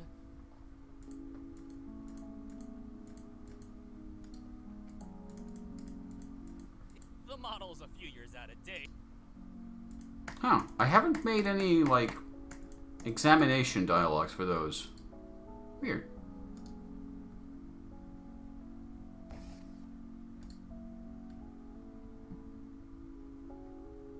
Nothing's happening. Nothing's happening. I don't think I made any code to change the music level when there's dialogue. I think that's a built-in feature of AGS. Now I think about it.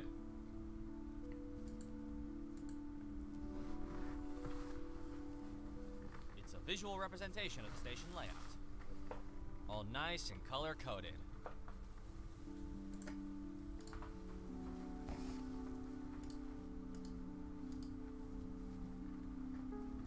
This should do it. Now I just need a replacement piece. There we go. The new rail segment snaps right into place. Yay!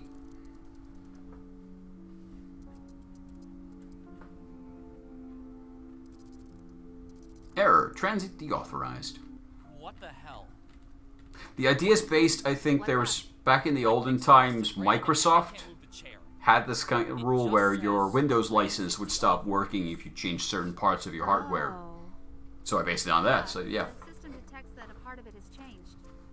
In order to get the chair moving again, you'll need to reauthorize the system. There's probably a pop-up on screen in the command room up top.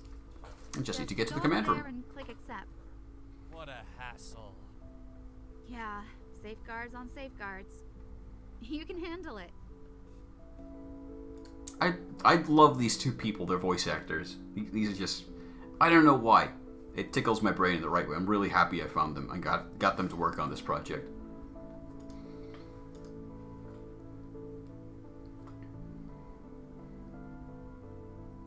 There we go.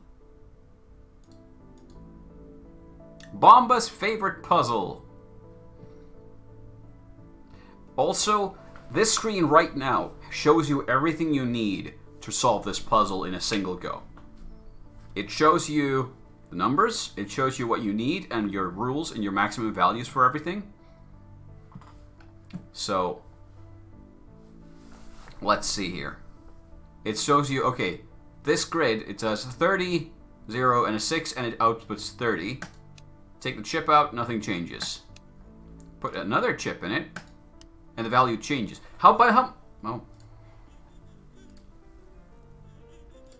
By how much did the value change? Well, if we look at that, move it again, we have 30, we add it back, it's 48. What's the difference between 30 and 48? Well, that's 18. What could 18 be about? Wait, 3 times 6 is 18. So it's this plus these two multiplied. And we need to get 255. So that should allow us to then calculate what we need to do. And if none of these can go above 100, let's see. I can't count that well in my head, so I'll just do the quick math.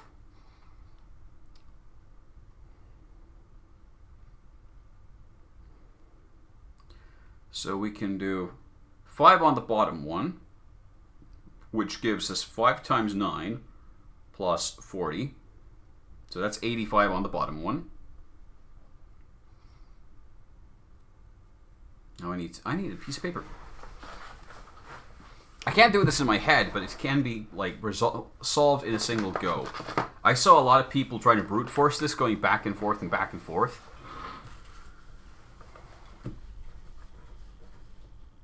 So if we do 5 here, we get 85 total. And we do 100 minus 35. So we got 65 maximum potential on the other one.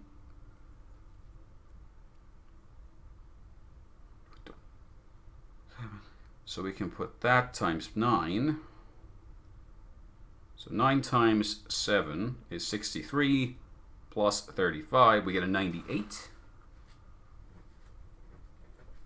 So now we have power 98 plus 85. And our maggot's head's about to explode again.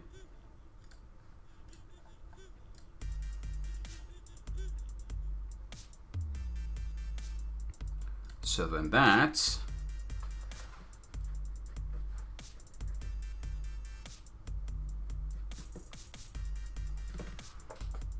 means we still have to add 30 from the top one. 213. 255 minus 213 leaves 42. We divide that up by 6, we get a 7. So we can get a code of 795. So we need 3 chips, 7, 9, and a 5.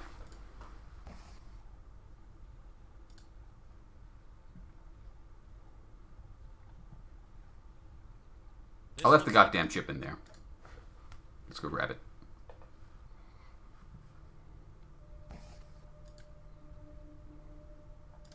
Some players about this part were complaining that you can't double click on the door to move faster between the rooms. For me, that's completely intentional, because I wanted to punish players who tried to brute force the puzzle by going back and forth and back and forth. So that was completely intentional on my part. And there are a couple of different solutions to this puzzle you can do. It depends on which values you use for different fields. I think I solved it one way, and then Bomba tested it back in the day. And he found a completely different solution. I was like, oh, fuck.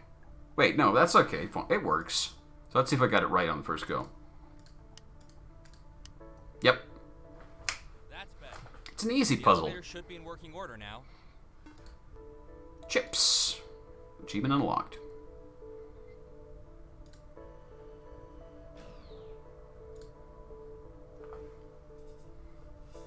What the? Why won't the door open? Because it's marked.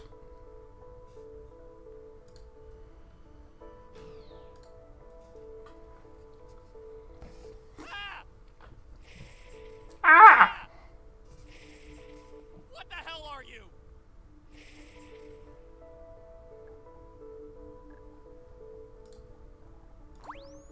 Harry, I know. get out of there. Yup. Seriously, unless you have a way to deal with that brew, get the hell out.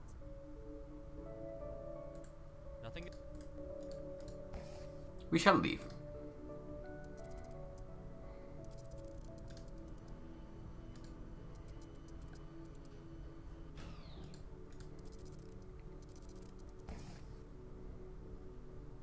Caution. Rotary specimen containment system. And this part is completely inspired by Cabin in the Woods. Do not leave unauthorized specimen aligned for transfer outside of a. It's got that same kind of thing behind a glass door. Whatever it is, it's mine now. It says specimen manipulator on the back.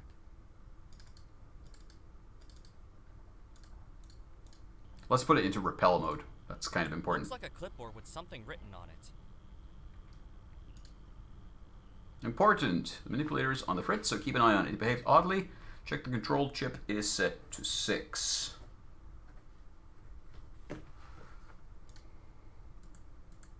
Manipulator keeps failing. Get someone to fix the damn thing properly or someone's going to get killed. Yeah, that's going to happen.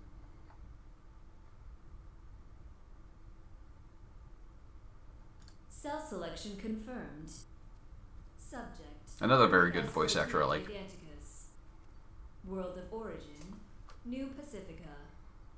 Number remaining. It annoys me that I let those texts overlap. Very little is known about this creature, save for the fact that it resembles a giant Earth-based starfish. It is capable of generating extremely high temperatures and can melt hardened steel. Most specimens were captured by colonial military in an attempt to weaponize the species. Nearly all specimens were killed in military testing, leaving only a handful of survivors at this time. Notes: do not feed. The specimen can survive on a single feeding for up to a decade.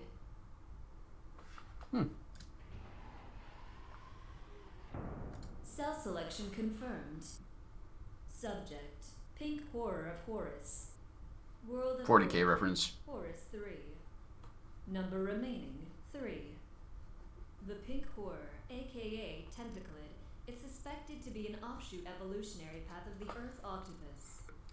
It has a tendency to seek out narrow spaces and will use any vents, crawl spaces, and pipelines to travel from place to place. The Tentaclid seemed to That's a lot of text. in the early human colonies, but their numbers crashed when the Colonial Acts declared that all ventilation shafts and crawl spaces had to be fitted with radiation fields that killed off any organic material inside. Notes: the Tentaclid is drawn to repeated loud noises and will respond violently in an attempt to silence the source of the sound. That's why the host is getting killed by it. Oh god, it's Steve! Cell selection confirmed. Subject: Homo Machus, aka Steve. World of origin: Fettuccine 3. Monkey Island reference. Number remaining 1. Aww. The last of its kind. This specimen is held in containment in hopes that a second individual with the same mutation can be discovered, allowing the species to breed anew. The Homo Machus variant of humanity was born out of a widespread mutation on the world of Fettuccine 3, which caused the entire population of the world to be turned into hideous mutants.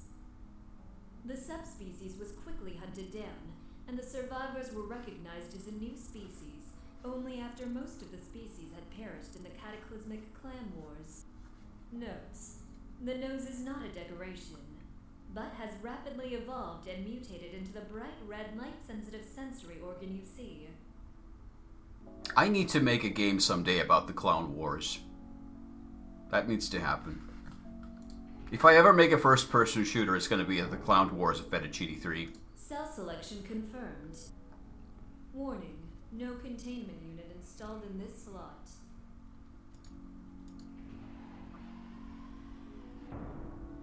Cell selection confirmed. Subject: Genus Ravages Ultima Exodus. World of origin: Zork 4. I know, if you know Zork, you know the reference. Remaining 17. You are likely to be eaten by a Gru. The Gru is a predator of the night, usually preying on victims in the dark. The massive maw is capable of engulfing a human being in a single bite. Hundreds of early settlers were consumed by the Grus living on Zork 4 during the solar power fluctuations of 2182 that left the colony in the dark for days at a time. Pitch black. Notes: the Gru is highly sensitive to magnetic fields and can thus be easily repelled by the use of a magnetic device in its vicinity. That's important. A lot of playtesters didn't figure that reference out. Cell selection confirmed. Subject: GNRBLEXian mind parasite. No, different pronunciations. There's GNRBLEXian and GNRBLEXian. Number remaining 2.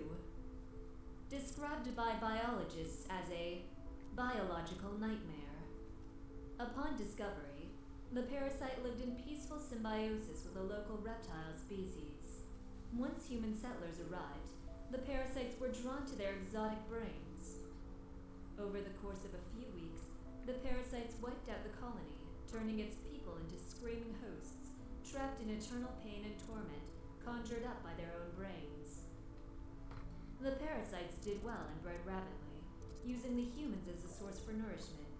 But as the colonists ran out, the parasites seemed unwilling to go back to feeding on near-mindless lizards, hence the impeding extinction.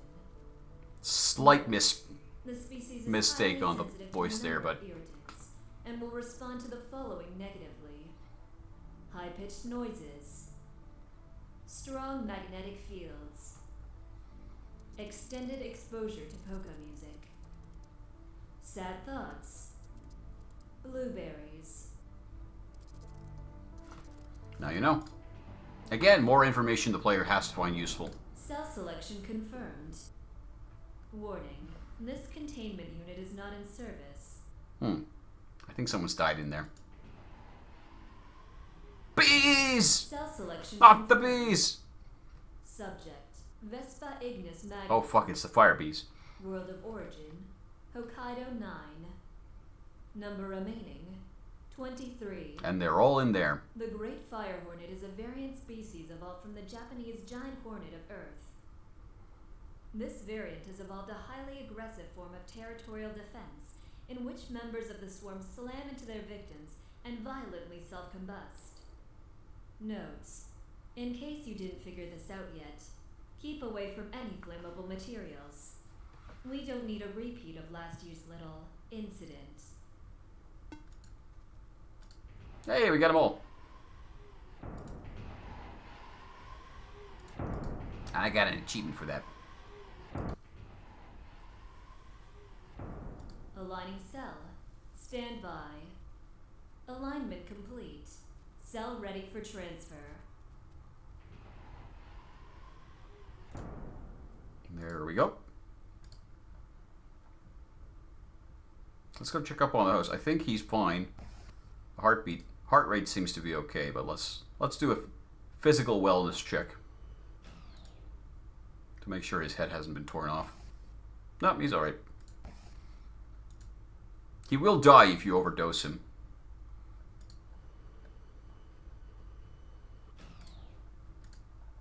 Save in case of misclicks. Oh! I will never get used to seeing that face in the dark. He looks kind of friendly. Oh, the wiggle he does with the tips of the tentacles. There we go. Access has been gained. Alright, password. Password hint. Name of our funniest friend. Was it? Correct! It was Steve! It was Steve all along. New file. How do I delete files? Right-clicking on this old piece of crap just closes the window and pressing delete just makes a weird noise.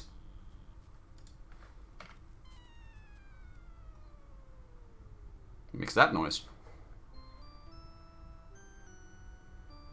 That's a death noise from some game, and I can't remember what.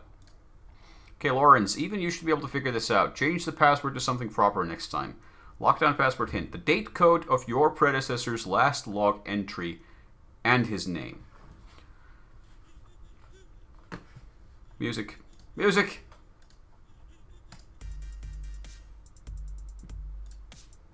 Gru. So guys, a Gru keeps getting out of containment somehow. This shit is not safe. Mag energy beam from the manipulator is nowhere near ideal for dealing with it when it escapes, so we need to do something more effective.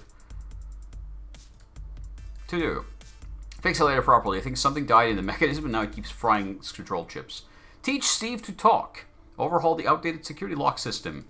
Get a new chip for the breeding door controls. Current one is on its last legs. New chip should be hard-coded to value 8 to match the old one. And clean up the cargo airlock. Okay, we need to go get that. Transit has been authorized.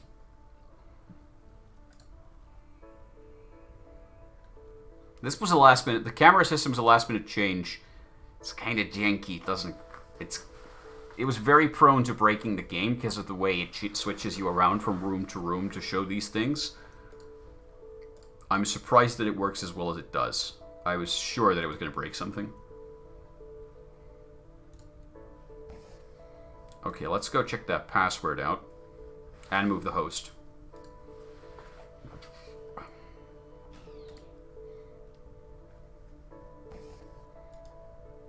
I'm also, I could have checked the password before, but I'm just trying to do things in order and also kind of showcase how the game is meant to proceed and progress. So let's see.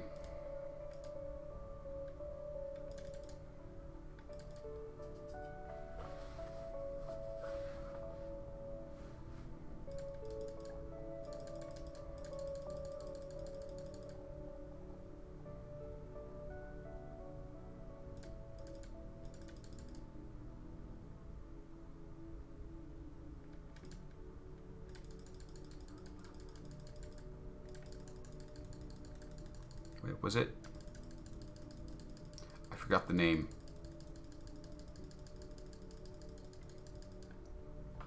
Poole works in transit.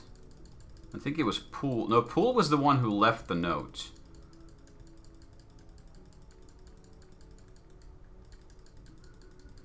So...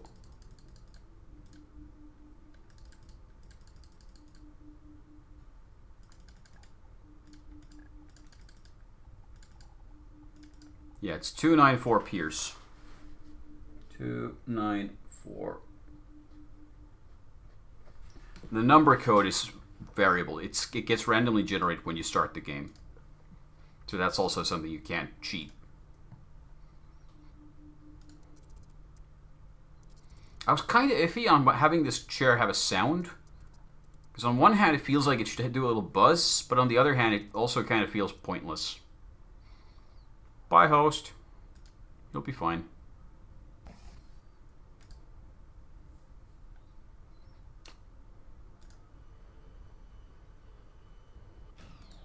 Let's see if I get this right. Oh, it's you again.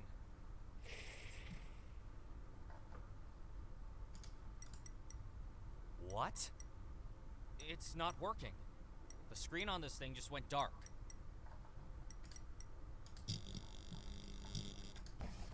Let us investigate. Let's see what's inside. The control chip has fried or reset itself.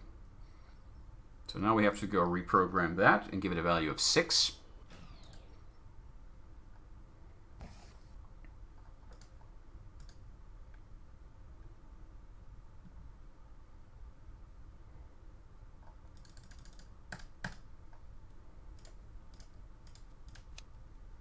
There we go. We have power again.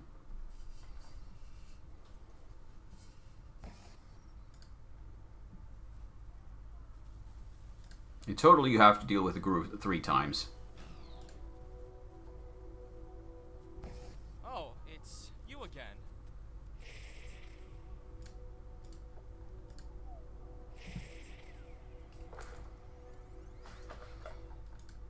Oh, I accidentally skipped some dialogue there.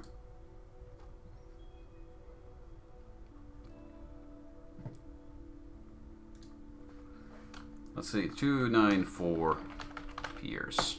Correct! That should open the door into the breeding chamber. There we go.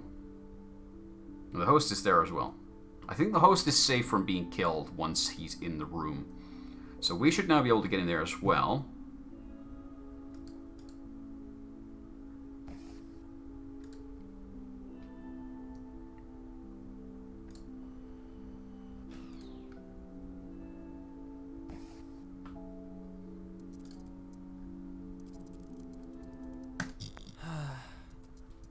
Why does everything always break at the most inopportune moment? Because that's game design.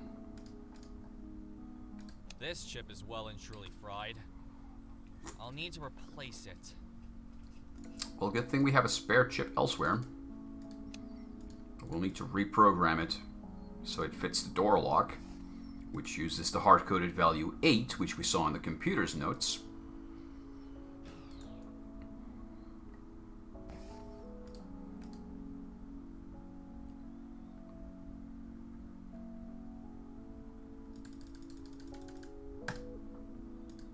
Which we can now take to the door.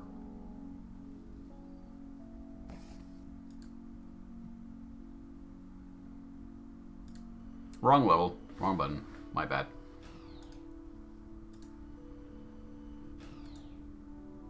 I'm happy with myself that I made the elevator so quick.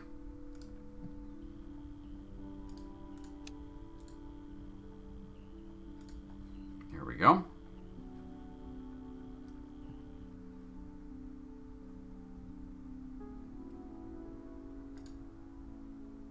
There we go. He should stay nice and calm until it's his time. Hope so.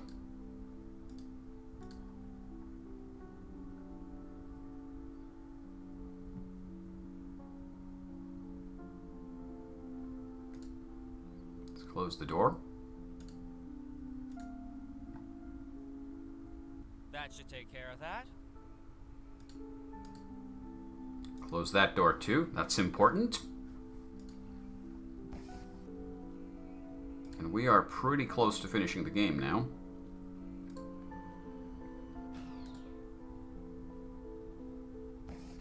Is this a game to you? Because, not to hurt your feelings or anything, but I'm really getting sick and tired of this. Fine, be that way. Oh, he just wants to hug. Okay, let's see. Can I do this? That won't... No, I have to do it by double click because you need to activate this. If you do this while the maggot's still around, the parasite's sensitive to magnetic waves, so his head explodes and he dies. But now he's not around, so we can do this. And this works as well to get rid of the Gru. Even because the remote's broken, we can't use that anymore. Spoilers. Deposit. Subject 1. Getting all of these graphical layers to behave themselves was a pain in the ass. There might still be issues with it sometimes. It tended to glitch out. I tried my best to keep track of it, but just... nah. It didn't want to cooperate with me. Yeah, there. I think that overlapped in a wrong way there. I went through that animation like 15 fucking times. I kept finding issues.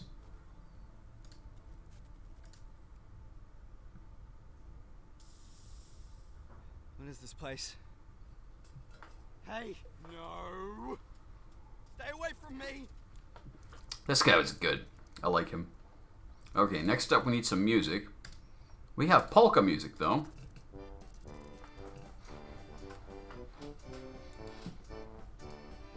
I think I can just plug in my personal.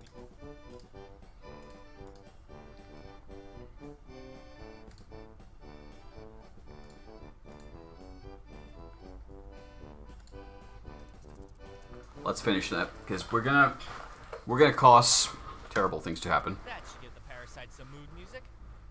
I think I remember this. This was like people asked me about this, but I didn't want to spoil it. But this, if somebody's been wondering how do you get the achievement, I think it's called like watch your back or something. Worm. No, no, no, no, no, no, no, no, no. It's my fault, really. I don't know what to do. Please, just someone help me, please.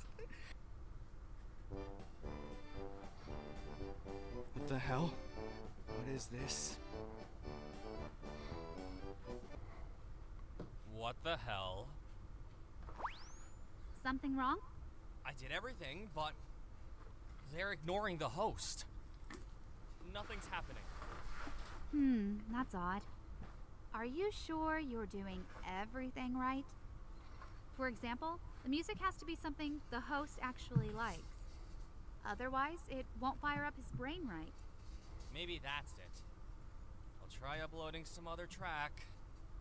You do that, Terry. It's not like I've got anything better to do than keep an eye on you. Eerie. However, we're just going to keep playing more polka music.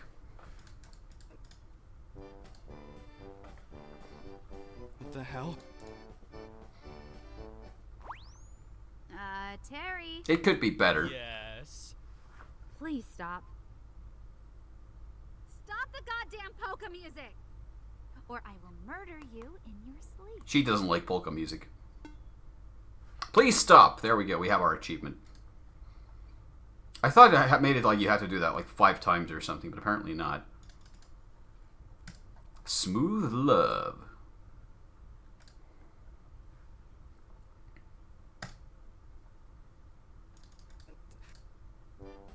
I didn't upload it. I just plugged it in, but didn't upload it. We're gonna get murdered in our sleep. Please stop. Stop the I love these voice actors so much.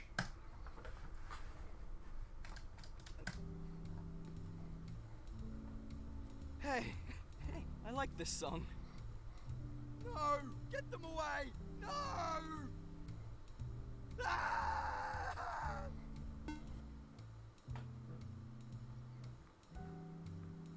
Slammy love. Like, the stream has been a fun way to kind of also show, like, the early games I talk about, the earliest games I ever did, had terrible audio. But there was always some effort put there. Like, in my first game, the music was great, because I had an actual, like, professional guy doing music. But the voice acting was terrible, because it was all hobbyist work. Like, I sounded terrible, at least. Like, the other people also kind of did sound pretty terrible. Sorry, Bomba. But, you know. Alan Winter, Melissa Sternberg, Alyssa Park, Shane Mitchell.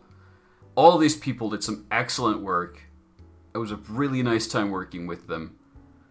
And I just massively regret the fact that I got all of their voice work into the game. I got all of them to do all of that effort. And then it still took me over a year, almost a year and a half, to finish the game because I couldn't get the music. So I felt like I'd made them do this work. Sure, they were paid, but I'd made them do this work and they couldn't get to see the final product because of something so petty as me getting the right music for the game. That hurt me. I hope they saw the game in the end, and I hope they liked what became of it. But I don't know. I don't think I heard it back from any of them after the game finally released, and I sent them the email. It's finally out. You can go take a look at it on Steam. None of them replied at that point.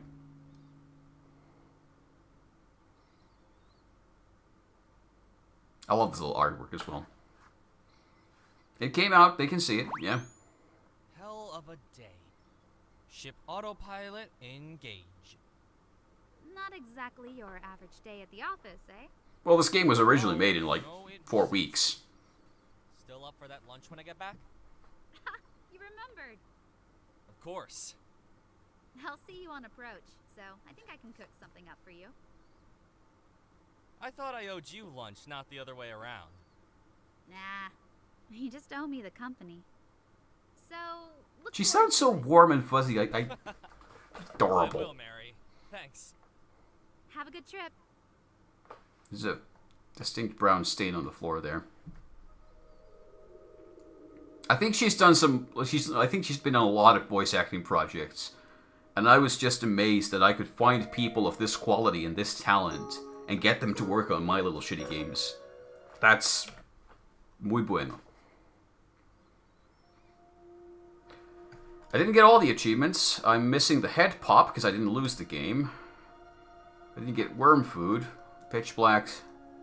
Wait, I did get stop that. It didn't trigger here. Huh. I got it on Steam, but in-game it doesn't confirm it. There might be a code glitch that causes that. Oh well. Where was my save?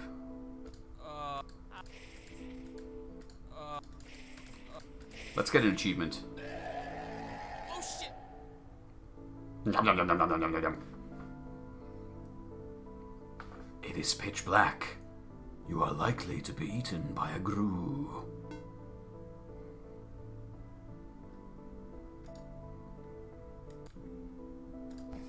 Also, I can get one more achievement.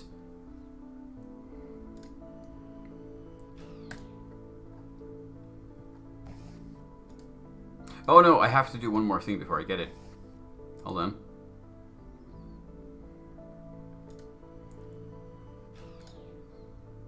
I don't know if it counts for the head pop as well, actually. Fine. We'll see. I love that expression he does. I drew it. I know it's dumb for me to be happy about something like that, but I just love it. Okay, let's deposit the 2 worms there.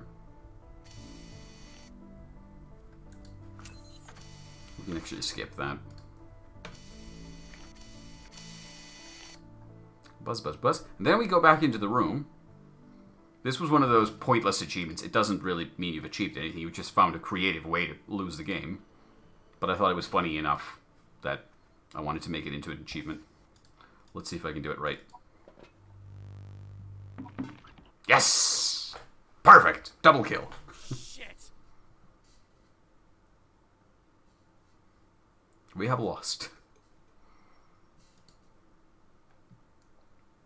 I don't think a lot of people found that either. Because it's only doable at a very specific point in the game. Yeah, I think I'll leave the others. And that leaves us with only one game remaining in tonight's project of going through all the games I've ever developed. So let me pull that up. It's a game I'm not going to play a ton of because it's a long game. But let's look at... Alright, it looks different nowadays. This is much better. The AGS engine has improved greatly over the years.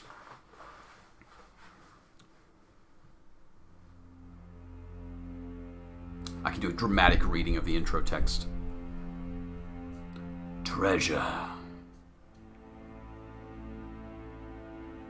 And immediately bugged. No! Why did you bug the game?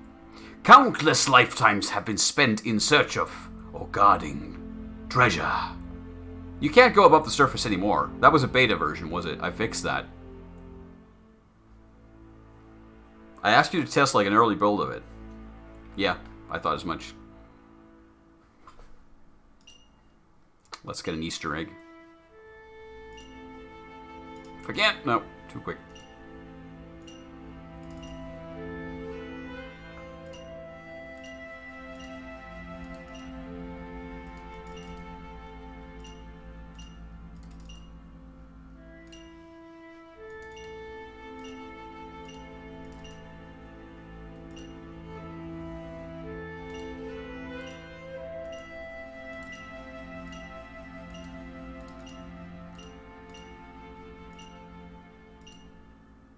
Yay! Aw, in the memoriam.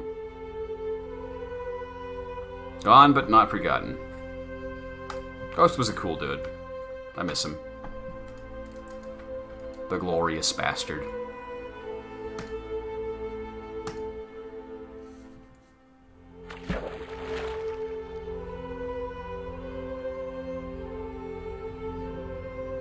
This is it. The Graveyard Chasm. I think there's 4 different images in the Easter egg. It triggers one randomly.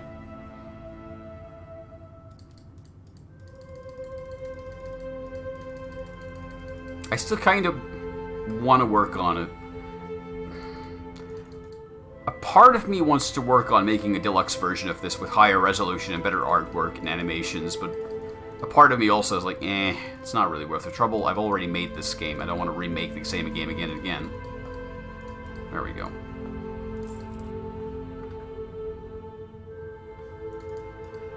Ooh, shiny.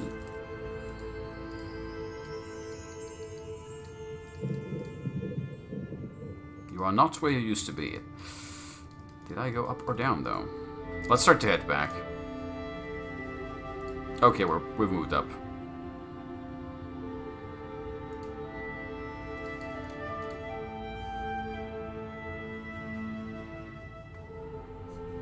Perfection is the enemy of good. Iteration does help me. Because there was a lot of features into this game that I wanted to add, and I could add. But there's like, do I add them to this version, which is still kind of ugly? Or do I go and add them to a whole new version where I redo all the artwork and redo all the code? Because then I could do it properly, but it would take a lot more time, and I'm kind of hesitant on doing the same game again, when I could instead think of a new project and start doing an entirely new game. So that's where I'm kind of hesitating. Count your coins. Let's see what we got. 38 zenny. Not much. Could retheme it. I mean, I've already had an idea for sequel. The game already has a prequel, so I could just make a sequel as well and have a trilogy. Good luck down there.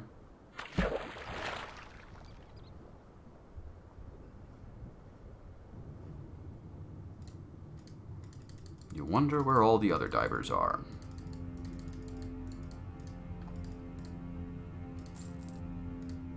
Coins! A game in which we found a bug in AGS. What was that? Oh yeah! There was bug with the UI. And how it's handled. I remember that. Ugh, silver coins.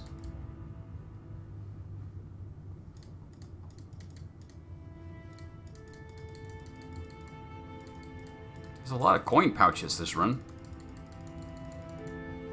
Zapfish. Oh, come on. Okay, let's start to head up again.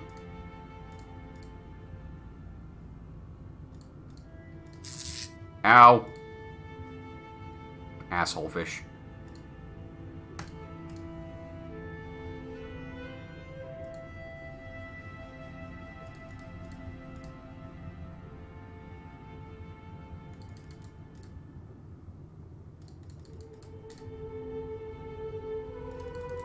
Come on.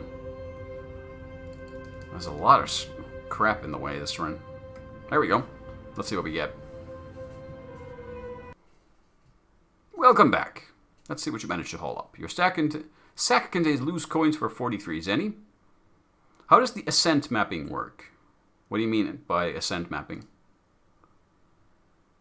Yeah, so the map is just a vertical line. So there's 200, I think there's like 200 spaces, and you can only move up or down, so there's no real track.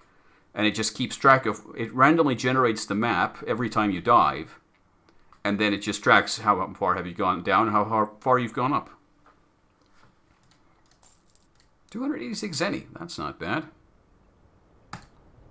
Your game has been automatically saved. Let's go visit port then. The currents just, currents can either move you up or down.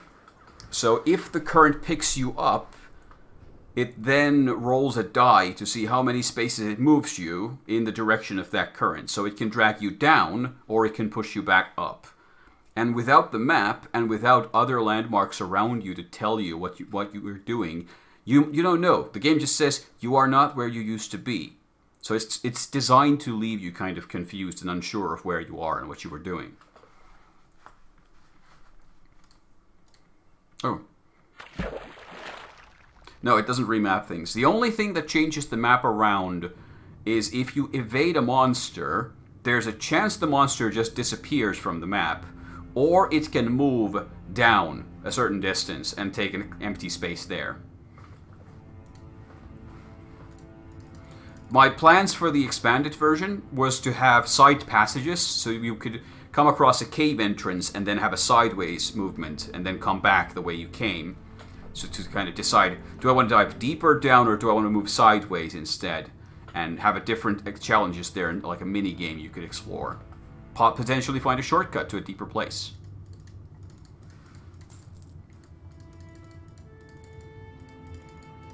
You can also purposefully throw yourself into the current and let it drag you, but you don't know if it's going up or down, so it's kind of a risk. Ooh.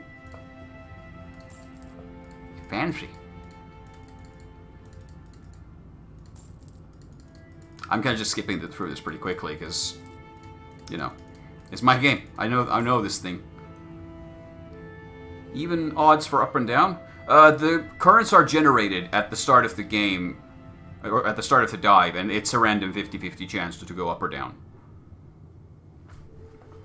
But it's always in the same space. The current is always in the same direction. That doesn't change throughout the dive.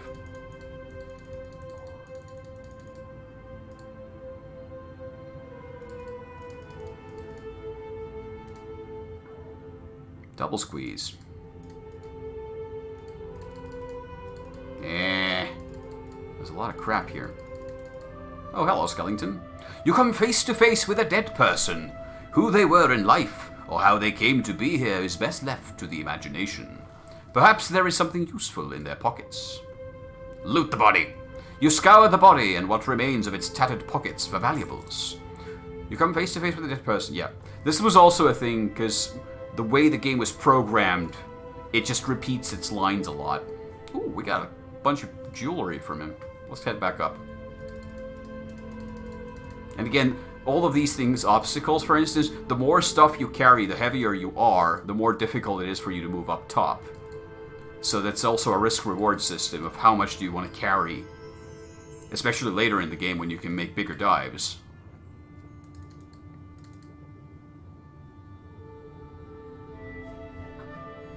There we go. Welcome back. Let's see what you managed to haul up. 116 zenny in bag. Gemstones are worth 6 zenny. 190 zenny. 312. It wasn't that bad. That's good either. It may not be entirely safe to dive. I think there's like a 1 in 4 chance that your boat's gonna turn over if you dive now. Let's head to port. Welcome back, treasure diver. Let's pay our bribes. We'll lose half our money.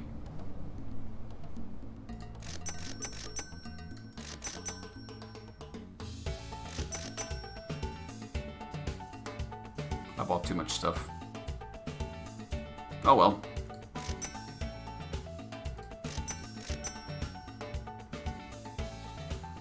I love this music. There's also, I had plans for expanding this. So the idea was that you would have the shop be one thing, but you could press an arrow on the side and it would pan you to different places. So there would be a bar you can visit with mysterious strangers you can trade stuff with. There could be a marketplace, and you would be able to fish. You could pick up fish during your dives, and you could sell your fish on the marketplace for extra income. And you don't, unlike treasure, the dockmaster doesn't steal your fish. He only wants money. So you can keep more money if you do fish, but it's less lucrative in the long term. So twists and roundabouts.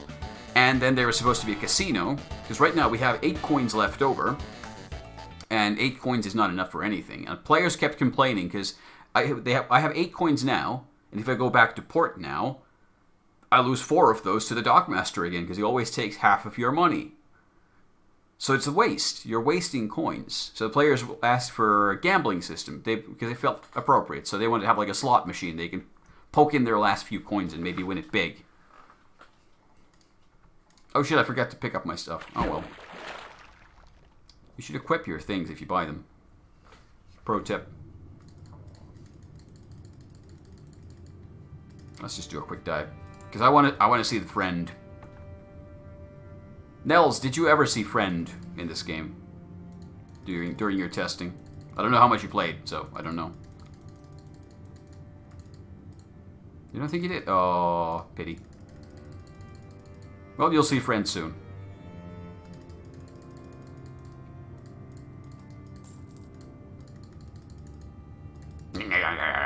Let's head for the surface. I don't want to deal with these guys.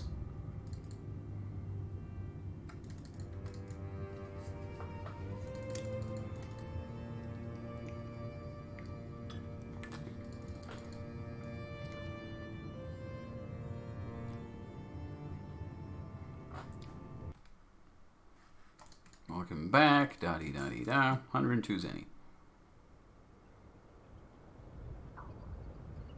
Friend! The stranger pushes his face in through the porthole and stares at you. Ah! I see we have a new diver. He grins. There is no smoke rising from his pipe. Good, good. Always good to have friends.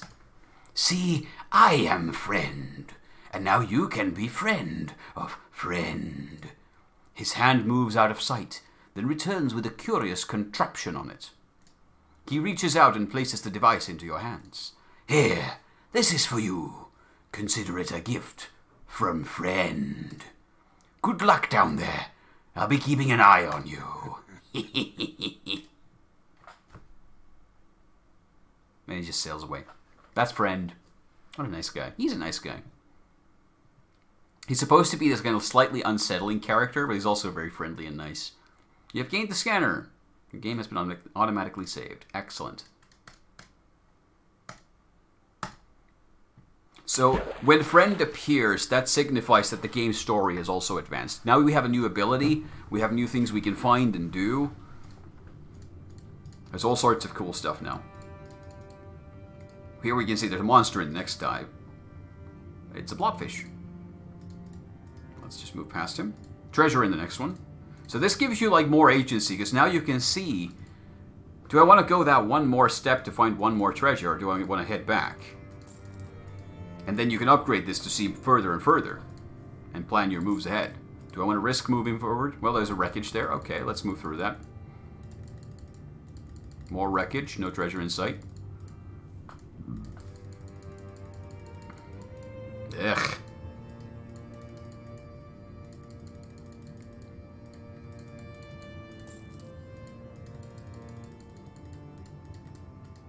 Oh, this is... Nah, it's just... Solo gems aren't very valuable. Okay, let's head back. And now you can see the map, so you get an idea of what's coming and how the map is structured. Let's hope we get through. Come on. Oh dear. We might be in a little bit of trouble. Whew, made it. Close call.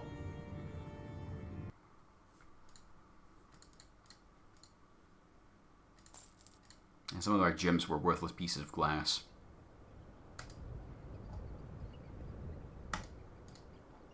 Let's do one more dive.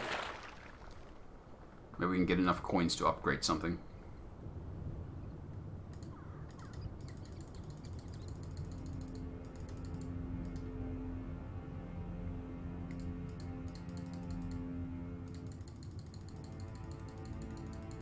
But yeah, there's a ton of ways I could improve the game or upgrade it.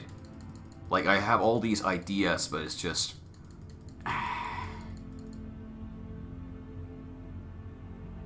This makes me want to play Space Station 13 again and go mining. Not a bad mental connection to make. This is a trash dive. There's no treasure here. There's just obstacle after obstacle.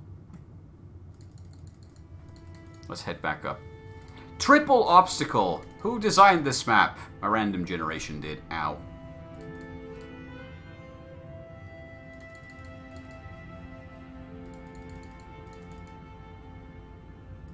That's what makes this design easy for me, though. Because, again, this game was made in a month. This was made for a monthly contest, so I only had 4 weeks to make it. Which, again, if I just give a bunch of... yeah.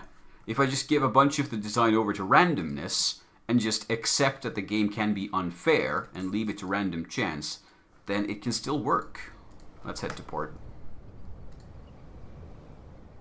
As you tie your boat to the docks, you can see the grinning dockmaster is there to greet you, as always.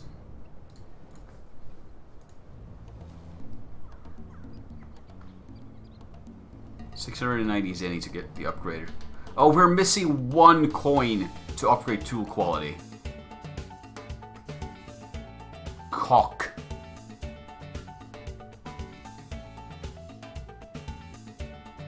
Oh, I'm not going to start playing more of this, actually. I'm going to probably end it here. There's also one more NPC you could find, which is the Mermaiden. After you finish a few more dives, you get a hint when visiting port again. I think you might need to have a scanner upgrade for that. And you get a hint that there's a mermaiden around, and you might find her. And then if you throw enough bait into the water... Actually, let's see if I can make that happen. I'm not sure if it's possible already. Oh shit, I didn't pick up the bait. Hold on, I have to go take... Error. What? Oh dear. The game can still be broken. I clicked too fast. It's still... That bug still exists, apparently. Feck. Curses. I really hoped I managed to get all of those, but no. I also clicked too fast, so I didn't see what the error message was. Let's see if I can replicate that real quick.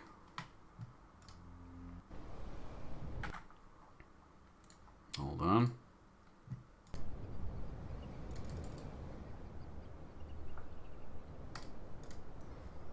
So what I did was immediately go up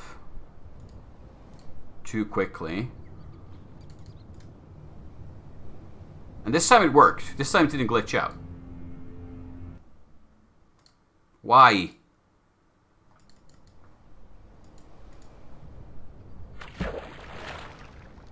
Yeah. I tried that. Again, I just smashed the... hammered the button. Nothing happened. Oh no, the storm has toppled our ship. Something random about that. There's some trick there. I'm not sure why it happened. Alright, let's grab our fish. I'll see if I can trigger the mermaiden encounter. I can't remember if it's possible yet, or if I have to Have to have played more of the game for it to be possible.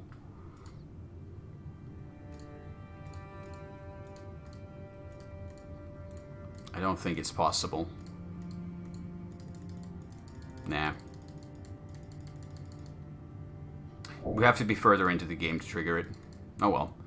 I'm going to finish it here, because I've now played all of my games. This game is a game you can play for literally dozens and dozens of hours. Just repeating and slowly grinding up your numbers and getting better equipment and diving deeper and deeper until you reach the bottom and you start finding the artifacts that allow you to finish the game and actually win it.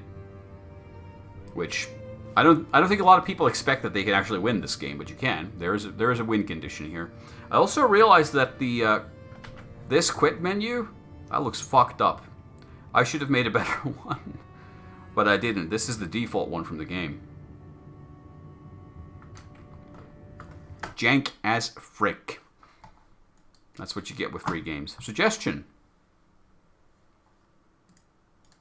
Is the thing hypnotists do to people.